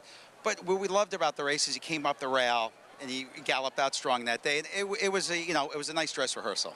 And today, talk about the performance, putting the shortcut cheater blinkers on. He was just in the game and in it to win it. Yeah, after that race, we put the blinkers on him on the advice of Isaac Castillo. He said, Greg, I probably would have won if he ran straight around the turn. He lost so much ground. He broke a little tardily from the outside that day. We tried him, and he worked really well with them. You hope that they move forward the way he did today. I wasn't expecting this eye-popping performance today. I thought he'd run well and, mature from the first race, but, we were very pleased, obviously, with his effort. Greg, we saw several years ago, I'll never forget it, the Grade 1 hopeful, Mind Control. Talk a little bit about that horse, that memory, and now, hey, he's standing in New York as a sire. Yeah, no, he was a special horse, and we were proud to be a part of his training and his victories. That was my first Grade 1 here. The family was here, family and friends, and so that's a memorable moment that we'll never forget, we'll cherish, and now we look forward to his babies. As you should. I'm looking forward to him as well. Such a fighter. I love that about him. A lot of tenacity. Well, congratulations here with this win, an impressive one to move forward from. Thank you. Appreciate it, Maggie. All right, Greg Sacco here with Crazy Mason. He was really, really impressive, Lafitte, putting a lot of separation from him and the field. And hey, welcome to the show, my man. Maggie, thanks so much. Mind Control, really excited to see what he does in New York as a stallion. The Cardiac Kid and Crazy Mason, impressive, a name to remember moving forward. Welcome back to Saratoga Live. Still have the late pick 5. Coming up very shortly, the Cab Calloway as the New York Stallion Series does continue. Those results are in, I'm being told, following race 5. $9, 2 wins on the afternoon. Jose Lezcano crowned that saint. Uncle Eddie saved the neck for me, Clark. 3, 1, 2 in the 5th. At the Spa, late pick 5 is mentioned. Coming up next as I welcome in my co-host, Hall of Fame jockey Gary Stevens. Gary, the first thing I was going to ask you about was your thoughts on Crazy Mason and what he just did, but like Jonathan's going to be on the show on the other set. Did you like lose a bet? What's this all about? No bets. This was a gift from JK last year towards the end of the meet, and I just figured this is as close to comfort as I'm going to get as he is on the set with his funky shirts. I love his shirts, so I've got the tie to go along with one of his shirts, and I'm going to be comfortable and have some fun today, man. If that makes you comfortable, we got a lot to talk about, man. We got a lot to talk about and a lot of live racing still coming your way. Before we move forward, though, did want to get your thoughts on Crazy Mason and what he just did to graduate here. Gregory Sacco, first of all, him giving tribute to Isaac Castillo, good young rider that's riding at the Jersey Shore. Got the pleasure of watching him race at Oaklawn Park all winter long. Really good rider, obviously got a good opinion, advised to put blinkers on this horse. He was a little bit late changing leads, but man, he hit the rocket boosters at the 3/16 pole. I was really impressed with his effort. And he was gone, winding down the early pick 5 with 2-year-olds. We're going to start the late pick 5 with 2-year-olds. But first, the Thursday feature, New York Stallion Series, Cab Calloway Division, 3-year-olds, mile on the inner turf course. Number 7, Ramblin' Wreck, heavy 7-5. Morning line favorite. Say hello to our handicappers, Paul LaDuca, Jonathan Kinchin. Guys, JK, that's a 3-time Kentucky Derby winning jockey, a Hall of Famer, wearing your tie on a national broadcast. Not bad. That's my man. I wouldn't expect anything less from my dear friend, Gary Stevens. We appreciate you, G. About this race here, Paulie, huh? Well, first of all, I'm not friends with you anymore. Okay, you want to tie? I mean, listen, I want to tie too. I want to play karate in the garage with you. All right. It's fair enough. I mean, we got a tie. It'll be here tomorrow. If it's not, then you can officially be mad at me. Okay. We'll talk about this race now. I think it's a 2-horse race, right? No, Between the 7 Ramblin' Wreck and the 8 26 Black, and they both exit the same race. So I kind of like when that happens, when you're trying to decide in a 2-horse race who's better, because you actually have an entire race to watch them together to see who you thought ran better. Well, when you watched it, okay, it says that the horse was taken up, and it really, he actually didn't take up. But he just broke slow. And then he decided to go just around the field with a ton of confidence. Now, 26 Black is going to hit the front. It's all coming together. Is the other horse in here. They're all coming out of the same race. But after that break, this horse just puts it into high gear. And you're wondering, okay, now is the 5.5 furlongs going to be too short? With a better break, the way these horses have been launching, I don't think so. This is the first time this horse had sprinted on the turf, JK, and obviously passed the test.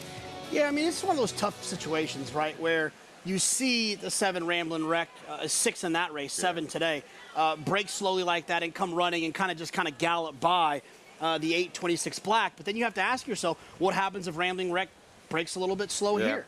And also, you know, the fact that the pace was honest enough that 26 Black was involved in, so maybe that was more of a setup for the 7 Ramblin' Wreck to come running. It's going to be a lot of fun to talk about this race. I do believe it's one of these two that will begin their picture taking. No, I'm with you. 26 Black probably has a tactical advantage on the 7 Ramblin' Wreck. You saw the Ramblin' Wreck's kick, obviously, at 7 furlongs. It might be even more enhanced at 5.5. But I agree with JK. You don't want to be too far back in here. And I also think the 2, it's all coming together. There's a horse that could get brave on the front end, son of Weekend Hideaway, Lafitte. I think that horse could go gate to wire if the 7 and 8 or have a couple hiccups.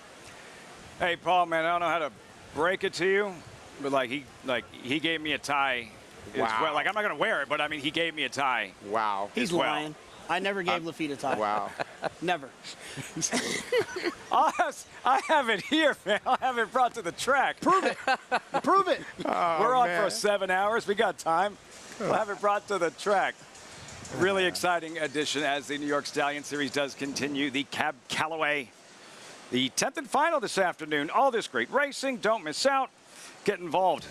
Sign up Naira Bets. When you do so, use that promo code SPOT200. Earn up to a $200 deposit match after your first deposit. Bet any track, anywhere, anytime. Join now at NairaBets.com to earn your $200 deposit match. When we come back, trainer Bill Mott.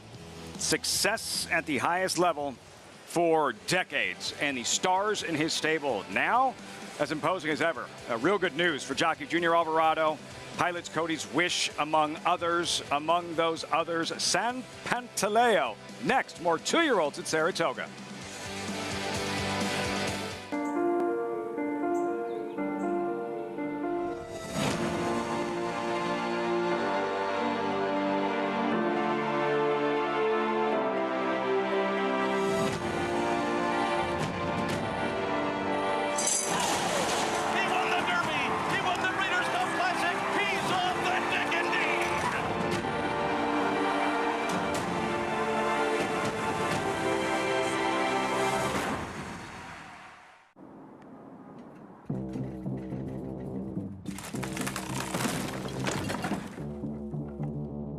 If I cut my hair, hope I grow it long. Back tight like the way before. If I wear it straight, will they like me more? Like those girls on front covers. I don't want no struggles, I don't want no fears. I don't want no struggles, I don't want no fears. Now time to feed myself and soul. Time to feed myself and soul.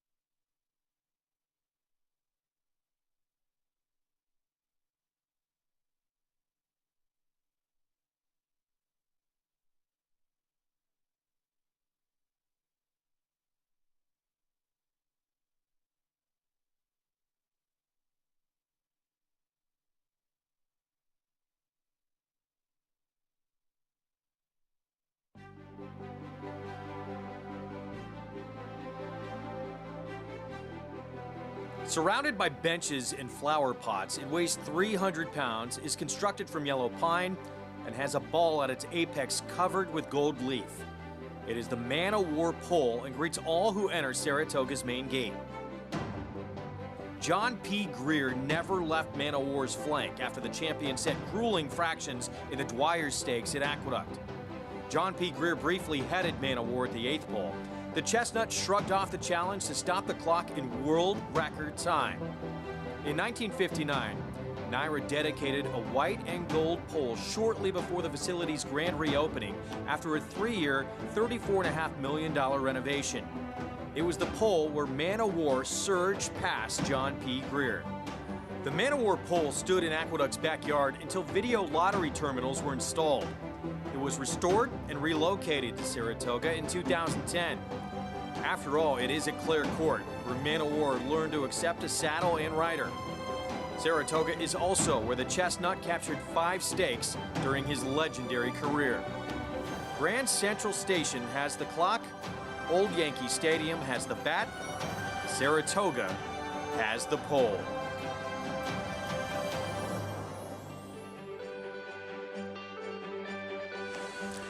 Right where it belongs, the Man o' War pole at Saratoga. Welcome back to Saratoga Live. The history, massive part of the Saratoga experience. This next race This is about the future. Spendthrift 2-year-old race of the day, brought to you by, of course, Spendthrift Farm, home of North America's 4-time reigning champion, General Sire, Into Mischief. Field updated odds for the 6th start of the late pick 5 maiden special weight 2-year-old fillies, 5.5 furlong turf sprint. Look at that. Kodiak Wintergreen, perhaps an edge in experience, 6-5 favorite with about 11 minutes to post. Maggie, this one is right in your wheelhouse. The 2-year-olds, but the foreign influence is strong in this one. That it is, and Kodiak Wintergreen, your favorite Lafitte. Well, I still think, as her pedigree would suggest, that maybe she wants a little more ground. Granted, she's a half-sister to Love Reigns, but she's also a half-sister to Glorious Empire, who I'm very familiar with. Used to gallop him for my husband, but that was before, for other connections, he won the Grade 1 Sword Dancer here at Saratoga. But nonetheless, a lot of European influence. We have a handful of fillies that sold at the Goff's yearling sale, but I'm going to start with the one that I'm also a little bit familiar with, out of a New York bred mare, and that's number 3, Lamorna, as she is a daughter of Munnings, out of Freudy Ann, who was a multiple stakes winning New York bred. She was good on the dirt early in her career, Freudy Ann, but she was better on the turf later on. And it's funny, she's had 3 foals. Now, the one, he wasn't much, the first one. The other one, I don't know, she showed promise, and then she really didn't stick to the racetrack. But Lamorna comes in here off of a breeze that was very impressive to my eye, albeit over the dirt. Now, looking at her, she looks like she's a turf sprinter. She's incredibly professional. She is just forward. She's marching around this paddock. She is letting nothing deter her from going forward. You know, it's just that look you want to see with a 2-year-old first-time starter, and she is fit and ready to go. Next, we'll move on to number 6, Dancing Nancy, for Chad Brown, a daughter of Golden Sense. She looks like an out-and-out turf sprinter.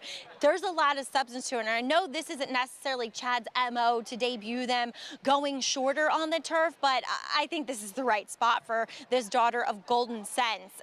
She could look a touch more tucked up, to be fair, but I like that she looks so strong. She's just solid as they come, very broad, very well developed behind the saddle. As we'll move on to number 8, Neon Beach, like these Omaha beaches. Love this cross with the Giant's Causeway. If anything, this filly could want to go longer, given the pedigree, but looking at her physically, I think this is an okay place to start. Now, she's very laid back here for Steve Asmussen, but that's typical because he does school his horses so much. I like her. I just wonder, is this the right spot for her? She might be one that eventually wants to stretch out and find those distances a little bit more preferable, as we'll check in with number 9, Gem of a Performance, a daughter of Oscar Performance here for Grand Motion. She, of the first-time starters, almost looks to be the most fit. Now, she came in here really, really calm and relaxed, and since they put the tack on her, she's like, game on. Let's do this, as Hall of Famer John Velasquez will get a leg up on here. But like I said, she, of the first-time starters, her and Lamorna are by far the most fit. As number 10, Ever So Sweet, she's one of the ones that sold at the Goff's yearling sale for the equivalent of $144,000, and she's well met in here. She's big, she's impressive looking, and I like what I'm seeing from her, no doubt about it. She definitely has that lovely European pedigree. As guys, this race has my mind boggling as we do check in with the paddock set. Yeah, it's excuse me, a tough race here. Jay Cakes, you're trying to figure out who's live on the tote board, although you do have, you know, the 3 horse in here with the experience. Out of the first-time starters in here, I mean, who did you like the most? Oh, I mean, I think that I'll answer that question in a second, the 3. But here's the thing. When you look at these races, Paulie, when they're running on the dirt, first-time starters, they have a bunch of dirt works to kind of base it off of. Yeah. A lot of these horses haven't stepped foot on the turf yet. There's a couple of them that have worked on the turf, but one thing we do know about Kodiak Wintergreen is that she ran on the turf, and she ran well on the turf. So I think a lot of times it's easier to trust horses like this. You can look to pedigree to try to find something. You can look to trainers and stats in terms of and things like that, which can lead to something as well. But I do understand why this horse is favored, and I think it's because there is that little bit of reliability in the fact that this one has run on turf, and we know who she is. This is a dangerous race. I think there's a lot of live horses. I also think the outside horse has got a giant turf pedigree, and Lafitte's been working pretty darn good over the dirt. So I think Brad Cox's runner might be live in here. Excited about this one. In time for the post parade, San Pantaleo, the first-time starter by Claiborne Stallion de Marchelier. I think this horse got a big shot. She's been working very, very slow, which to me with Billy Mott means very, very live. Mott's 2-year-olds this summer. Look out. Number 2, Parade Ring, bred in Ireland, another fresh face. Bred in Ireland, the second and third work back. This horse did work on the turf. Connections must have liked what they saw. Ponyless, Kodiak Wintergreen, solid debut at Belmont. She was bet that day. She's getting bet today. Well, you know, listen, sometimes we always project all these first-time starters. She did show out first time. She's the filly to beat. Number 4, Lamorna, second of 2 first-time starters for Bill Mott. Yeah, look, Bill Mott not known for winning first time out, but he sure is known for doing it a couple times at Saratoga. Maggie loved what she saw in the paddock. Number 5, Impundence. The Munnings debuting fillies will break side by side. Yeah, this one for Jose Lascano, not taking much money at the window right now at 33-1. Cold on the board. Dancing Nancy is not 9-2, who was sold 3 times before she's even raced. Well, if she was sold 3 times, they must have liked what they saw to a certain extent. Not Chad's MO, like Maggie mentioned, but he can win turf sprinting. Number 7, Raichu, debuted on dirt at Belmont, showed speed and tired. Yeah, this is a filly by Catholic Boy. You wonder if Catholic Boy is going to be a better turf sire or not. And this horse got a couple bullets in the holster coming in. Neon Beach, Bloom Racing, first-time starter by Hot Shot Stallion, Omaha Beach. Yeah, Hot Shot Stallion out of a Giants Causeway mare. That sounds a little turf sprinty. Currently 8-1. Wow, gem of a performance. Debuting filly by Oscar Performance, solid with turf first-time starters. Yeah, you're getting another live filly here just because this race is loaded. This is a horse that's worked over the dirt at the training center and has worked well over the synthetic at the Fairhill Training Center. So I would think the 9's pretty live here. 9-1. Then number 10, Ever So Sweet, another purchased overseas Irish-bred filly. Yeah, a lot to suggest this horse is going to like turf, right? The top, the bottom, the father, the mother, all suggesting they want to run on the turf. But every work has been on the dirt, so no one really knows. The field, well, Kodiak Wintergreen is 8-5. This one, eye-crossing. Spendthrift 2-year-old race of the day, start of the late pick 5, circling back to Lamorna. Number 4. There's the 3 quickly, Gary. Kodiak Wintergreen, again, the edge in experience. That's hard to critique her debut at Belmont. And again, she was bet that day 2-1. She's the 8-5 favorite. Yeah, she's going to be my pick in here. This is a tough race, like they said. Difficult to handicap with all these first-time sires in here, and first-time starters with sires that are strong. I mean, the 10-horse Calyx and everything, but Kodiak Wintergreen got a lot of experience out of that first race, and it was a good run that she put in. From the 3/16 pull home, she was 7 lengths back at one point in the race and made up that added ground. Didn't get away from the gate real good, so I'd look forward to break a little better today, but like I said, wide open race. She's behaving herself out there with that experience. Fillies, they can either go one way or the other after their first race. You look and see how they're reacting. They can either go over the top or they've got that walk like she was having as they showed her walking down the backside, walking with authority, very relaxed and happy. Kodiak Wintergreen, half sister to Glorious Empire, won the Sword Dancer 2018. You're looking at Lamorna. And while, like, this is all new for her, right? Her jockey, Luis Saez, he's been everywhere this year. Look at this, Gary. Saratoga, the 14th track Saez has ridden at this year, like 14th. It's only July. And, yeah, sure, most are domestic, but it's not like King Abdulaziz Racetrack is down the road. No, and what people need to understand is people that travel a lot, You know the difficulties that there's been in flying since the pandemic had hit and TSA and everything else and flights being canceled, everything else. You can't rely on the flights really well. So you're under pressure for that and trying to hop, skip, and jump to these different racetracks. It's not easy on your mind either. The Nomad guys, Luis Saez here, trying to pull off a mild upset with Lamorna. And again, Maggie had lots of positive things to say about this debuting filly by Munnings. Yeah, and you know, I know you kind of got an interest in this filly, don't you, JK, a little bit?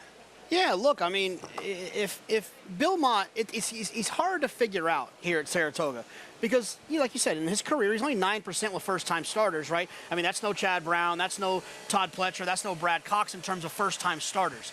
But he always shows up here with one or two that show up in spots and run outstanding and go on to be graded stakes horses. I remember Mucho was one a few years back that he had here. You know, he had these poor stats with first-time starters, but when the good ones show up, and this might be a good one, if Maggie's interested, I'm listening, this might be one of them that shows up. Last horse I'm going to talk about. What about the 8, Neon Beach? You know, Omaha Beach got off to a great start, 3 for 8. This horse is getting played a little bit in here. You know, Asmussen usually on the turf doesn't get played as much as he does on the dirt, but I have a feeling this horse could be live as well.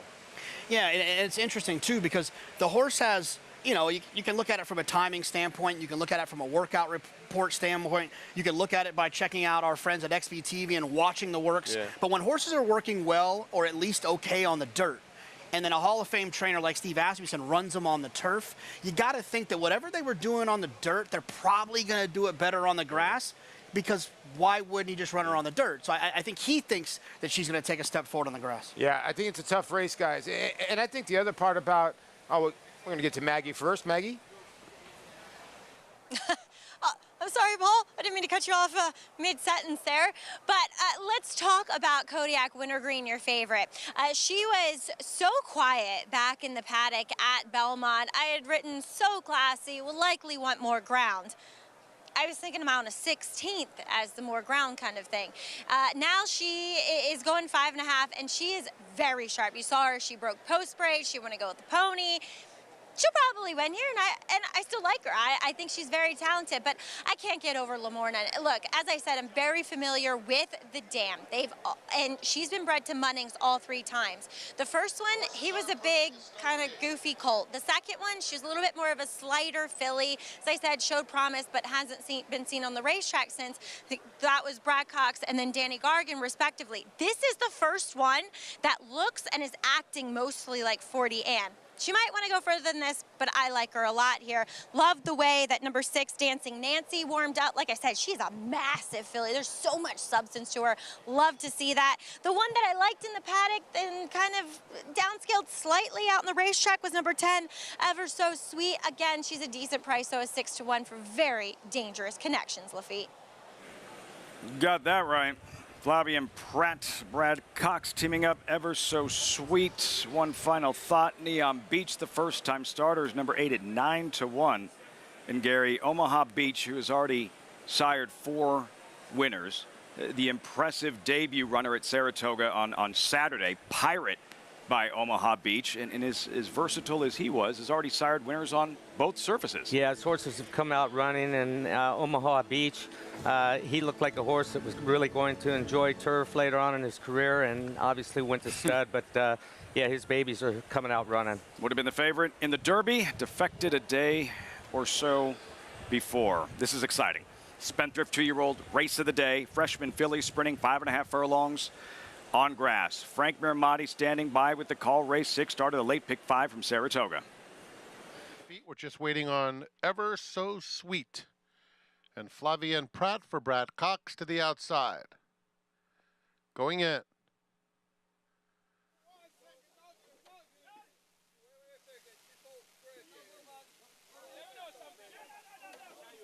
They're in the gate.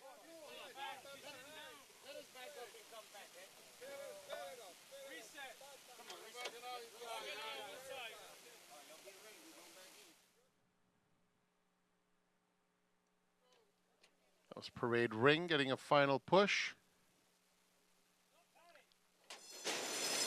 And they're off. Dancing Nancy comes out of there quickly. So does Ever So Sweet on the outside, but it's San Pantaleo who will now duel with Ever So Sweet there head-to-head. Dancing Nancy gets a good spot, tracking in third. Neon Beach in the red. Parade Ring is down on the inside. Kodiak Wintergreen mid-pack 5 off the lead.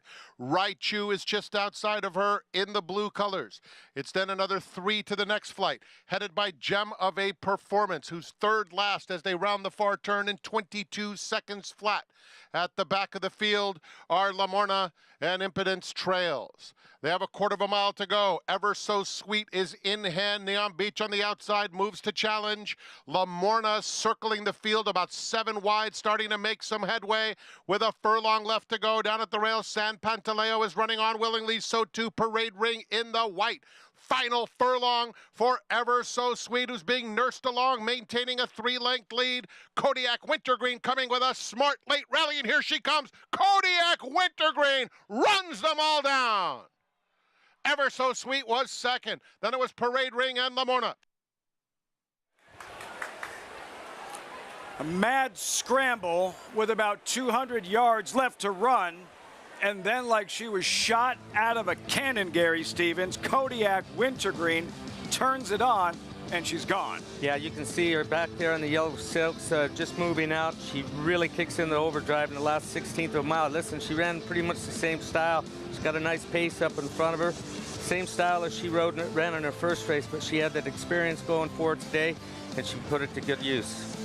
Jose Ortiz, Rusty Arnold, back at the start. La Morna, number 4. Maggie mentioned what a pro, how good she looked in the paddock. After this start, Gary, she still finished maybe a length and a half, 2 lengths behind Kodiak Wintergreen. What happened? Yeah, she didn't get away very well at all. She's big filly, and a lot of times, you know, first-time starters are looking around. The 3-horse and the 2-horse were acting up in the gate a little bit.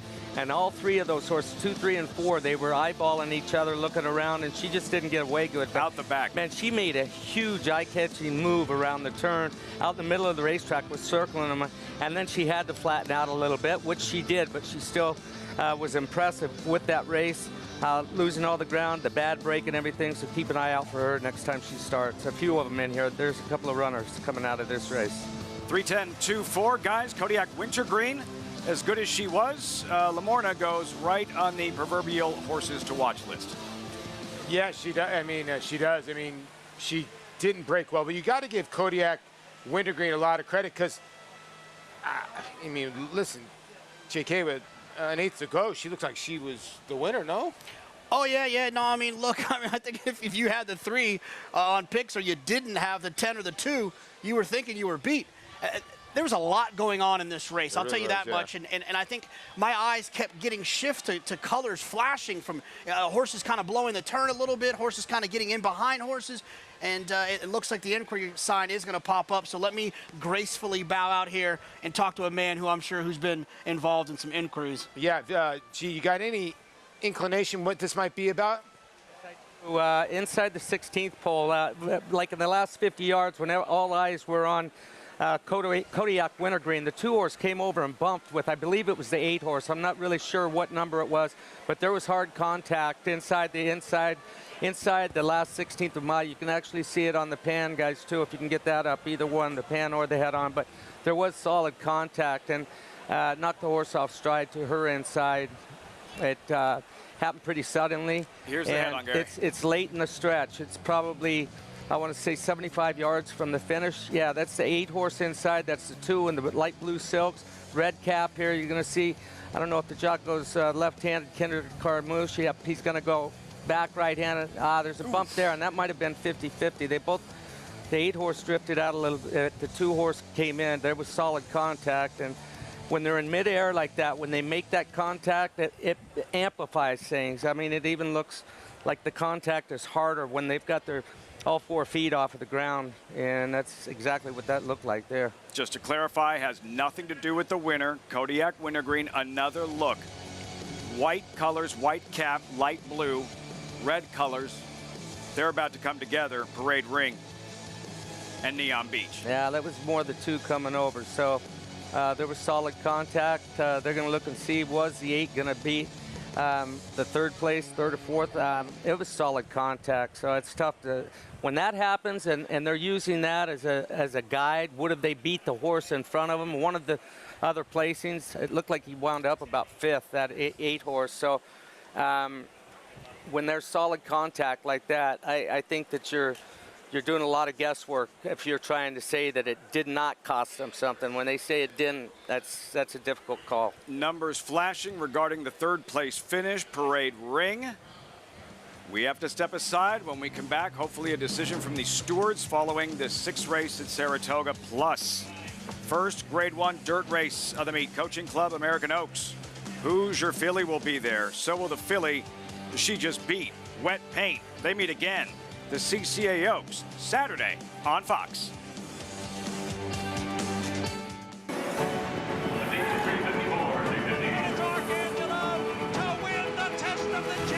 Forte to win the Breeders' Cup Juvenile. And Trice wins Holyoke Bluegrass.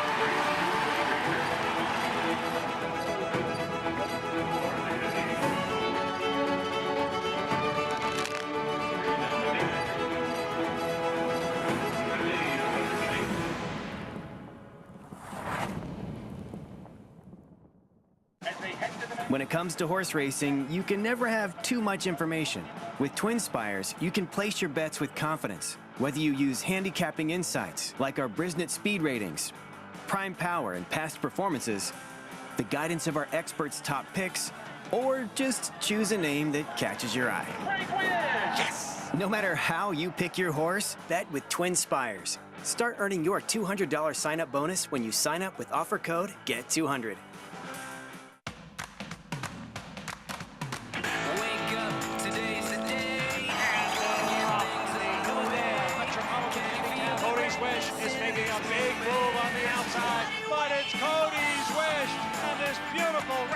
Story continues with this terrific racehorse. He has now won 6 in a row. Cody's Wish, winner of the Grade 1 Midline. Hurley, the classic sire. Racetrack Television Network brings you every race, from every track, on every screen, every day.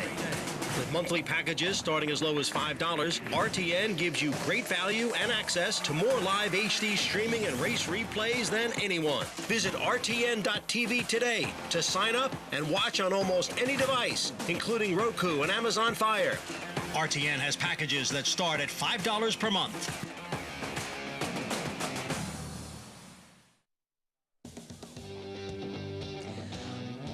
Welcome back to Saratoga Live here on Fox Sports 2, and we are proudly brought to you by Naira Bets. Bet any track, anywhere, anytime. Another beautiful day here in Saratoga Springs, New York, as we just saw a loaded maiden race on the turf. Sprinting go to the one who had experience, and that was Kodiak Wintergreen, ridden to victory by Jose Ortiz.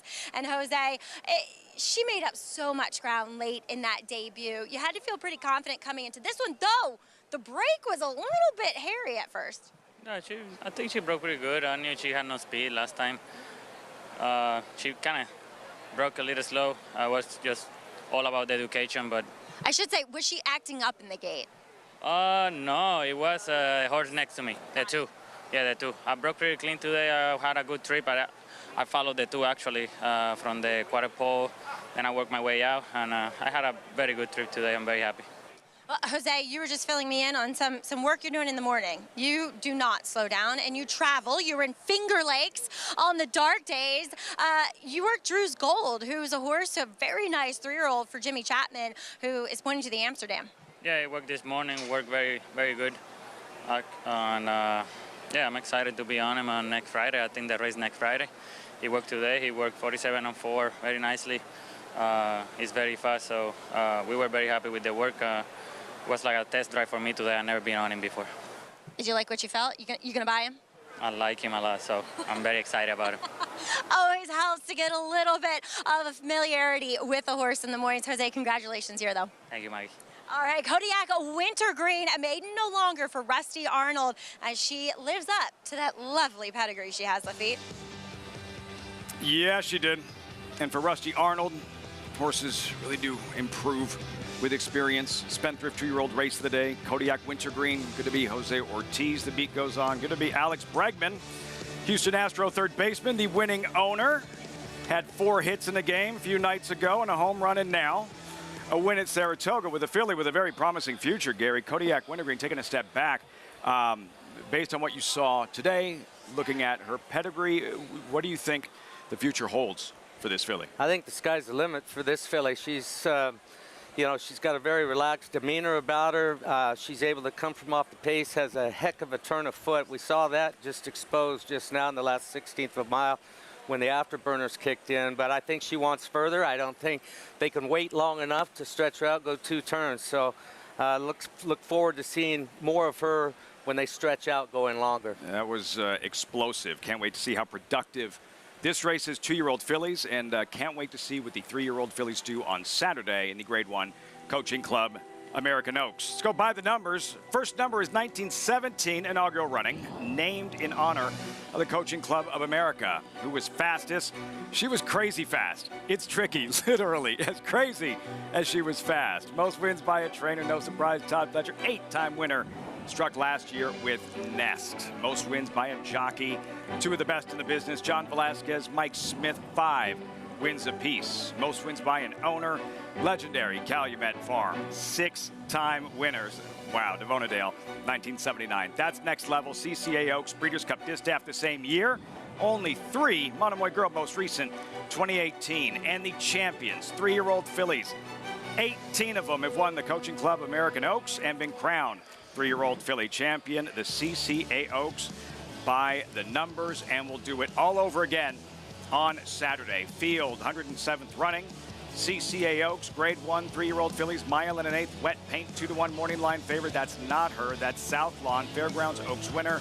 Banged around and wide in the Kentucky Oaks.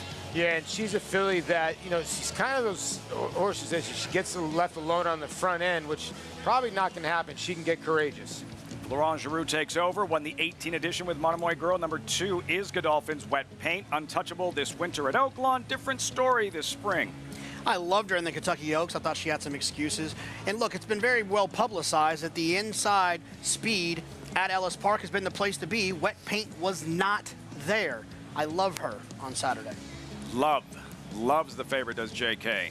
Wet Paint. About Sacred Wish, not the typical CCA Oaks resume, but don't sell her too short. No, she ran a good race in the Gulfstream Park Oaks, and you know, when the Black-Eyed Susan, her race got taken away from her at the break. I didn't think she run that bad in her last race. I think she's the sneaky long shot in here. Number 4 is Gambling Girl, runner-up in the Kentucky Oaks. Team Nest back to defend their CCA Oaks title.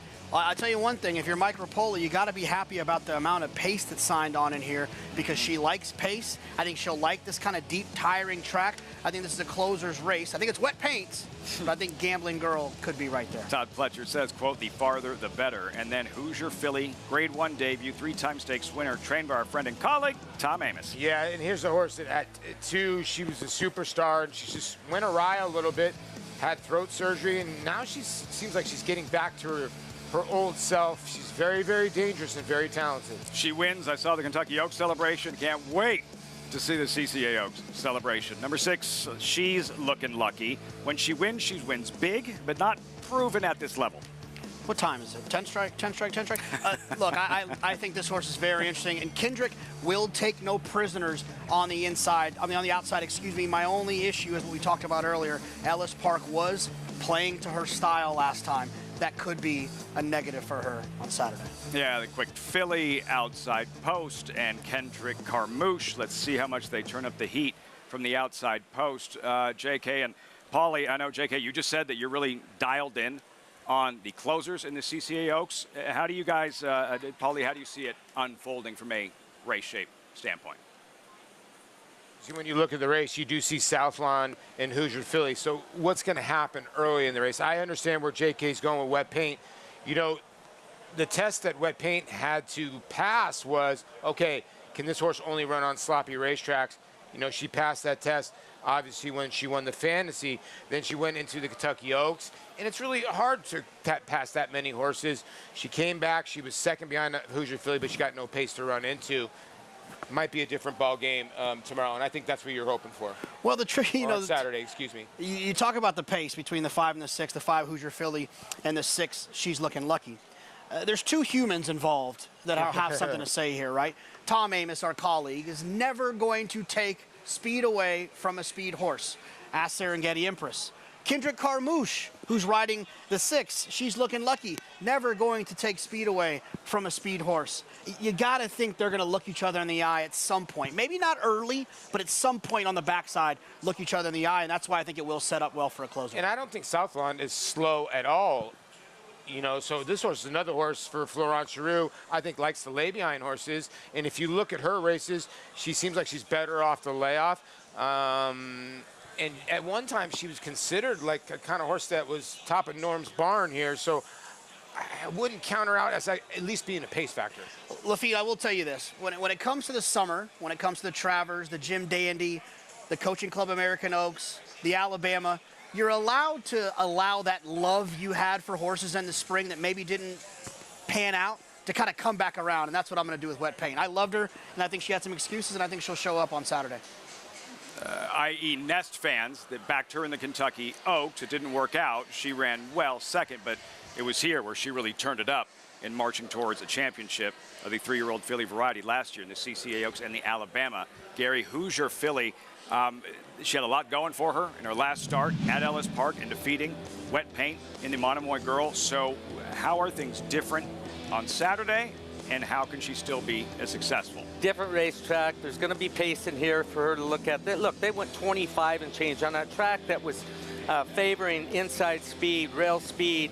She had all that, and Wet Paint was bottled up behind traffic. No fault of Tyler Gaffleone's that day, just circumstances, but he was bottled up all the way around the turn. You can bet that he was wanting to make a move. He couldn't get out, couldn't do anything. He had to sit and take his poison and live with it. And look, she lived through it. She's back tomorrow. I think that, you know, she'll turn the tables on Hoosier filly tomorrow just because of the addition of She's Looking Lucky. They hit the nail on the head. Kendrick Carmouche is not going to take any prisoners. Tom Amos, he doesn't take any prisoners. That tells me Gambling Girl or Wet Paint, and I'll go with Gambling Girl because that's the same way that Todd did this last year with Ness. She ran a brilliant race in the Kentucky Oaks. She's been freshened up. I'll bet you she's a bigger, stronger, faster filly that wants pace in front of her, and she's going to get that on Saturday. Don't sleep on Southlawn either. Her best racers put her right there. Gary Stevens will be seated right where he is Saturday, 3 Eastern, as our coverage kicks off on Fox. First of 6 consecutive Saturdays on Fox, the Grade 1 Coaching Club American Oaks Summer at Saratoga, only on Fox. Can't wait. Can't wait. Last couple of years, Maracuja, the big upset last year. Nest, that march towards a 3-year-old filly championship. What will we see in Saturday's edition? The 7th race coming up next. We still have 4 left. Started late pick 4. Feature in the 10th and final. All that on Saratoga Live Plus. Trainer Christophe Clement, among the very best. Always a force at the spa. 2 wins opening week and a shot in the 7th with Frank's Art. As good as Clement is, this guy really needs to step it up.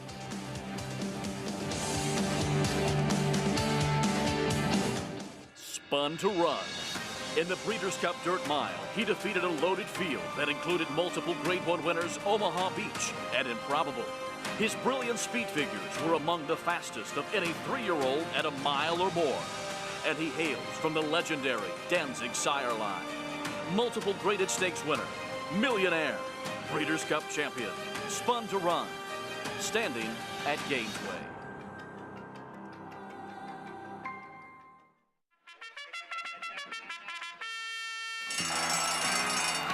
Monmouth Park's featured event is the TVG.com Haskell Stakes Saturday, July 22nd. Watch and wager as the country's top 3-year-olds converge on the Jersey Shore, looking to enhance their championship credentials. Play our $400,000 guaranteed late pick 4 and $200,000 late pick 5. First post, 12 noon. It's all TVG.com Haskell Day, Saturday, July 22nd at Monmouth Park Racetrack.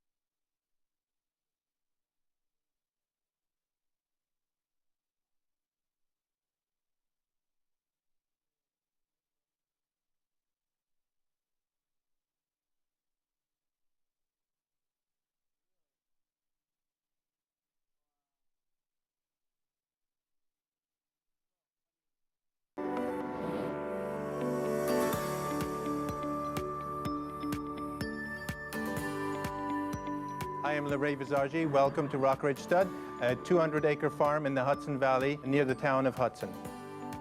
This is part of the Hudson Valley, so from this farm you can see that's Catskill Mountains, like Bell's Pond is part of the farm as well. This farm is very historic. It's been part of the Livingston estate. On this farm, many great horses were raised. Make a line and then we'll cut them out one by one, okay? I have actually gotten mares from across the country as far as California to breed to our stallions here. So we get them from all over the country to stay and breed with us. I think this place sets us apart from everybody else because we are very much hands-on. We take care of all their paperwork. We take care of their breeding. If they go to Kentucky or stay in New York, we basically accommodate all their needs.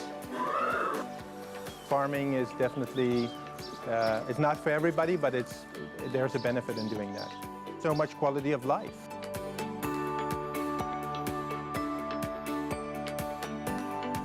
And they run for a lot of money here at Saratoga. The strength of New York breeding. For more information, visit nybreds.com.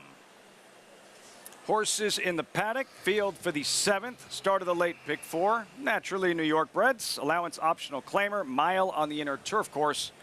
JK and Paulie, the imposing presence of this entry. Spirit of St. Louis, Call Me Harry, 2 for 1. You're getting 2 to 5.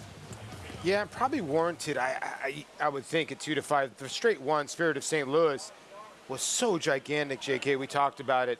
But you're not getting a slouch either with the 1A, who might be cutting out the fractions in the race. Yeah, look, it's a bonus, right? I mean, I love the 1 Spirit of St. Louis. But you are getting a little bit of a bonus with Call Me Harry, the 1A, and it's a nice tactical situation where this horse will be forward. Let me tell you a little bit about Spirit of St. Louis. This horse was not supposed to be far back last time. This horse was supposed to be on the pace, missed the break, circled the field, and won for fun in the last race on Belmont Stakes Day. I'm excited to see the warm-up of this horse. I'd imagine they'll probably break away from the pony. I think Irad will get this horse warmed up, and I think it'll be a completely different situation. I think this horse will be forward this time. I think the 1, Call Me Harry, will be aggressive. Look, it's 2 to 5. It's an entry. They both can absolutely win, but I don't need anybody else in this race. How did we create value in here? My value would be Frank's Art. I think the 5's got some hidden races. If Flavian Pratt gets aboard, who would be your horse value behind the 1 and the 1A? I would go with... You just didn't look that far, did you? You were like 1-1A's? No, yeah, I'm a multi-race player. I mean, the value. I mean, in fairness, I will answer your question. But in fairness, I think that the value of this race is probably to have played the pick 6 and singled this entry, played the pick 5 and singled this entry, or to have completely tossed this entry and use the other horses, because if you can beat these 2 horses, there's going to be a ton of value there. I would go with the 5. Frank's Art would be my underneath type. Off Clement, JK. Frank's Art. We'll see him in the post parade. The entry, Spirit of St. Louis, powerhouse connections, and familiar names all around. Yeah, listen, JK's right. I mean, this is the horse to beat. He was monstrous last time out. He needs to get away a little bit better to beat these ones. He's taking a little step up in class. Call Me Harry, a 3-time winner on grass at Saratoga. Yeah, and they put the blinkers back on him 3 starts ago, and he usually shows speed. He's 7, but he usually shows up almost every time. Citizen K, big overlay. The Kingston didn't work out, but he might be all right today. Draws the rail, gets back on Lasix, should be able to save ground all the way around there. I would guess this is probably the biggest challenger, but going to probably come down in price. Number 3, Agent Creed. Now with Steve Asmussen, Jose Ortiz takes over. I think another horse that's a little bit, an overlay a tiny bit. This horse has been pretty good now. Like you said, leads the Ray Handlebar to Steve Asmussen. Conman, graduated here last summer. He's sharp. Absolutely. Another one with some tactical speed coming out of a 7-furlong race and drawn towards the inside. It could be a little bit of a bad rush for that first turn. Frank's Art, Flavian Pratt rides. Last jockey to win with him. JK said he could be the other horse. Yeah, I'm totally with JK. I like this horse. I think just because Flavian's gotten aboard, and you know what, Lafitte, both races here at Saratoga last year were very good. Grape Nuts Warrior. 2 for 3 at this mile distance. Yeah, 2 for 3, but he's always just been sort of an underachiever. Yeah. 16-1, then Ghost Giant, Warhorse 8-year-old, and 48th career start. He got some back class. He's 4 for 9 at the distance, 2 for 7 over this track. So again, Johnny V, a Hall of Famer, 20-1. More on Johnny V later in the show. Graded on a curve, has spent this year racing on synthetics. Breaks off from the post parade. Does have some turf races, but that was for a different trainer, Chad Brown. Graded on a curve towards the outside. That is the field. This 7th race, they'll be crossing over to the turf course, 1 mile, inner turf course, New York breds. And Gary, it is, yeah, it's you have to get very creative to build a logical case against this entry in Spirit of St. Louis. Call me Harry, especially when a horse like Spirit of St. Louis, when everything goes wrong in the beginning and he still winds up in the winner's circle. Look, the entry is the most logical. Spirit of St. Louis is the most logical winner, but I'm going against him. All right. I'm picking Agent Creed. That nailed right on the wire last time out, going 1 mile and 1/8, shortening back up. He's very, very consistent with the numbers that he runs. Going to be a ground-saving trip down, breaking from that 2-post position.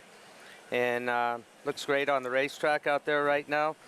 And we'll see. But, I mean, the entry is the most logical winner. But if somebody's going to beat him, I think he's the one that beats the entry. He lost by a head. This was the race, Gary, that sent Twitter ablaze. Yes.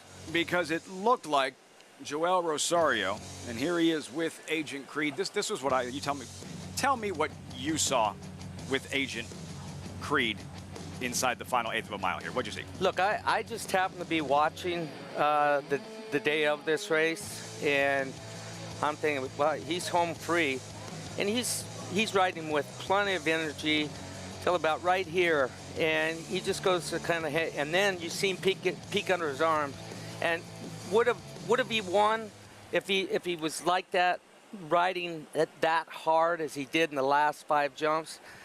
It's tough to say, but like we talked before we did this piece, it was definitely not a good look. Yes, I don't think he's winning, but it's not a good look. I've been there, done that, had that happen before on more than one occasion, and it's a bad feeling when you're galloping out. You're not only embarrassed, you're mad at yourself because you know it's a bad look, and you know that. And back there when I was riding, Twitter wasn't around. So thank God for that. Didn't have to worry about it too much. Twitter was around the last 5 years that I rode, but not the time before, during one of those retirements. As we welcome Acacia Clement to the broadcast, Acacia, yeah, there's that conversation, and then circling back to this favorite entry in Spirit of St. Louis, Call Me Harry, 1-2. What are you noticing in the warm-up? Well, they have complementary running styles, Lafitte, which I think is a benefit. And Call Me Harry's never the smoothest mover, was a late scratch in the warm-up back in May. But as far as Spirit of St. Louis goes, Red did exactly what JK was talking about. Took him right away from the pony, moved beautifully on track. He is the brother to Bar of Gold, too. And while she was a Breeders' Cup Dirt Sprint winner, she was also very good on the turf. And she's been a very good turf producer, including Coinage, who is a graded stakes winner on the grass. So she was actually a little bit of the outlier of the family. So I love him sticking on the turf. Beautifully put together horse. But Citizen K, as Gary mentioned, coming out of the Kingston, he also gets back on late 6 today, and he comes out of a New York bred stake race where the top 3 finishers are really open stakes quality. And he faced, I thought he ran okay, kind of running in place, but just facing such tough company that day. He was very sharp out on the track today too, and he has a little bit of tactical speed, which I appreciate, and I think we'll see him be forward from that inside post under Manny Franco. As far as the number 3, Agent Creed, does go, he does move to Steve Asmussen. He is a horse that, watch him in the gate, because I don't know what they're going to do now that he's in the Asmussen barn, but previously when with Ray Handel, they'd put blocks in the gate because he likes to try and sit back in the gate and lean back and not be the most prepared at the start. So watch him as they load and see what he does. And he's even a little bit more fit today moving into the Steve Asmussen barn. I like the mile for him, and I agree. Joel Rosario typically is a hands and heels rider down to the wire, but hopefully we will see him be strongly handled at the finish. And finally, the 5, Frank's Art. I I know he's run well going a mile here before. I've just always felt that physically he's built more like a horse that wants to go shorter. 6-7 furlongs, I think, is the perfect scenario for him. Unfortunately, he doesn't have that opportunity at Saratoga. I will say, he's mentally matured this year. He used to be very, very tough to saddle in the paddock, and he was the best I've seen him. Let's see if he can navigate a trip against these. Lafitte? Minding his manners earlier, Frank Sart, Flavien Prat looking for a second win this afternoon. Gary circling back to Agent Creed. She was discussing how he kind of sits back, rocks back a little bit in the stalls pre-race. Jose Ortiz has never ridden him. If you know that going in, how do you prepare as a rider? Well, first of all, the gate crew, they know this horse. So if he's had blocks before, you would think that the assistants, the starter knows that. They keep notes on it. I can't see. Yeah, no, I don't see blocks. There he is, Agent Creed. We'll see how he acts. But what the blocks do is they make it more confining. They don't have room to move around in there. They have to sit still. And when they get the rocking back and forth, they've got space. But so far, he's walked in and behaving himself. Like it. Gary and Paul taking a shot against the favorite entry. Gary with Agent Creed, number 3. Paul with number 5, Frank's Art. 7-1 and 11-1 respectively if you need them. But all eyes on the entry. Spirit of St. Louis, Call Me Harry. It is post time. All set for the late pick 4. The 7th on the lawn from Saratoga. Here's Frank Miramati. Thanks, Lafitte. Here's the first half of that entry. Spirit of St. Louis. And graded on a curve to the outside. Smooth loading process as usual. They're in the gate.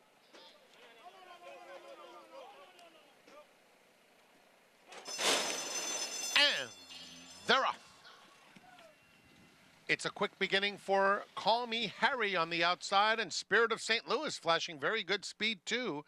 Just behind them is Citizen K, a joint third on the inside of Conman, with Agent Creed in between those two. Conman having to steady just a touch, rounding the first turn. In the meantime, Ghost Giant loops up 3 deep to move up and be a joint second.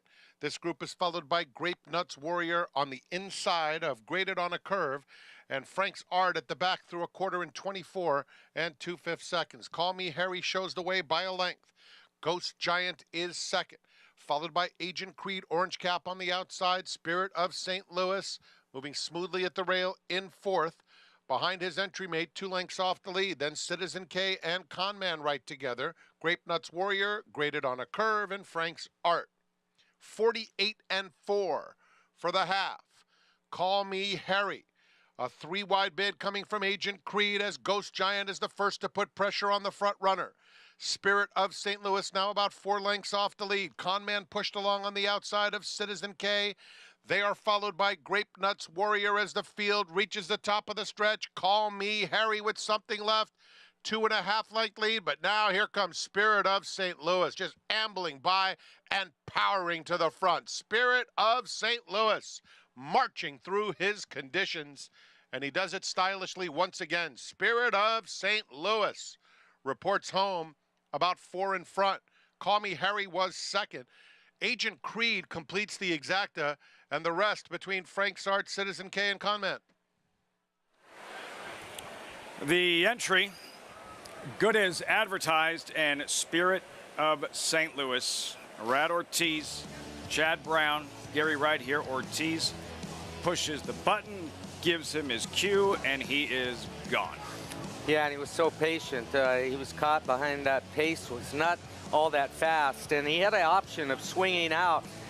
He was right on Agent Creed's heels where he could have jumped hills that wouldn't have been risky at that point in time, but he was going to wind up 5 deep, and he took the choice. Look, I'm so loaded.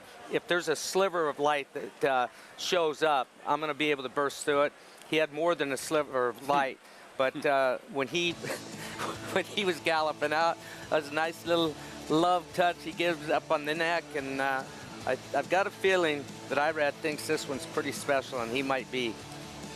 Switches over right there. Bar of Gold's full brother, J.K. Pauley. Bar of Gold, 66-1, I believe, when she won the Breeders' Cup Filly Mare Sprint. Not getting that kind of price today on Spirit of St. Louis. And I can tell you another thing. This horse will never be 66-1 in a New York bred stakes for the rest of this year or the year after that. This is a very, very talented New York. Yeah, rider. and just like her sister, I think a lot of people forget, her sister broke her maiden, I want to say, or won on a sloppy racetrack by about 16.5 lengths. She broke her maiden on a sloppy racetrack, too. So when a sloppy racetrack comes up, you can keep her in a major race. This is a dangerous, dangerous filly. I'm with you.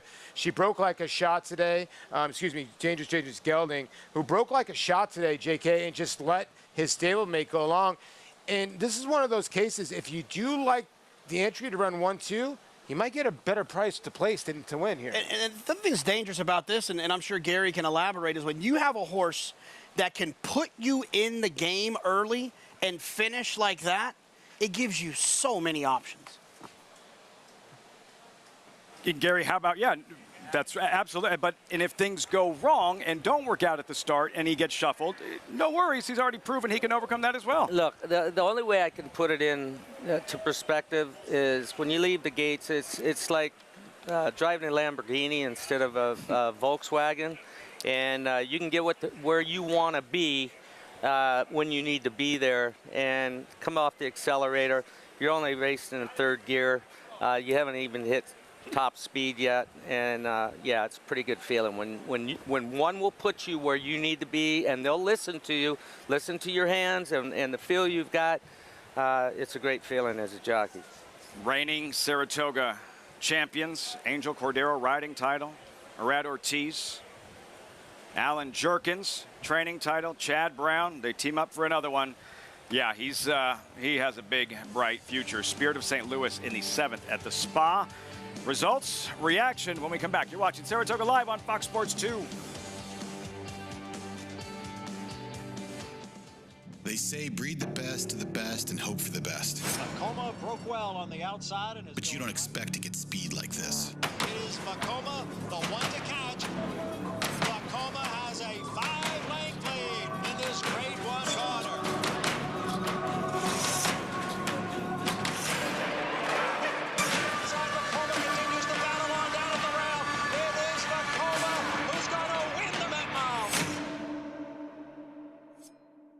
Experience the adrenaline-pumping, suspense-filled action of the Sport of Kings no matter where you are with Naira Bets. It's fast, easy, and secure.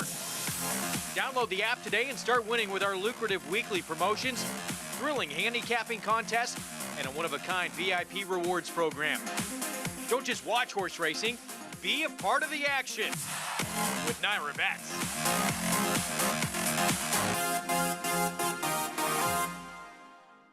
The momentum continues for War Dancer as Ms. Big Bucks goes wire to win the New York Stallion Stakes. Ms. Big Bucks, who got the job done today. Ruse also wire to wire. Ruse, rough draft, one last try. Ruse holds on. And Long Shot War Museum delivers at Monmouth. War Museum is now in front. War Museum at 41-1. Shouldn't you have a War Dancer? War Dancer, proud to stand in New York. There's a big, bold, beautiful world waiting to be explored by you and your friends, of course. But not just any friends, the best of friends. The kind of friends who let you do you. Because in this world, it's positive vibes only. And when you get in the zone here, you stay a while. These aren't just good times, they're the best of times. And your time is now. So come explore. Resorts World. This summer, the thrill of horse racing comes to your home on Fox. Live from historic Saratoga Racecourse, don't miss the Coaching Club American Oaks. Only on Fox Saratoga Saturday.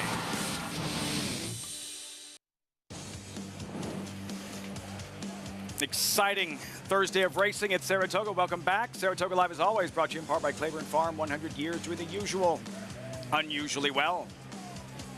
Lightly raced, 4-year-old gelding, Spirit of St. Louis, entering the winner's circle. 2 straight wins for trainer Chad Brown, standing by with Acacia. Indeed, in Spirit of St. Louis, such a talented horse with a bright future, Chad. He's a beauty, but he ran well on dirt. Tell me about the decision to ultimately switch him to the grass. You know, I've always thought he had a good way about him to handle the turf, but obviously he's a versatile horse. He can run on both surfaces. I was just trying to figure him out, seeing he got a late start in life, racing at 4. I want to get to where he's best to see if we can get him to some stake races sooner than later, and I do think he's going to be better on turf. He's all class, a real gentleman to be around, and Irad just said the same thing to me. He was more forwardly placed today, too, but you touched on it. The way that he moves over the grass, you can really see the way he covers the ground. Yeah, he's really been good and forwardly placed in all his races, except for that last race at Belmont. He just missed the break, so it's just not like him. We gave him a good warm-up prior to the race, and as you see, he broke, and he's even pulling a little bit. Irad just did a wonderful job to get him settled on the backside, and from there on out, I love the trip. Tomorrow in the Curlin, we're going to see Blazing Sevens back. His first start since the Preakness, and he ran a heck of a race that day. Yeah, he did. He ran really too good to lose, and he had a bit of a challenging wide trip, but you know what? He gave it his all and came up just a little bit short. Happy to get him back. Talk a little bit about planning the second half of the 3-year-old season for a horse that's been on the Triple Crown Trail. Yeah, just, you know, obviously the Travers is a race we haven't won, and I'm trying to get there with a horse that fits. I think he belongs. Curlin looks like a good fit for him. It's good spacing in between the Preakness and then the Travers, if he's good enough. Might have to do some weather tomorrow. We'll see how he does. We look forward to seeing him. Best of luck. Congrats here. Thank you. Good day so far, and could be a good day tomorrow as well for the Brown Bar in Lafitte. A case very well represented in the Curlin and the Lake George. 5 3-year-old fillies in the Lake George. Blazing Sevens, runner-up of the Preakness in the Curlin. We'll see about the Travers, but first things first, Gary. Spirit of St. Louis, his mechanics, his action. What jumps out at you? Yeah, look at his action.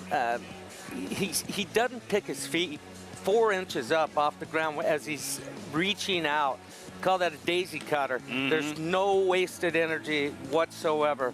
And you see a lot of turf horses that have real high knee action. One of the two. They're either the good ones, some high knee action, or you'll get the daisy cutters, and he's a daisy cutter, and it's pretty to watch. And it's fun to be on their back when they're doing it. The way he just like leveled off and he was gone. Excited to see what Spirit of St. Louis does moving forward. As our coverage continues here from Saratoga. When we come back, Princess of Silmar. Has it really been a decade? The Pennsylvania-bred filly, underrated from the beginning. It was understandable how she came to be. It was by accident. What she did on the track wasn't, especially here at Saratoga.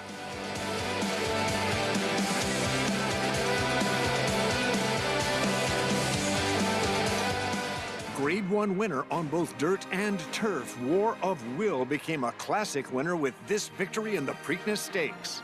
He added turf credentials to his resume with a determined victory in the Grade 1 Maker's Mark Mile.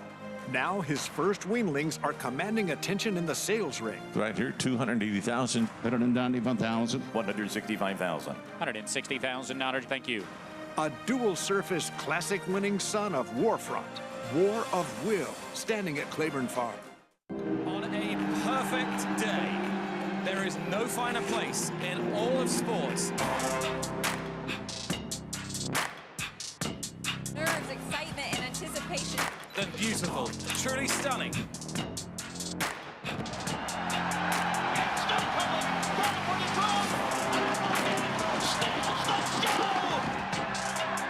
For the Breeders' Cup World Championships.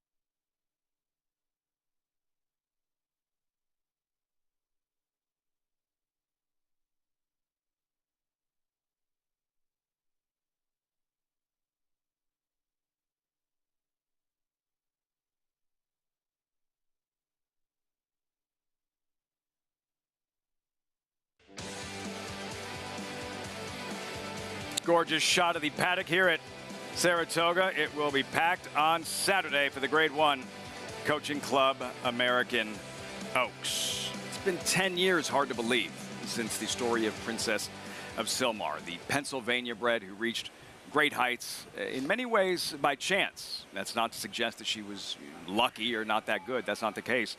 She was. But how she came to be, that's where luck played a really significant role. And some might even argue it was fate. Princess of Sylmar. We call the house that Princess built every day we walk in. It all comes back every single day. Storm Dixie's first race was here at Saratoga, and that was the only race she ever won. 1 for 10. We got her appraised for about $20,000. I said, Todd, I think we're going to breed her. We have nothing to lose. We're not breeders. We're not commercial breeders. What else are we going to do? The markets are low. And so we decided to breed her. We found the ideal candidate for her was to go to Grand Slam. I'm in the office back in New Jersey, and I get a call. 8 o'clock in the morning, Ed, we have a problem. Grand Slam got kicked the night before, has no interest in your mare. None. I go, well, what do I do? They said, well, we've got this young one, Majestic Warrior. Don't worry, he'll be good. I said, but he's a freshman sire. There's no numbers. I said, how long do I have to decide? I got to call my partners. You got about 10 minutes. I said, well, why don't we just do it? She's born on Sylmar Farm, and then it came time to name her. We couldn't come up with a name. Why don't we name her Princess Sylmar? So Ronnie Houghton says to Betsy Houghton, how can you name her that? My God, what if she's not good? She went up to Todd in June of 2012 as a 2-year-old. I said, Todd, she's a PA bred. Let's teach her to win. That's what they said in the Seabiscuit movie. What did I know? The first horse I ever bred. Let's teach her to win. There's 70 yards to go, and Princess of Sylmar has won it handily. We brought her up to New York, and we went in an allowance race in December. She won by 7 lengths. And before I got out of the parking lot, I started getting the offers. It was unbelievable. Then we went on, we won the Busanda, and she won that by another 5 lengths. The offer for her at the time was $500,000. I just didn't even think about it. And then Todd called back the next day and said, now they want to offer you $600,000 for her. And I said, Todd, it sounds like a pretty good deal. And Todd said, if she can stay healthy and she goes on to win a big race, and I think she can, will you be able to live with that the rest of your life? And I said, forget it, we're never going to sell her. Close hatches beat us in the Gazelle. Princess came in, I think lost by about 3 lengths. I said, well, I don't think we should look at Kentucky Oaks. Todd said, no, we'll ship her. You know, a horse like this, that's what you do. You go to Kentucky, we'll ship her, and we'll see what we think. So now we're down in the paddock, it's race time. She's 38-1, and I go, Todd, do we really belong here? Todd goes, Ed, there's going to be speed. She comes from behind. We'll be okay. Princess of Sylmar and Mike Smith with a huge upset chance on the far outside. They're coming to the finish, and Princess of Sylmar has pulled off a shocker in the Kentucky Oaks. The adrenaline rush is so high that we couldn't remember how we got from the stands to the winner's circle. The only thing I can remember is at 38-1, when you win a race like that, there aren't a lot of people cheering except for your group. Our target race was always the Alabama. That's the race I wanted. That's the one that I thought was really the best race of all fillies, going the 1.25 miles. I mean, that's big time stuff. And they're off in the Alabama. They're out the half pole, and Tom says, well, Princess has yet to do any running yet. And then coming around the turn, Tom Durkin goes, you know, here she goes, pick them off, 1, 2, 3. And the place exploded. They're coming down to the line. Princess of Sylmar ran like a champion this afternoon. It was incredible. I tell people, you get a glimpse of perfection. You know, my whole dream since I was 8 was to saddle a horse at Saratoga. And then to go on and do this, it makes you humble. I remember my son Randy saying, Dad, she's #1. She's #1 in the world. My God, how'd that happen?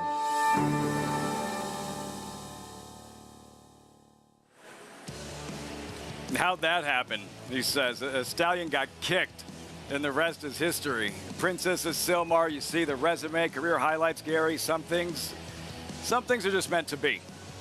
Yes, they are. And that was something that very special that was meant to be. Same thing sort of happened to me when I got to start riding the filly that she defeated, Princess of Silmar, defeated in the Kentucky Oaks. Beholder? And that was Beholder. But that's the thing, is that, despite the fact Princess of Silmar, King of Prussia Stable, Eddie Stanko, like, she won the Kentucky Oaks, she won the Coaching Club American Oaks, she won the Alabama, and yet somehow denied a championship, in part as a result of the man sitting to my left, Gary Stevenson, what Beholder did at the end of the year, the Breeders' Cup win out west. Well, what could I say? You can apologize to Eddie, who's probably watching. She was very deserving. What a lot of people don't know, I wasn't on Beholder in the Kentucky Oaks. Garrett Gomez was on her. And what they don't know, a lot of people today, I was in the race, but I was in a post position just in front of Beholder's post position. And she was acting up, and I heard Garrett say something, call her something that I can't say on TV. And then I heard two, and the first one was Garrett hitting the ground, and the second one was Beholder hitting the ground. And I turned around and watched, saw Garrett laying on the floor, and I saw Beholder getting up, and I said, well, there's one I don't have to worry about. And she was still able to run second in there. So, yeah. She kind of wind up almost on her haunches a little bit. Yeah, but then she tipped over. This was close to post time. Yeah, it was. We were from here to the racetrack, away from the starting gate, literally 50 yards away from the gate. He slapped her on the shoulder. She did something, and she was a filly that I learned right away. That day when I did climb on her back, don't start off. And he upset her pretty good, and yeah, so that was a lesson that I got to use later on down the road. Princess of Silmar, it's been a decade. I was actually here for that Alabama. It was loud here at the Spa, and that Grade 1 win, and what a summer for the Princess 10 years ago. When we come back, trainer Linda Rice, fresh off the Belmont title, and 3 others. The momentum continues. 5 wins opening week at Saratoga, 1 today, and a shot in the upcoming 8th race with She Caught My Eye. Stay tuned.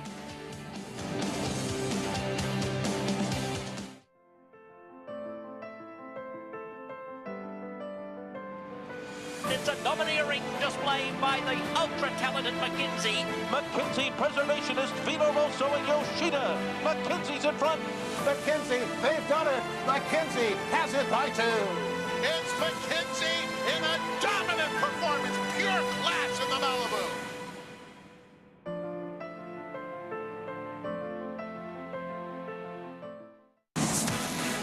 It's America's original sport, and no one covers it better than americasbestracing.net. From the sport to the lifestyle, the best races, horses, and destination venues, cocktails, gambling, fashion, and more. americasbestracing.net is a sport for you.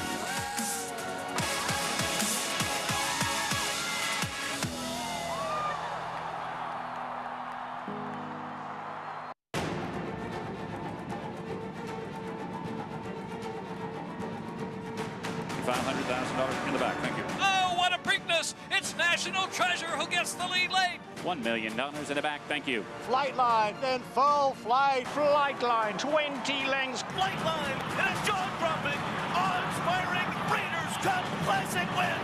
The 102nd Saratoga Sale, August 7th and 8th in Saratoga Springs, New York. Where will you be? Racetrack Television Network brings you every race, from every track, on every screen, every day. With monthly packages starting as low as $5, RTN gives you great value and access to more live HD streaming and race replays than anyone. Visit RTN.tv today to sign up and watch on almost any device, including Roku and Amazon Fire. RTN has packages that start at $5 per month.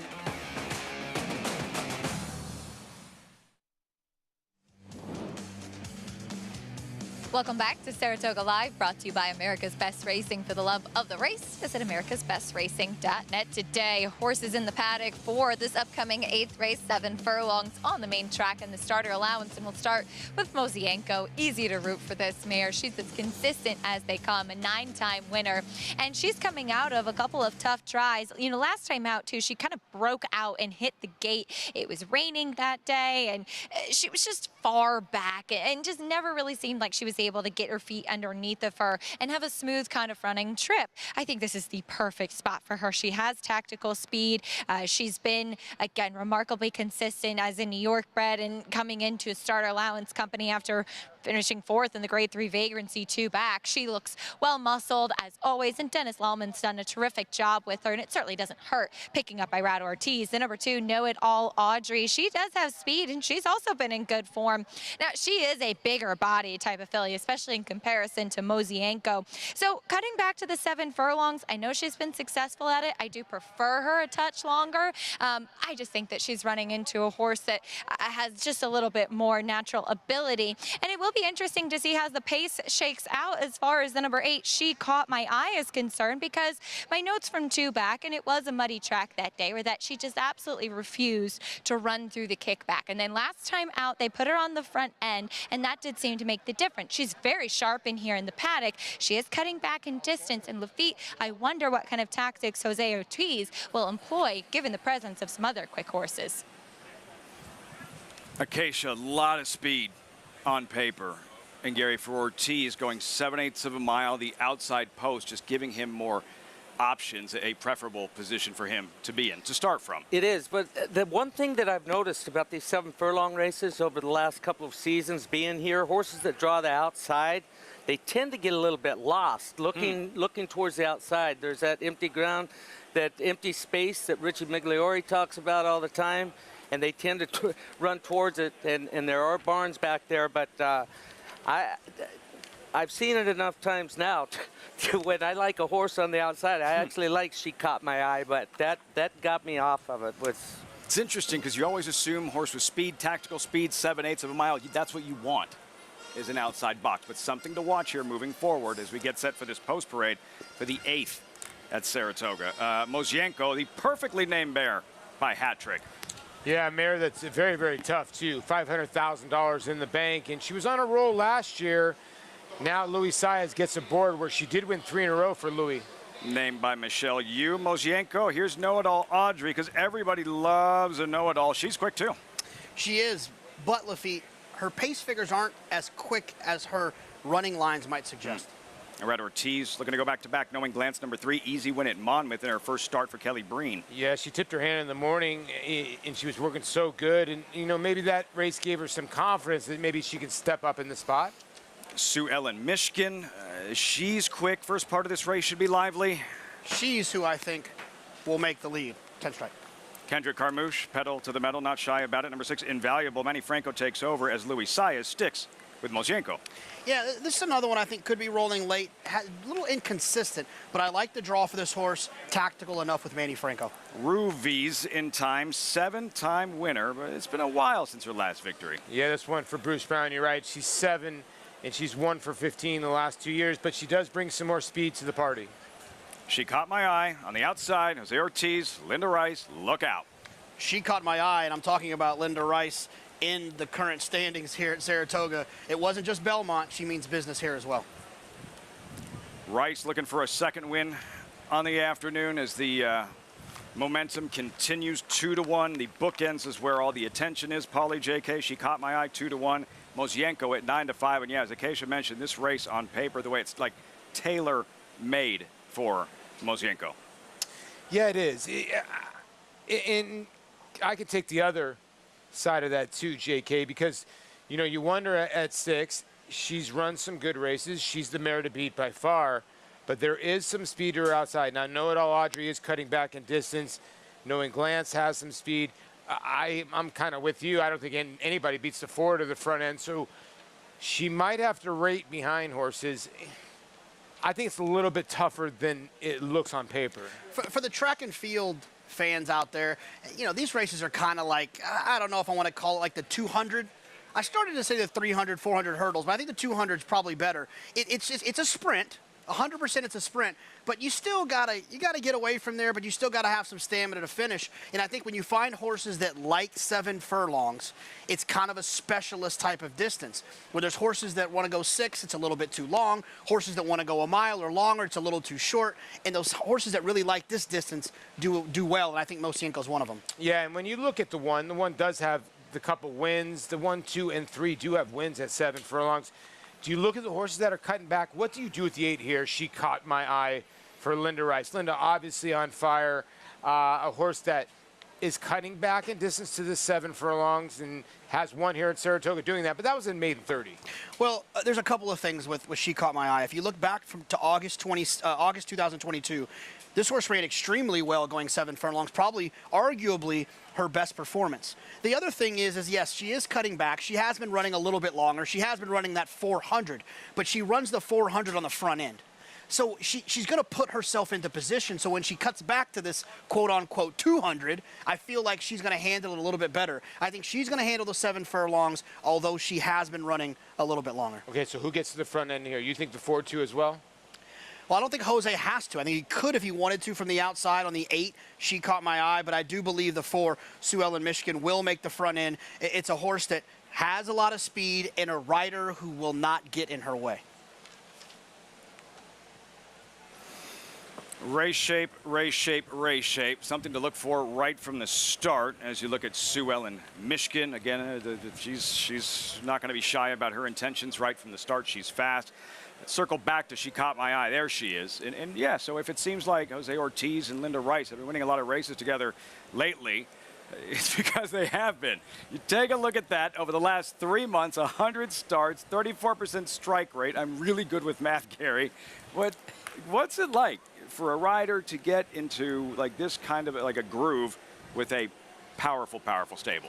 Look, I had it for Mike Mitchell back in the day, for Julio Canani. Everything that would lead over there was live, no matter what the tote board said. And you have so much confidence. They're trusting in you, you're trusting in them, and things just click. And I'll tell you what happens is when you start winning races like that, that whole barn gets that feeling. Everybody, from the goat all the way up to the trainer, you just... you're winners, and you feel like you're a winner, and it goes a long ways when that happens. When they have that faith in you, whether it's any athlete, the confidence, you can speak to this when you're riding, when you're not afraid of making a mistake, you're not afraid of losing. How much does that help the psyche, the confidence of a rider? Oh, it's huge. It's a huge thing. When you're worried about, look, if I make a mistake out here, I want to ride this horse a certain way. I know I'm going to have to save ground because I think I'm probably, I can't afford to lose a lot of ground. I'm going to sit in there. I'm going to ride a smart race, and if I get through, I get through today because I'm not good enough to go around horses. And when you can ride knowing that and know you're not going to get fired if you get beat, you tend to ride better races. You ride with a lot of confidence. Look, when I was riding everything for Bobby Frankel, and we got on a roll where it was a bad roll. A lot of seconds, a lot of thirds, and I was making a lot of mistakes, and it was in the back of my head, hey, I'm going to get fired. Well, sure enough, as soon as I absolutely knew I was getting fired, I said, the heck with it. I'm going to ride them how I was riding them when I first started riding. I'm just going to go out and ride my race. 90% of the time, the last 2 I rode, they won right before I was getting fired. Nothing to lose. You mess it up, nothing to lose. As we look at Joel Rosario, knowing glance, and check back in with Acacia, 2 minutes to post. Yeah, Luffy, just wanted to wrap up thoughts on She Caught My Eye and tag on to what Gary was saying. Jose Ortiz also works a lot of horses in the morning for Linda Rice, too. So it's very much of a relationship, and you can see that familiarity and that comfort level, which I think is a big part of it as well. And he took this filly right away from the pony, gave her a big warm-up, and as I mentioned, she was sharp back in the paddock. And so looking at this on paper, I was wondering what kind of tactics they would employ because she was able to get comfortable in the front end last time going longer. I wouldn't be surprised, and I still think Sue Ellen Michigan's going to be the quickest early in here, but I wouldn't be surprised if we see She Caught My Eye right up close, just given her demeanor and the warm-up that I saw from her today. The number 3, Knowing Glance, though, second off the claim for Kelly Breen, who won at Monmouth last time out. She was kind of in a stalking spot as well, and a sharp claim because he was able to protect her last time in the starter allowance race and able to do so once again today. And so this is how you play the claiming game well, looking at races that she could be eligible for, and she has some back class, having even tried some stakes company last year and the year before that. She is the quintessential sprinter build. I know she's won at 7 furlongs before, but she is very much of that shorter coupled in that she's got a short back, a really rounded hind end, very compact, very quick looking type of physique, and I do wonder if she's better going a touch shorter, but we'll see what she does and how she handles facing some horses that are in good form, just as she is, Lafitte. That sprinter build, Acacia, that Jimmy Creed build, Knowing Glance, Mosienko at 6-5. Your top selection as well as the wagering public, Gary. Final thoughts. Yeah, well, not a lot of confidence, even though she's 6-5. I don't like that draw for her. This is one of those races, if I was riding right now, you don't know what you're going to do. You're going to play it off of the break. A lot of these horses, there's a lot of speed, a lot of the same styles, and you're just hoping you don't get crossed over on and shuffled back to the back of the pack. That won't be any good. A lot of speed on paper. Let's see how it unfolds early on. Frank Mirmati with the call. Post time for the 8th, live from Saratoga. 3 more Lafitte. Invaluable going up. Ruby's In Time will be next. And She Caught My Eye for the powerful combination of Linda Rice and Jose Ortiz. Going in. They're in the gate. A little bit of movement from Invaluable.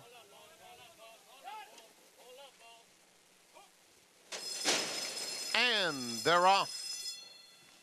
Knowing Glance and She Caught My Eye are the first 2 out, but here's Sue Ellen Mishkin.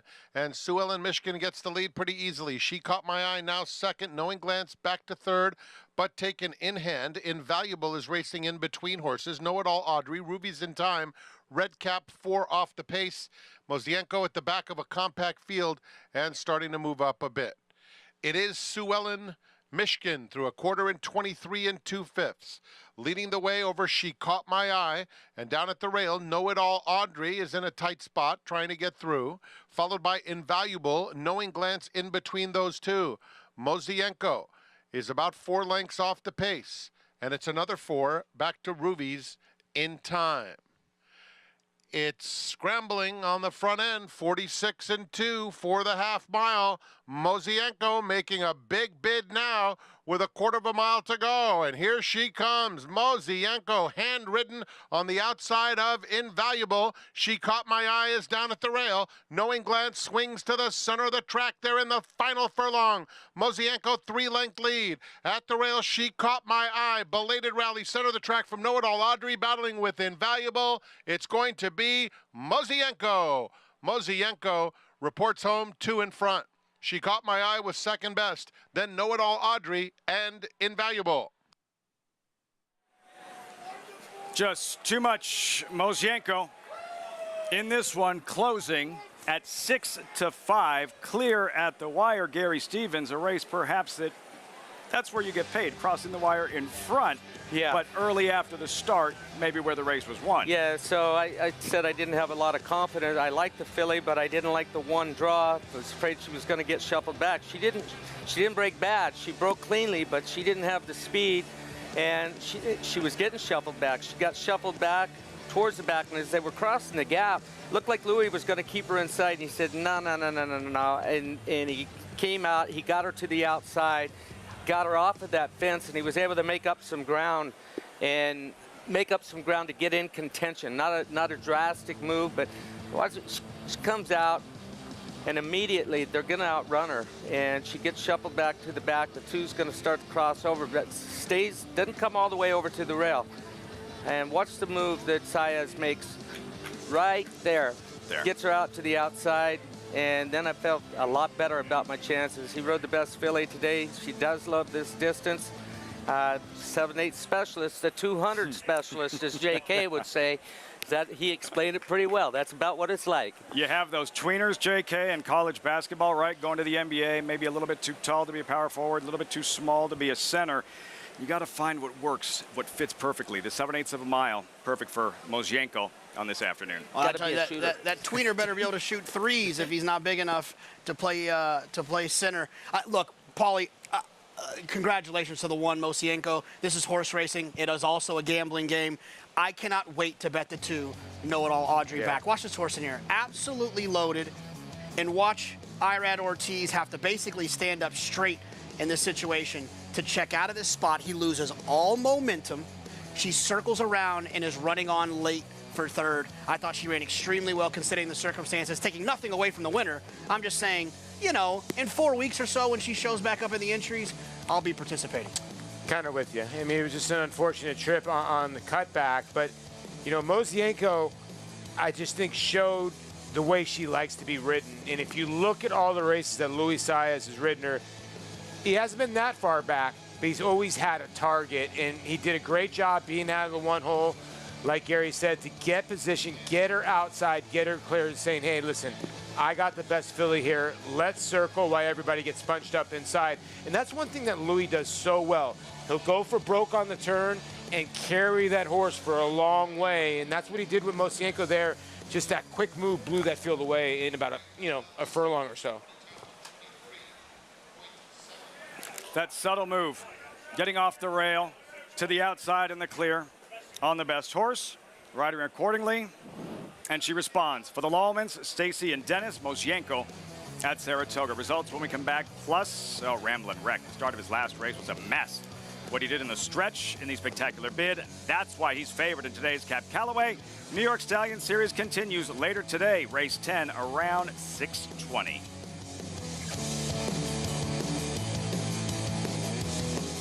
Good Magic's gonna win his first race, and he's gonna do it in the Breeders' Cup Juvenile. Here's Mage coming struggling down the outside.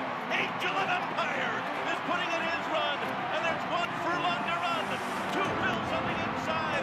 Right a hole up Mage. Mage has taken the lead here as they come into the final 16, and it is going to be Mage to win the Kentucky Derby. The classic sire.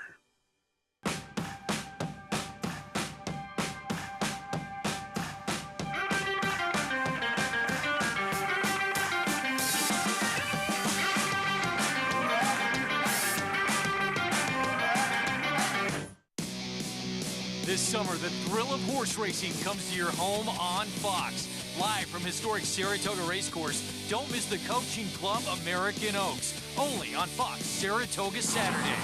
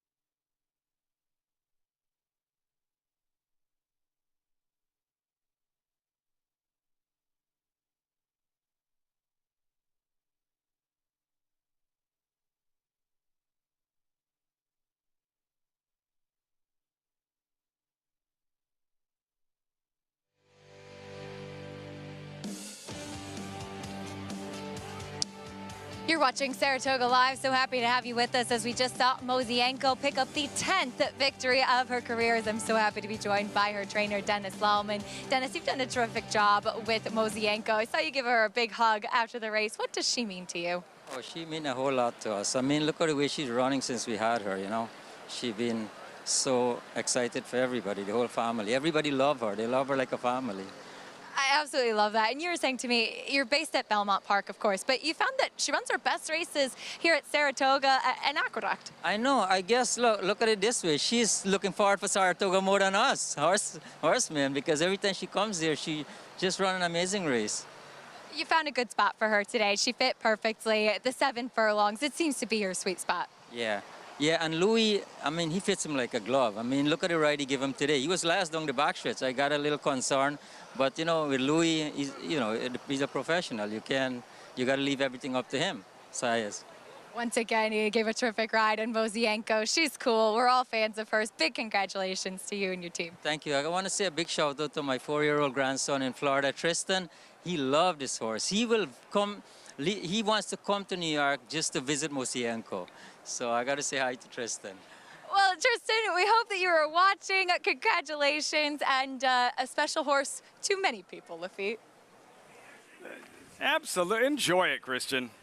Enjoy it. Loves Mozienko. Mozienko loves you back. 440. Gary Stevens would have told you. No concerns about where she was early on, Dennis. Far back off the pace, let the speed do their thing, and that subtle move, Luis Saez getting her outside into the clear. You said, I mean, right when it happened, you said, okay, right there, race over. I would have told him right at the 3/4 pole, you can breathe easy now. You're going to have every opportunity if she's good enough. And he's going to enjoy this one.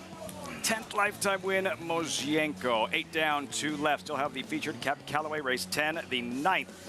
This good allowance race on grass, mile and a 16th, big purse, $156,000, wide open, 4-1 current favorite, with about 23 minutes to post. When we come back, the man they call Johnny V. Where do you start? The race is won, the money earned, records broken. What he did last summer, 1,000th career win at Saratoga, and that's only what he's accomplished on the racetrack.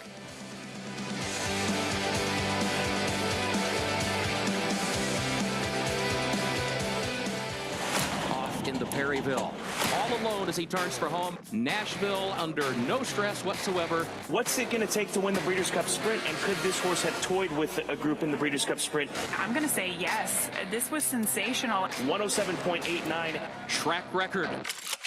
This is one of the most impressive sprint performances that we have seen. This is a horse to get really excited about. Never asked for a thing. Track record. Adelphi Racing Club, offering a truly personal thoroughbred ownership experience. You'll have a lot of fun and excitement, and you'll meet some great people. All the folks I've met so far at Adelphi have just been super, and I've picked up some new friendships along the way. We're not just a syndicate, and our members aren't just investors, we are partners. Contact us online to get a taste of the Adelphi difference. Introducing Venezuelan Hug, the tenacious, towering son of Constitution, now standing in New York. After breaking his maiden at Gulfstreet, he dispatched Cityman and Allowance Company at Saratoga, going on to 6 wins in 10 starts, finishing with 3 straight stakes victories, including the Grade 3 Canadian Turf. Now a versatile sire, complementing any mare with size, looks, and athleticism that's been called the best-kept secret in New York. Venezuelan Hug, standing at Mill Creek Farm. Visit millcreeksaratoga.com to book your mare today.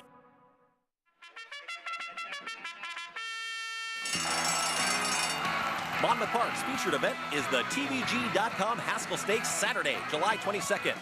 Watch and wager as the country's top 3-year-olds converge on the Jersey Shore, looking to enhance their championship credentials. Play our $400,000 guaranteed late pick 4 and $200,000 late pick 5.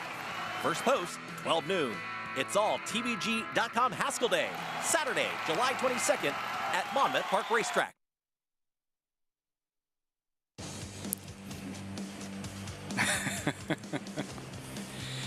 You think he's watched John Velasquez or Gary Stevens a few times and said right then, I want to be a jockey when I grow up. And he wants to maybe someday break Johnny V's record. Impossible. Oh, yeah, just a 1,000. Only at that. Look at his form already, though. Look at that. Looking good. So he's stretching a little bit. Just needs. Oh, yeah. Just needs the horse. And that's really part of the story with Johnny Velasquez. He has been competing at the highest level for decades. And once you think that there's nothing else for him to possibly accomplish, last summer he goes and wins his, 1,000th race here at Saratoga. Johnny Velasquez, he's the jockey the jockeys look up to. John Velasquez is in the Hall of Fame and has captured 2 editions of the Belmont Stakes. He has 2 Eclipse Awards as champion jockey, has earned more money than any of his colleagues, and has won 3 Kentucky Derbies. However, his legacy continues to grow, not for what he accomplishes on the track, but for his actions when off the track. Honored as the 2009 George Wolfe Memorial winner by his peers, Velasquez never fails to lend a helping hand, words of wisdom, financial support, or a smile to anyone he encounters. John Velasquez is a role model for our industry, horse racing. It's not only himself. He always tries to share for somebody else. He's the person we look up to when I was on the jockey school. But when I get here, I get to know him. He played a big role for my career. He teach me a lot on the track, but he teach me a lot off the track. Everybody knows how good he is in the track, doing his job.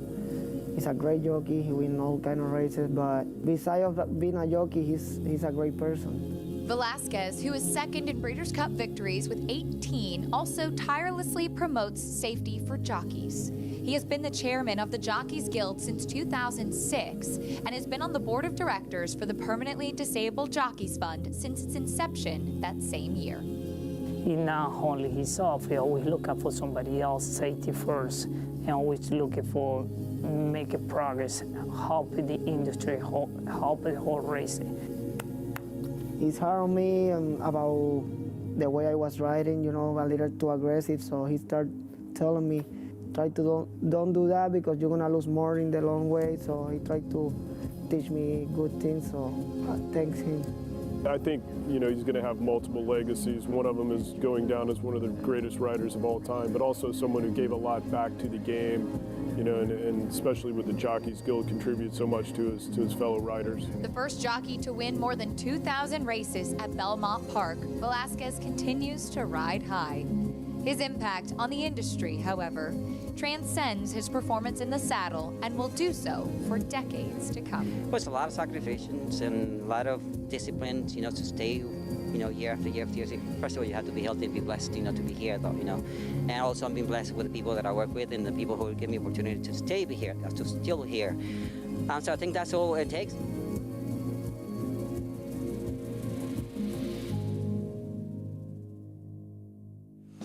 Johnny V, not much to say that hasn't already been said. His career highlights and stats, there's only so much room on the screen. The numbers are staggering, Gary, but on a personal level, you've known Velasquez for a long time. What would you say is the biggest difference? How has he changed over the years? Look, I remember when he had the bug. When he started, I was riding, and he hasn't changed his style as a rider. I've watched it just get better and better throughout his career, but aside from that and what he's done on the racetrack, he's learned how to be a leader.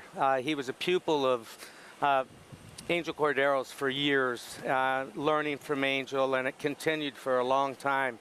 And he's a great family man, and I think that through his family and having the kids and everything, he became the father of all of the jockeys, and in a way, that's what he is. He's chairman of the board for the Jockeys Guild, and does so much for the Permanently Disabled Jockeys Fund, but he's a spokesman too, and he's not just respected by his peers, he's respected by everybody in this sport, from management to owners to the trainers. They listen to him, and he's not afraid to tell them the way it is, and he's got a temper, but he has a way of doing it in the right way, and the younger kids see it, and just like Irad was saying, look, you got to slow down, kid. You're gonna do worse sitting in the jocks room because of suspensions than you are out there riding like you're riding on the racetrack. So He's a father figure, he's a leader, and that's the biggest change that I could say is he is a true leader. He speaks, people listen, and it's not like not even done,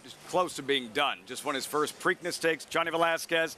And yeah, sure, why not work on his second 1,000th wins at Saratoga? Ride Saratoga Flash in the 9th. Won't be here Saturday. Velasquez to ride the favorite in the Haskell Arabian Night. Should all go well. Likely the Travers would follow. Maybe he'll ride in the Travers someday. Around here, the kids, baseball, basketball, football, not so much. They want to be riders, spending time here with their families, and another great day at Saratoga. Honor AP, a mesmerizing horse from the very beginning, who captured the imagination of the racing world and proved his potential on the track. A Grade 1 winner, out of a multiple Grade 1 winner, with incomparable looks and an unbeatable pedigree. The speed, the bloodline, the physical. Honor AP. Only at Lane's End. The Cross Country Pick 5 combines the best racing from New York with top races from around the country in one bet. Find it in your track menu and play this weekend. Races and free PPs posted at NYRA.com/crosscountry. RaceLens is the most in-depth product in horse racing with unique features found nowhere else. True odds, predictive analysis, and pace projection. RaceLens. It will change the way you follow horse racing and take your game to the next level.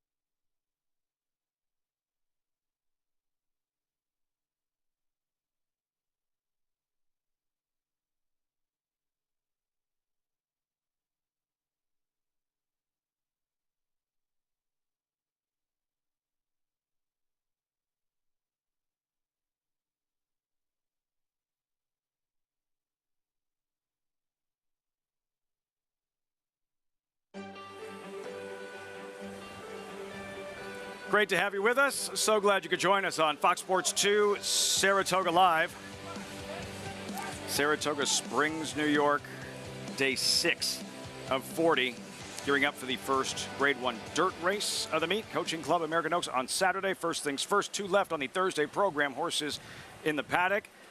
Updated odds, Acacia standing by. This thing is wide open, Acacia, with a tepid 3-1 current favorite, number 7, exact estimate. Yeah, Lafitte, I think the board reflects that. You can go a lot of different ways in here, and there are some incredibly talented horses lining up. And we'll start with the 2 for trainer Chad Brown, beginning with exact estimate. And he is your tepid favorite. He is a big, leggy horse. He's one of the tallest into mischiefs I've seen, as I haven't actually been in the paddock since last year to see him up close, but he is incredibly fit. He looks tremendous in here. Now, he did get a very good trip last time, and I remember even covering that last race and wondering just how good he really is, and I think today will be a very good litmus test for him. How does he stack up against some more seasoned horses, some that have some backlash as well? I wasn't completely sold on him coming into this, but seeing him in the flesh, I really do like what I see. But I was very interested in Chad's other horse, the 12 Napoleonic War, who had run some very good horses at the beginning of his, very good races, I should say, at the beginning of his career, and looked like he had some ability. I thought that the gelding was really going to be a key for him. He was a horse that had been vocal prior to his races. He had lacked focus. He'd also been kind of a typical war front, and even more so in that he was that big, heavy type of horse. And sometimes with gelding, it can lighten a horse up a little bit. It can certainly help them with their focus, and I'm seeing all of that for him. Overall, I wish he was a little bit more defined in his barrel coming back off the layoff, but knowing that he is typically one that carries his condition, I do think overall it has helped him, and he's not been distracted at all here in the paddock, and hopefully he can get back to some of those bigger races, because I always thought that he had some ability. Going down to the rail, the number 1, Ari Gold, he has definitely done well, making that jump from 2 to 3. He's filled out so much. Always, I had liked him, but he had been a little bit of a lighter, handier frame type of horse, and he is incredibly strong coming back, filled out in his hind end, and he has some speed too. We saw him kind of urge forward, though he wasn't initially the quickest out of the gate in that pulpit down at Gulfstream, and he was able to wire just much the best. Now, how does that race stack up coming back here? But he's the inside speed, and if he has taken that jump in his races like he has physically, he could be a big player in a 3-year-old division. And Paul and JK, this one's a tough one. What do you got? Yeah, it is a tough one. I would have to agree, though, with Acacia that, you know, Ari Gold is a little bit getting undersold here, getting laces for the first time, and, you know, a horse that's run well on 3 different racetracks. So I get where the public is going with the 7, exact estimate. But the one's a player in here, and here's Ari Gold winning last time out, and I get it. Everybody's like, oh, this horse got the lead. Oh, okay, in 47. But a lot of people forget 109 and 4, then finished up. So this horse finished up pretty nicely. Yeah, I mean, that was 222 days ago. That's my biggest concern. But when it comes to someone like Todd Pletcher, Todd's horses run well fresh. Brad Cox's horses run well fresh. Bob Baffert, Chad Brown, they don't give horses races. When they send them over there, they're ready. I think you can assume that you're going to get that performance out of this horse. Tactical, drawn inside, Luis Saez. There's a ton of things to like, and to be fair, the price as well. I thought this horse was going to be much shorter. What about the 5 in here and the 7? They're the 2 horses that are actually getting bet the most when it comes to the multi-will pays here in the pick 3s. Obviously, the 7 exact estimate. Chad Brown looking for another one. The 5 and the 7 are right there in terms of speed figures. An experience that you'll notice a lot here at Saratoga with the 7 exact estimate is Chad Brown's horses are always going to take a tick more money than you feel like they should. They win a lot. It's why he's won so many meets. Look, I'm not trying to beat exact estimate. I just think some others are interesting. And we'll talk about it a little bit later after the post parade. But I like the 10 chasing the crown quite a bit as well. Got involved in a slow pace last time. I think it's going to run much better here today. And you know what, Lafitte, sometimes we always talk about Chad Brown. We always forget the other Chad Brown in the 12. First-time gelding, been off in a while. But he's 30% on that move. That'll get it done. Tough post. Flavien Prat going to have to work out a trip. Smiling Jose Ortiz, lots to smile about. Call to post. Look, we're excited for the 10th and final. The New York Stallion Series continuing, right? But this is the best race of the day. Now let's meet the field. Starting with Ari Gold. I miss Entourage. 3-year-old debut for the pulpit winner. Yeah, this one for Eclipse Thoroughbred Partners. Good things to say from Acacia in the paddock, and Luis Saez aboard. I would think they're going to be the horse to catch. A full screen, 12 starts, 11 in Canada, 1 in Florida. Yeah, this horse is going to have to get faster. If you're watching on YouTube, you can hit the full screen corner. It's much more entertaining. Lucky Curlin, Jose Ortiz takes the call on this 33-1 outsider. You know, Fernando Abreu claimed this horse 3 starts back. You know, cut a yielding racetrack last time. Might like the firmer ground today. Number 4, Pine Knoll, defeated favorite a couple of weeks ago. Belmont facing on paper similar. Yeah, stretching out, drawn inside, could try to save some ground, but does need to improve. Number 5, James Aloysius, chased Big Everest in the cliffhanger. Yeah, the blinkers have really changed this horse. Although, you know, he ran first time out. He's brought his game every time he's run. He's a player in here. Saratoga Flash, there he is, Johnny Velasquez. Yeah, Johnny V, always nice to see him in the saddle when you're here at Saratoga. I think this horse has a shot, but does have to improve to beat the top 4 in here. The favorite, the big, fit, exact estimate. Yeah, this horse is a bad break away for being 3 for 3 on the turf, and that was 2 starts back at Keeneland. You got to love that he's ran well on 3 different racetracks, so Saratoga shouldn't be a problem. Tough tickets, 1-2 straight on grass at Parks. Yeah, another one who's not too far off from a speed figure standpoint, but you question the form down at Parks compared to what you'll see here at Saratoga. Cala Dream exiting a series of stakes races. Yeah, I think this is the long shot at 21-1 you can look at because this horse has never been in for that cheap for Tom Morley. Chasing the Crown, versatile colt. Let's see what Manny Franco does from that 10-post. Yeah, back-to-back races trying to close into a slow pace. He was close last time, I understand that. But his speed figure, the final number was fast. And Whisper Not had the good rail in his latest, parked outside today. Yeah, the only thing you have to worry about Whisper Not, the last win was the San Francisco Mile, April 24th of 2021. I got to ask Gary, did you ever win the San Francisco Mile? I did. There we go. Love it. With? Trying to think. It was like in the 80s. It was before I'd even moved to Santa Anita. I hadn't even had my tack at Santa Anita yet. We'll look it up as you look at Napoleonic War. The other Chad Brown trainee who Flavian Pratt's trying to settle down? Gary, don't worry about it. I don't remember much from the 80s either. You weren't born yet, were you? Remember much from 30 minutes ago. The field for this 9th race at Saratoga. Again, that we're looking forward to the New York Stallion Series, the feature on paper for the 10th and final. That's going to be a good one. This is the best race of the day at Saratoga. And still looking at Napoleonic War in those 2-tone green colors of his owner, who's had so much success here at Saratoga, Peter Brandt, specifically with trainer Chad Brown, Gary. And you look at the list, the big scores at Saratoga. Dunbar Road in the Grade 1 Alabama, in Italian. Sister Charlie, Virginia Joy, the list goes on and on and on. We would need 3 pages, full screen, for the success he's had, especially up here in Saratoga. But with the horses that he's bred, with the broodmare band over the years, got out of the game for a while, came back in stronger than ever. And this is what he does it for right here at Saratoga. Loves to see his horses race. Paulie, a chance to see, for example, Sister Charlie in added year. When a lot of horses would be retired at that point, Peter Brandt keeping the stars, the best horses that he has campaigned around a little bit longer. He has been so great with that. He really has. He's because he's a horseman. You know, he loves the action too. But I got to get back to Gary. Gary, 1998. This is a heck of a horse. You won the San Francisco Mile. Neil Drysdale. I know you know this horse. I knew it was a Drysdale. Was it Huxley Hill? Yes, it is, my friend. There you go. Thank you. You're welcome. I was going to say War Chant. No, Huxley Hill. Huxley Hill. Yeah. Goes off on a completely... David Herensberger. See, I can remember, but when the 80s, it was impressed. the 90s. It was the late 90s. I am impressed. You rode 4 second-place finishers in the 1986 Breeders' Cup. Can you name them? Because I can. Do what? You rode 4 second-place finishers in the 1986 Breeders' Cup. Can you name them? Palace Music. Yep. Estropod. Strawberry Road. Qualified. Qualified. Second to Capote in the Juvenile. Yes. You mentioned Palace Music. Yes. Second to Last Tycoon in the Mile. Estropod. There's 2, not Estropod. Not Estropod. Theatrical. Theatrical. He Second came to back Manila. and won the Mile the next year. I still don't know how Manila came back and beat me. I passed him. I had Jose Santos was on Manila. I believe it was Jose.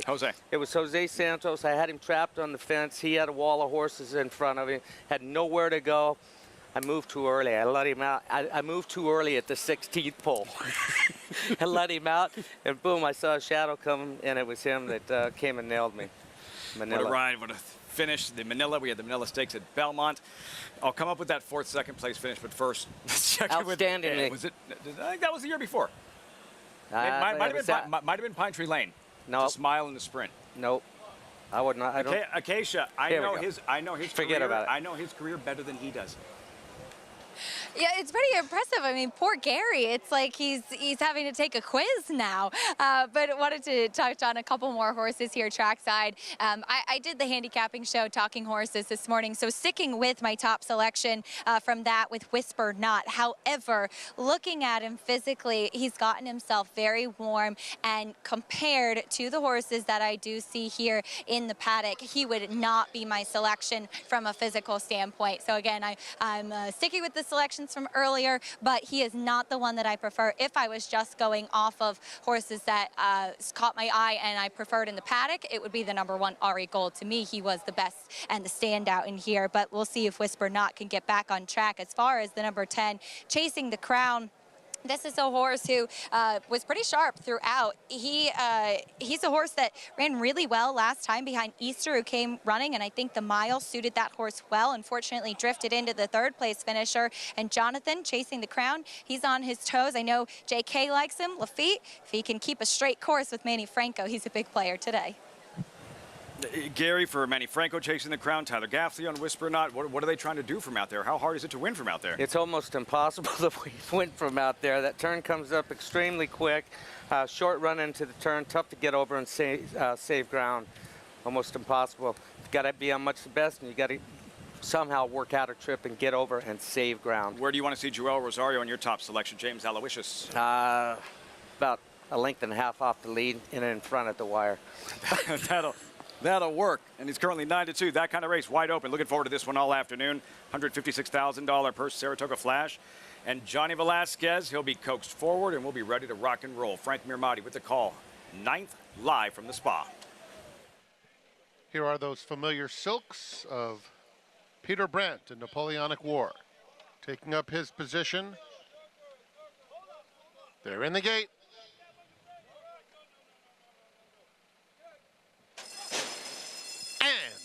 They're off. Saratoga Flash in the center of the course has some early speed, as does Exact Estimate.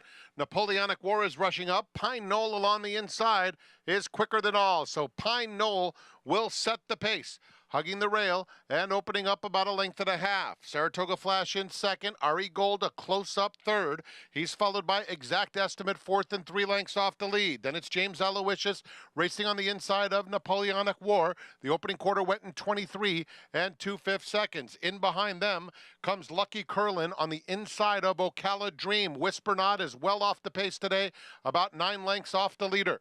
Then it's Tough Tickets Chasing the Crown in between rivals, and Full Screen is at the back of the field.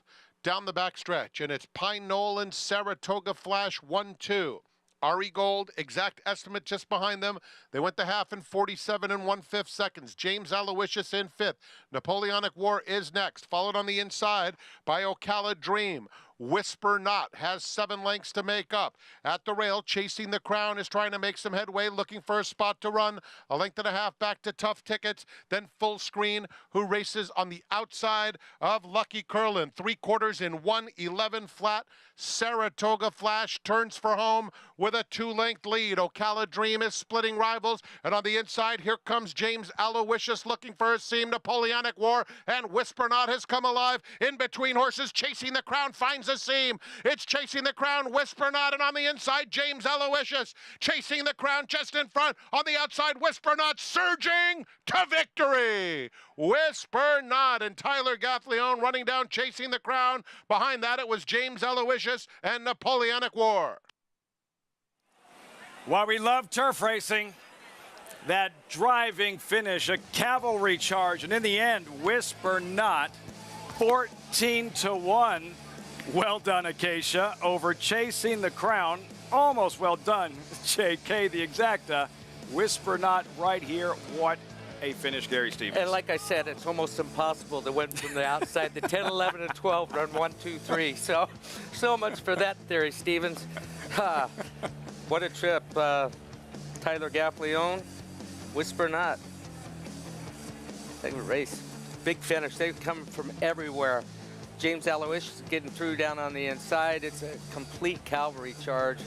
The last 16th of a mile. This is the great thing about turf racing. Nobody's without a shot if you're in some kind of contention as you come into the stretch. Such an exciting finish. 7, 8 of them across the track. with less than an eighth of a mile to go. Whisper Not, 14-1, Acacia's top selection. JK chasing the crown. He ran big, did everything but win.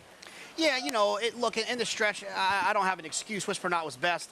Yeah, probably had to wait a little bit, kind of go in between horses. Probably not the most comfortable spot, but Whisper Not, great job by Acacia to nail that horse. The horse didn't really get a great trip. Tyler rode the horse brilliantly. Well, Tyler, you forget how good Tyler is on the turf, too. You know, we've been focusing a lot on Flavian Pratt.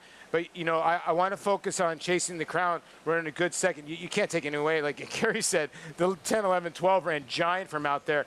But you look at Chasing the Crown, who did, you know, he runs third to up to the mark, and that horse has turned into a freak on the turf. So that form's holding up. But Whisper Not hadn't had a win in 2 years, a much-needed win. But what a year Brendan Walsh is having.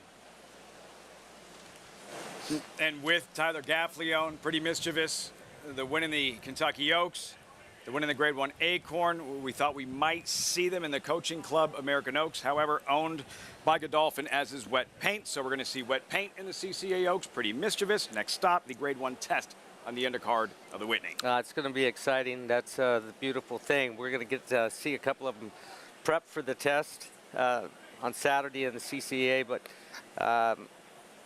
man, the champions just keep coming out here in one way or the other. Gaffleone here. We're hammering away at race shape and post positions, not only the 11 and 10, the 12 completing the trifecta Napoleonic War. Gary liked the 5. James Allowish is completing the superfecta. When we come back, these turf stakes races at Saratoga. For fillies and mares, Chad Brown attacks with talent and volume. We saw it in the Grade 1 Diana. We'll see it again tomorrow in the Lake George, represented by no less than 5 sophomore fillies.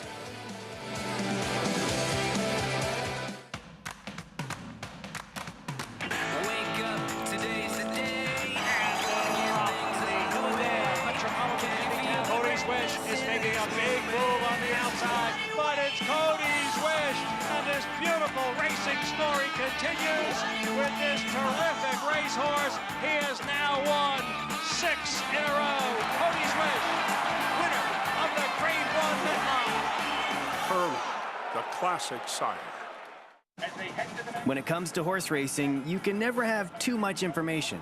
With Twin Spires, you can place your bets with confidence. Whether you use handicapping insights, like our Brisnet speed ratings, prime power and past performances, the guidance of our experts' top picks, or just choose a name that catches your eye. Yes! No matter how you pick your horse, bet with Twin Spires. Start earning your $200 sign-up bonus when you sign up with offer code GET200. History remembers moments of extraordinary strength, skill, and determination. True greatness is forged by those who fulfill their destiny.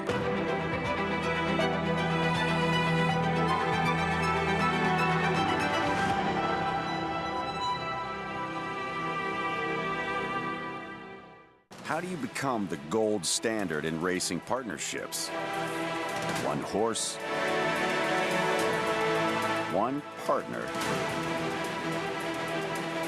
one victory at a time.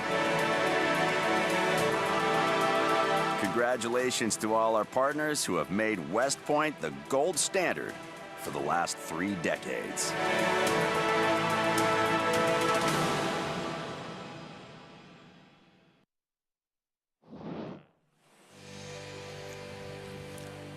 Welcome back to Saratoga Racecourse. In 2 days, the first of 6 broadcasts on Fox and the $500,000 Grade 1 Coaching Club American Oaks, featuring top-class 3-year-old fillies. Coverage begins at 3 Eastern. Summer at Saratoga, only on Fox. Wave of the crop from Tyler Gaffleone, working out a trip from the outside.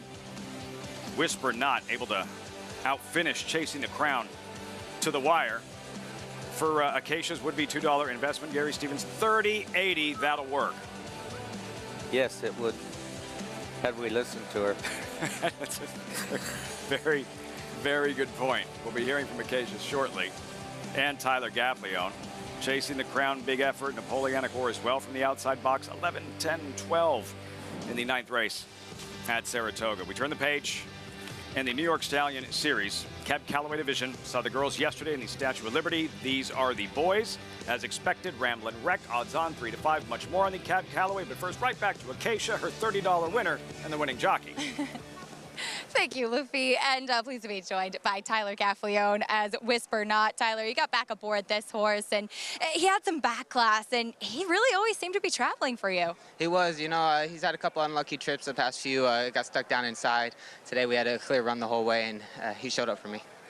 Talk a little bit about navigating a trip on the turf from an outside post, as it didn't seem to affect the top 3 finishers in here, but you always want to try to save ground if you can. Ideally, you like to save ground on the turf. That's turf racing, but you got to play the hand that's dealt to you, and like I said, ours showed up, so he made my job easy.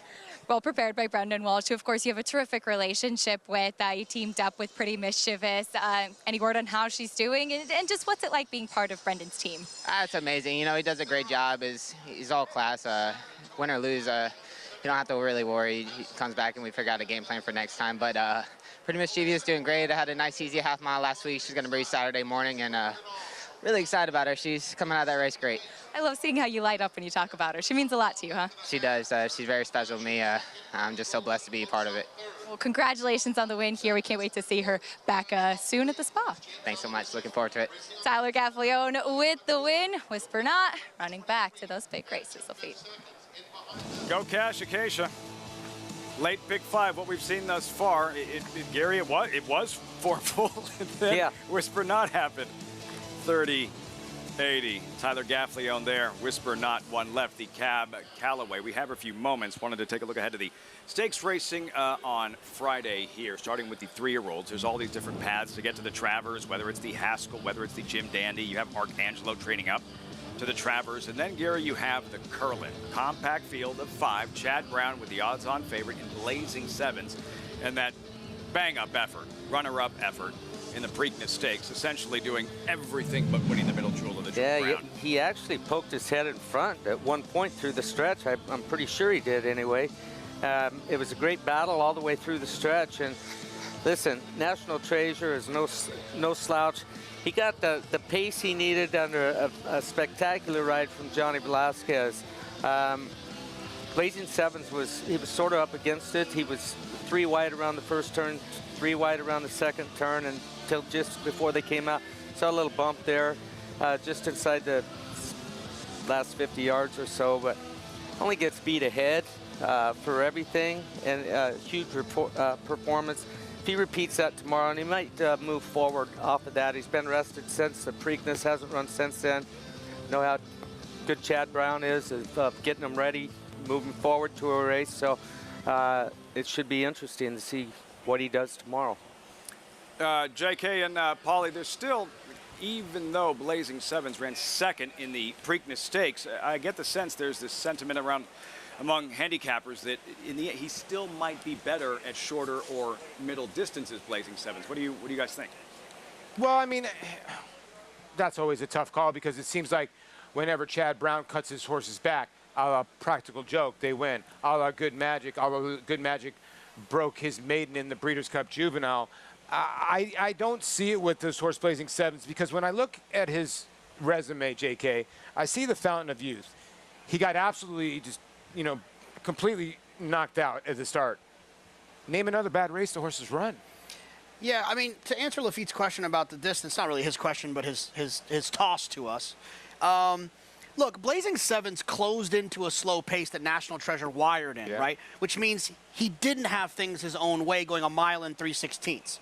So if he didn't have things go his way going 1 mile and 3/16, that tells me he doesn't have a problem with the distance. It's not like he got a pace meltdown that he was closing into and almost won the Preakness. Yeah. He overcame something going that classic distance of almost 1.25 miles. I'm not worried about him with the distance. And to be fair, I think that some might argue that he was a couple of inches away from being a Preakness winner showing up here in this Curlin. I just think he's better than, a lot of people will say, okay, Cloud Computing and a couple of other horses that early voting did not go on. I think he's a different horse. I just really do, because when I look back at his form, you see Gulfport, you see, Forte, they were 2-year-old monsters. I just think that Blazing Sevens now is kind of going into that next direction. Now, Scotland held off Cagliostro last time out. It was a good race. Cagliostro came back, did not run well for Cherie DeVaux.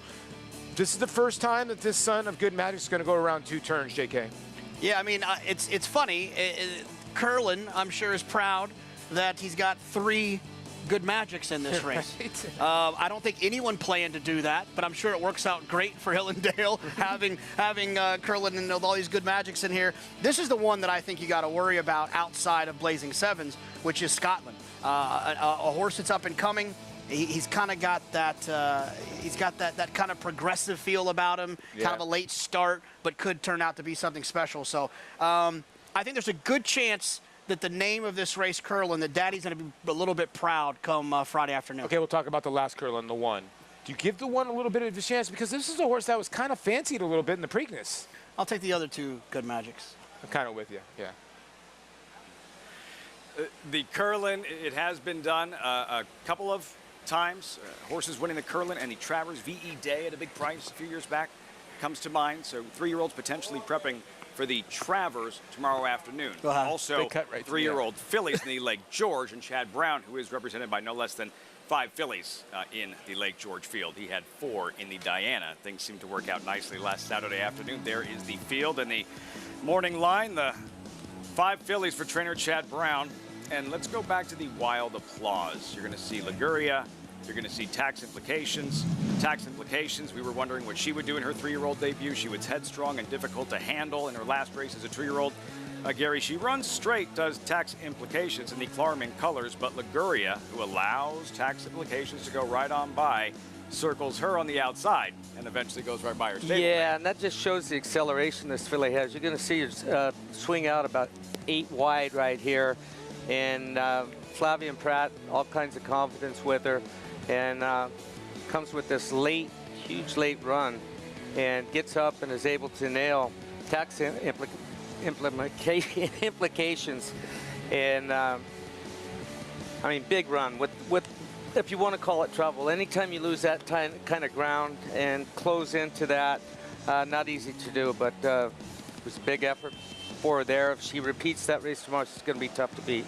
A brown out in the Friday Stakes races tomorrow for Chad Brown, the 5 fillies in the Lake George, and Blazing Sevens in the Curlin, odds on 4-5. That's tomorrow's Stakes races. You'll see all of it right here on Saratoga Live. Of course, on Saturday, Grade 1 Coaching Club American Oaks for 3-year-old fillies on Fox. And we still have the Thursday feature.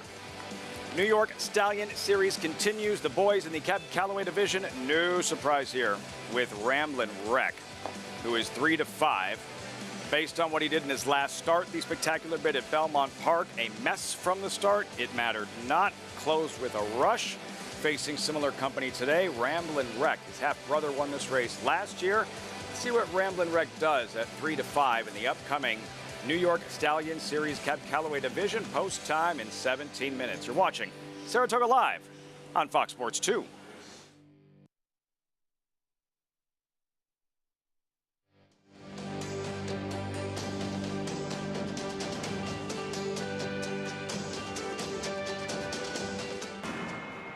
Catholic Boy, a Grade 1 winner on both dirt and turf, including this romp in the Run Happy Travers Stakes. He's so impressive today, the others didn't even have a prayer! This 6-time graded stakes winner was the fastest 3-year-old of his crop over 10 furlongs. At the sales, his first crop yearling sold up to $300,000. Dual surface Grade 1 winner Catholic Boy, standing at Claiborne Farm.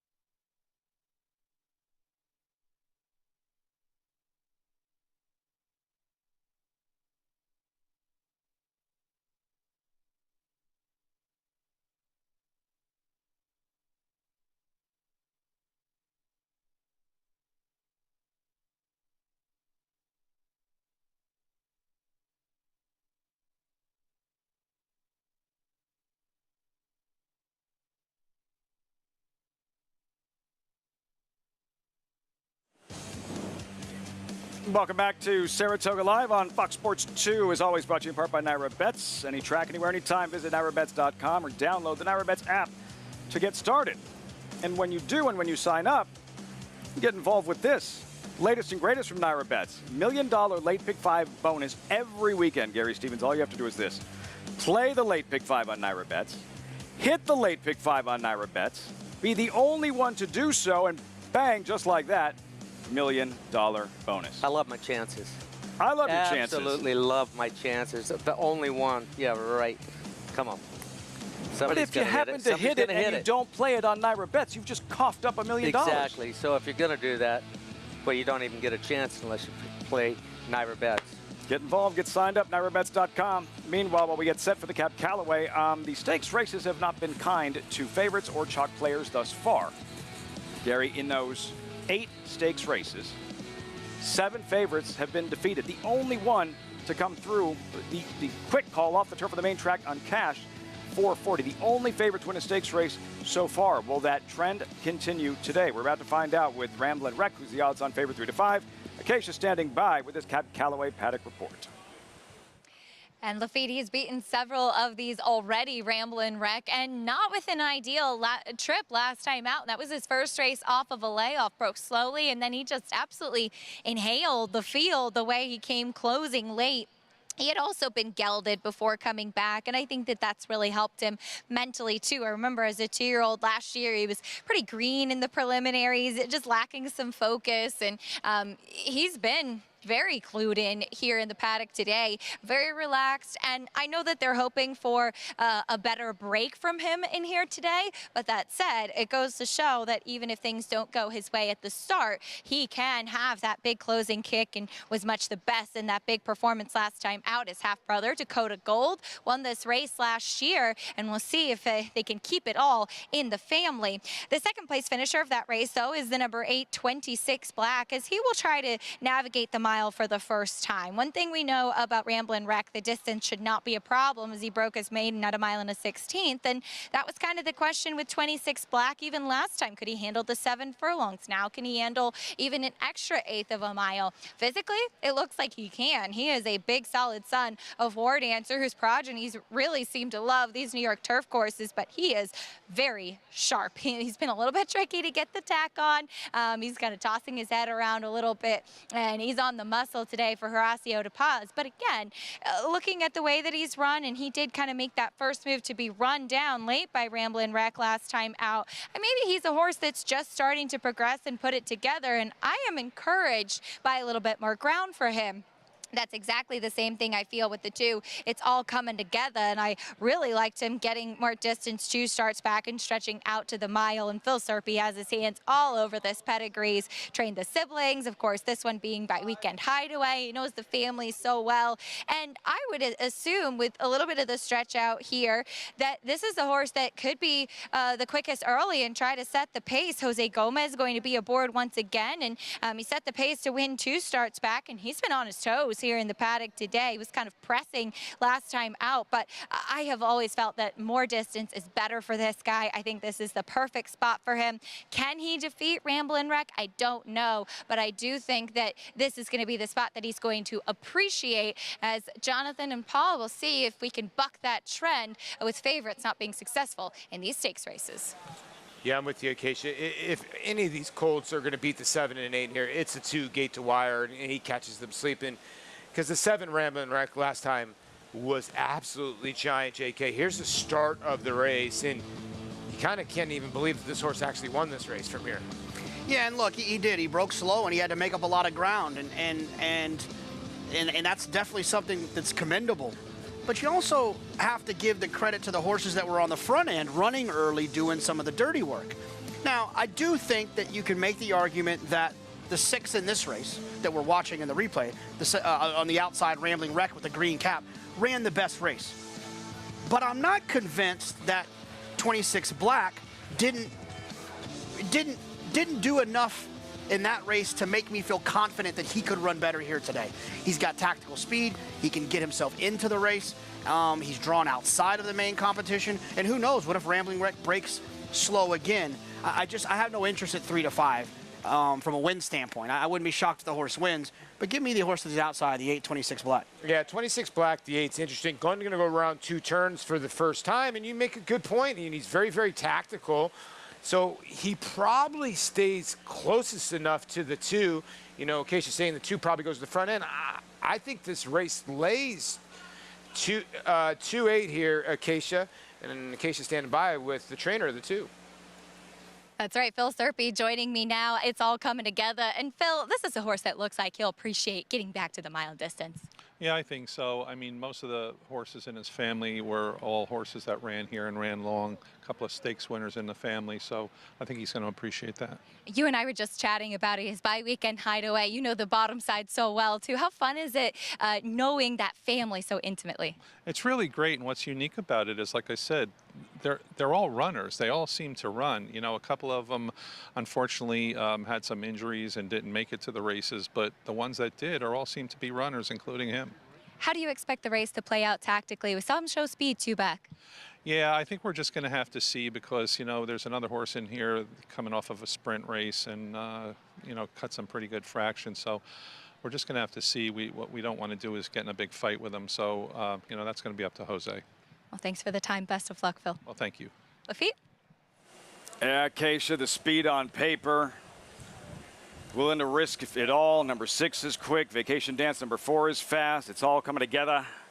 4 trainer Phil Serpy pulled. He surprised us last year near the end of the meet, Gary, with Leave No Trace, the Grade 1 spin-away spoiler. Phil Serpy. Yeah, you remember that too.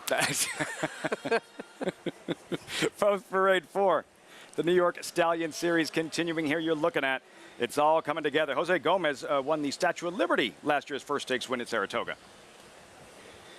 Always dangerous in these turf races. For Phil Serpy, then a Vacation Dance. Quick Colt, how effective will he be at the mile distance? Yeah, ran okay exiting the last race that the 2 favorites are out of. I thought the 2 favorites ran better than 7 and the 8. Mama Band Me, number 5. Yesterday's Statue of Liberty winner had just been claimed. You sound a little bit like Kathy Bates in Waterboy there.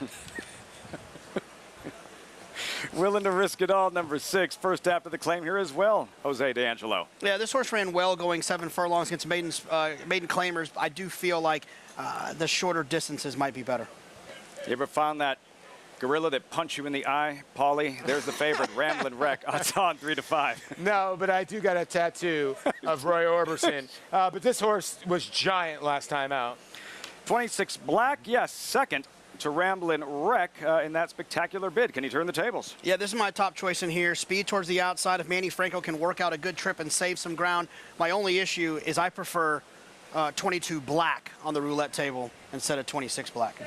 Just real quick, JK. If 26 Black was going to beat Ramblin' Wreck, wouldn't it have been last time at a shorter distance and Ramblin' Wreck compromised at the start? That would be true if you assume that 26 Black doesn't want to go longer. We've seen that often where horses, they can kind of get comfortable cruising around there and have a nice cruising speed where going further is better because when the other horses are getting tired, they're still just galloping along. I think 26 Black might be one of those horses that likes to kind of cruise on the front end. Manny Franco looking to go for a second win this afternoon. 26 Black, 5-2 second choice. Ramblin' Wreck, Gary, 3-5. And based on everything he did in his last race, the poor start, the way he rushed up late, that closing kick, defeating a handful of these rivals, it all adds up to 3-5. Look, I get it, 3-5, but he deserves to be 3-5. I mean, I can't see 26 Black. I understand what JK's saying, but I can't see 26 Black turning the tables at this distance. It's making me scratch my head right now. Why did he stop? He's got that. Open him up. I want this explained to me, because he was on that cruising speed. He wasn't on the lead, but he was close to it. He was in a good spot, and he makes the lead, and he gets run down. Did he pull up when he made the lead, or? You know, he's got to deal with another furlong today. I'm not knocking anybody in here. I just Ramblin' Wreck. I can't make a case for why he should get beat, because even with the trip that he had at the start last time, when I watched watched the replay because I wasn't watching it live the day that he won. And I said, how did this horse win from here? No way does this horse win from here, and he did. And did so convincingly. We saw Rat Ortiz, a few whacks from the crop on the right shoulder for Ramblin' Wreck. What's that? What's he trying to accomplish? What's going on in the warm-up? Well, I don't know if he went to sleep in the starting gate is the reason he got left last time, because I didn't personally see a ton of bumping around at the start. I saw him kind of create his own problem. He got bumped somewhat, but I don't know. Maybe he's trying to wake him up a little bit. Maybe he's still having his morning nap in the afternoon. I don't know. But, JK hoping he stays asleep and 26 Black takes advantage, yes? Well, yeah, I mean, yeah, and I would like to see this horse be relaxed out here on the racetrack. But I think the answer to G's question for me is that, well, going 22 and change, 46 and change, 109 and change, I'm hoping he doesn't have to run that fast here today. I'm hoping that they'll, you know, that he could be in a situation where he can, you know, can go a little bit slower. And if that's the case, that's what I'm hoping for. I just think that the race dynamics, it being a two-turn race, I think all of those things can come into play, or what I'm hoping will help him change the table, turn the tables. You're looking to have a target. Listen, I don't love the comments by Phil Serpy, because as a trainer, you got to go. Go. I'm sending, and you're leaving it up to Jose Gomez. So to me, the two's the speed of the speed. And I think, you know, it's very, very dangerous on the stretch out. You know, Gary said something yesterday that I think is very, very true. He said, give me the come from behinders when you're you know, when I'm sprinting on the turf, and speed when I'm going a little bit longer on the turf. And I think that holds a little bit more true up here at Saratoga. I hope Jose Gomez goes for broke. I don't care how fast he goes on the front end. For him to beat the 7 and 8, he's got to get separation and get away from this group. I just hope he's aggressive. Yeah, Paul, I'm with you. I would think that would be the key for it's all coming together as well. But wanted to talk about a horse that's looking to get back on track, and that's Vacation Dance. I remember I was actually in the paddock for his debut as a 2-year-old, and I'd watched his workouts on the turf, and he moved beautifully and light on his feet, but I was worried that he wouldn't be ready to roll at first asking going 5.5, because he's such a big horse. Look at him even next to his lead pony. There's just so much of him, and he is very athletic, but you wonder, was he just maybe one of those quick, precocious types that hasn't taken as much of a step forward as a 3-year-old? So once again, he looks physically like the type of horse that should want more distance, but his races have shown that that's not exactly the case. So I don't know what Kendrick Carmouche is going to do with him, if he's trying to get him involved in the race early on. But just to wrap up with what Gary was saying at the gate with the 7 Ramblin' Wreck, he, to my eye, kind of broke out into his company. And as I had touched on last year as a 2-year-old, he was a very distracted type of horse. And I think Rat Ortiz is just trying to say, hey, buddy, pay attention. We're racing here. Listen to what I'm saying and focus on your job. Okay, so yeah, it's a great. Ramblin' Wreck had that poor start, Gary, in his last start, and he was able to overcome it, but you don't want to have to do so. You don't have to overcome that obstacle again. No, I mean, look, he's a 3-year-old, fairly lightly raced. He's only run 6 times, so sometimes it takes a while for things to settle in, still maturing, growing up. He's really good. So it makes sense to me. I mean, I'd do the same thing if I had one that wasn't paying attention to me. He's going to get a little slap down the shoulder and say, pay attention. Get him focused. Half-brother Dakota Gold won this last year for Reeves Thoroughbreds, trained by Danny Gargan. Rat Ortiz in the saddle. See if little brother can do the same. Ramblin' Wreck. The pace, that'll be exciting to watch from the start, Gary. And yeah, how aggressive is Jose Gomez? It's all coming together. Vacation Dance, Kendrick Carmouche. The distance is a big question, and willing to risk it all have early speed. Yeah, and I think that what the 2-horse does all depends on what Vacation Dance and Kendrick Carmouche does.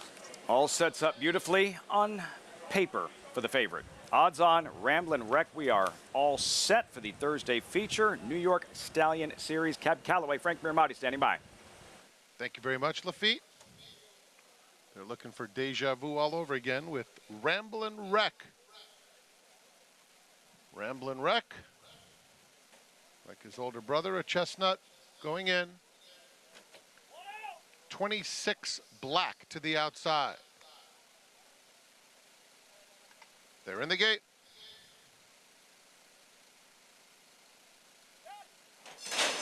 And they're off in the Cab Calloway division of the New York Stallion Series. And it's a quick one for It's All Coming Together. Vacation Dance comes away in second. Willing to Risk It All is in third. Then 26 Black and Ramblin' Wreck right together. Mama Band Me is far back in the early stages. It's All Coming Together, sprinting along with a 2-length advantage. Has it over Vacation Dance in second. They're followed by Willing to Risk It All, a clear-cut third. Ramblin' Wreck in hand, fourth, the opening quarter in 24 seconds flat. 26 Black is next, and Mama Band Me at the back of the field. It's All Coming Together, 2-length lead, heading toward the half-mile pole. Vacation Dance in second. Willing to Risk It All still third. Ramblin' Wreck on the fence in fourth. 26 Black, still a big gap to Mama Band Me. 49-1 for the half mile. It's All Coming Together has been there every step of the way, maintaining a 2-length lead on Vacation Dance in second. Willing to Risk It All third. Ramblin' Wreck on the inside and a little bit tight at this stage. 26 Black, those two have been racing right together, and they're 4 lengths off the front running. It's All Coming Together, who will pass the quarter pole in control as the field reaches the top of the stretch. 1:13 and just under 3/5 of a second. And It's All Coming Together, holding on to the lead by 3. Ramblin' Wreck starting to advance now, clearly into second. It's All Coming Together. Ramblin' Wreck within a length and a half, closing, time running out. It's All Coming Together. Ramblin' Wreck, it's all coming together all the way. Ramblin' Wreck was second, tight photo, Vacation Dance, and Willing to Risk It All. Jose Gomez dictated the terms all the way around in 1:36-3. Desperate finish. It's All Coming Together. Still hasn't let Ramblin' Wreck go by. Jose Gomez won last year's Statue of Liberty, takes down the male equivalent in this New York Stallion Series. It's All Coming Together and a theft at 9-1. Yeah, good job, Paul, picking him to win today. Well done. Really, Ramblin' Wreck, he gets a ground-saving trip, but he was up in a spot. Manny Franco was kind of, I mean, he was race riding, doing everything he could, doing the right thing. I'd have done the same thing, but he was kind of doing the nasty to Irad down the backside. He was run up in a spot that he didn't really want to be in, and he had to take that inner route, and he's obviously much better on the outside. He was coming late, but little bit too late. Acacia with winning trainer Phil Serpy. I joked with him, it's a lot more fun now after the race. Phil, it's all coming together. Boy, he fought today. He sure did. And, you know, I mean, if you look back, his 2-turn race, 2 races back, kind of went the same way. I think he appreciates the distance, and I also think with his tactical speed, he appreciates the 2 turns. Jose seemed to make the right choice with him, and he was able to get him to settle nicely. Well, Jose lives with me down at Belmont, and I told him he was going to be sleeping in the garage if he wasn't doing a better job on his horse today. So I think that worked pretty well. Good motivation. Congratulations, Phil. Thanks very much. Appreciate it. Well, it looks like Jose Gomez will have a nice bed, at least tonight, Lafitte. Out of the garage, Jose Gomez, the winner's share of $150,000 purse. Team, it's coming together, Paul. You were concerned when you heard the comments from Serpy early on. You're like, Gomez has to let him rip right from the start. That's exactly what he wound up doing. Look at this. I want to go to the back to the beginning of this race. Kendrick Carmouche was dead set on going to the lead. You see the 4 bobble right there? As soon as the 4 bobbled, I think Kendrick said, I need to back off the 2 a little bit. And that, you know, just that little subtlety, G. I don't know about you, but it looked like he bobbled, and Kendrick just said, you know what, I'll back off. And I think that won the 2 the race. There was definitely a crow hop or a bobble or something funky there with Vacation Dance coming out of the blocks. Yeah, no, I mean, Paul, good observation, but yeah, Kendrick, he knew right away that, look, if I go ahead and head with him, I'm going to kill us both off here after that little bobble at the start. Paulie zeroed in on this one at 9-1. Jose Gomez, the win in last year's Statue of Liberty, takes down this Cab Calloway. You're watching the heavy favorite, Ramblin' Wreck, $20, shaking things up in the 10th and final here. It's all coming together. Wondering when Ramblin' Wreck was going to cut into that margin. reel in the front runner, and you could tell it was time was running out, and eventually did. Yeah, you could see Irad around the turn. He wasn't happy or comfortable with the position that he was in, being down inside and trying to. I told you at the half-mile pole, I said he's going to have to work a trip out because he's going to get stuck on the fence. That's exactly what happened. It got pretty tight at about the 5/16 pole, and then it opened up. There was plenty of room, and there was plenty of time if he had the same acceleration that he did at Belmont Park, but he doesn't have that as long a stretch as what he had at Belmont that he was dealing with today, going 7 furlongs. Towards the end, the back end of the late pick 5 up over $1,248. Acacia with a $30 winner. Paulie had a $20 winner.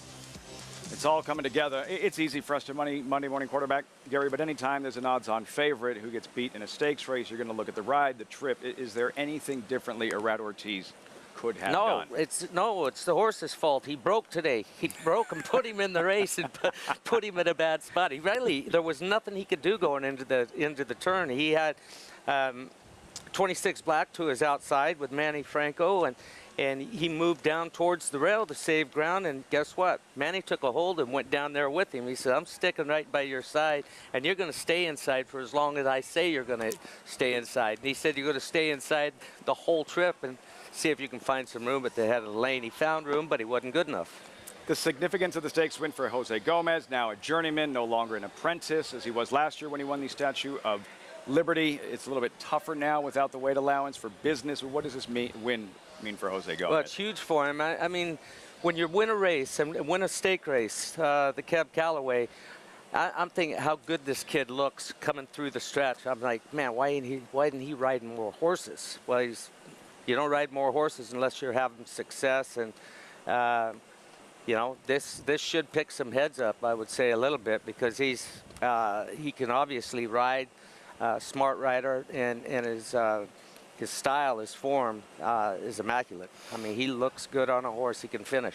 Didn't work out for Ramblin' Wreck. That is an 8th favorite defeated in 9 straight races. Chad Brown is really hoping that doesn't continue tomorrow afternoon. And on Saturday, for the morning line favorite and Godolphin, Wet Paint number 2, 2-1 on the morning line with Flavien Prat in the saddle. And too early to call a rivalry, Gary, but they just met. Hoosier Filly, Wet Paint, advantage Hoosier Filly for several reasons in the Monomoy Girl at Ellis Park. Let's start out with the pace. It was 25-1 for the first quarter. She was on the lead, dictating the whole way. Edgar Morales, at this point in the race, if you listen to the live call, Edgar Morales sitting like a statue on Hoosier Girl. Anyway, Wet Paint, I'll give her a huge excuse. She was bottled up back behind, down inside, no fault of Tyler Gaffleone's that day. He was playing the deck of cards that he was dealt, and didn't work out for him. But look, I look forward to the matchup again tomorrow, but there's some other players in the race. Last couple of years in the CCA Oaks, it's been like polar opposites. Maracuja defeating Malathot, and incredible ride from Ricardo Santana in a big upset. And last year, it was the march towards the championship for Nest in the CCA Oaks. What will we see on Saturday? Whatever the result, you'll see it on Fox, coverage beginning at 3 Eastern. Thanks so much for joining us on Saratoga Live. What a exciting day of thoroughbred racing. Tomorrow, Preakness runner-up, Blazing Sevens, odds-on favorite in the Curlin. Travers Prep, question mark.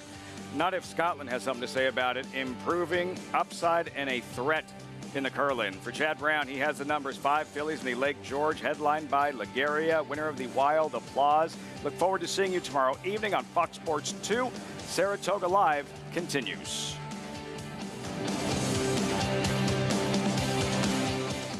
The momentum continues for War Dancer as Ms. Big Bucks goes wire to wire to win the New York Stallion Stakes. Ms. Big Bucks, who got the job done today. Ruse also wire to wire. Ruse, rough draft, one last try. Ruse holds on. And Long Shot War Museum delivers at Monmouth. War Museum is now in front. War Museum at 41-1. Shouldn't you have a War Dancer? War Dancer, proud to stand in New York.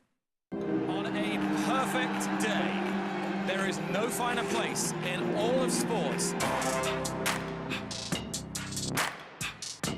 Nerves, excitement, and anticipation than beautiful. Truly stunning.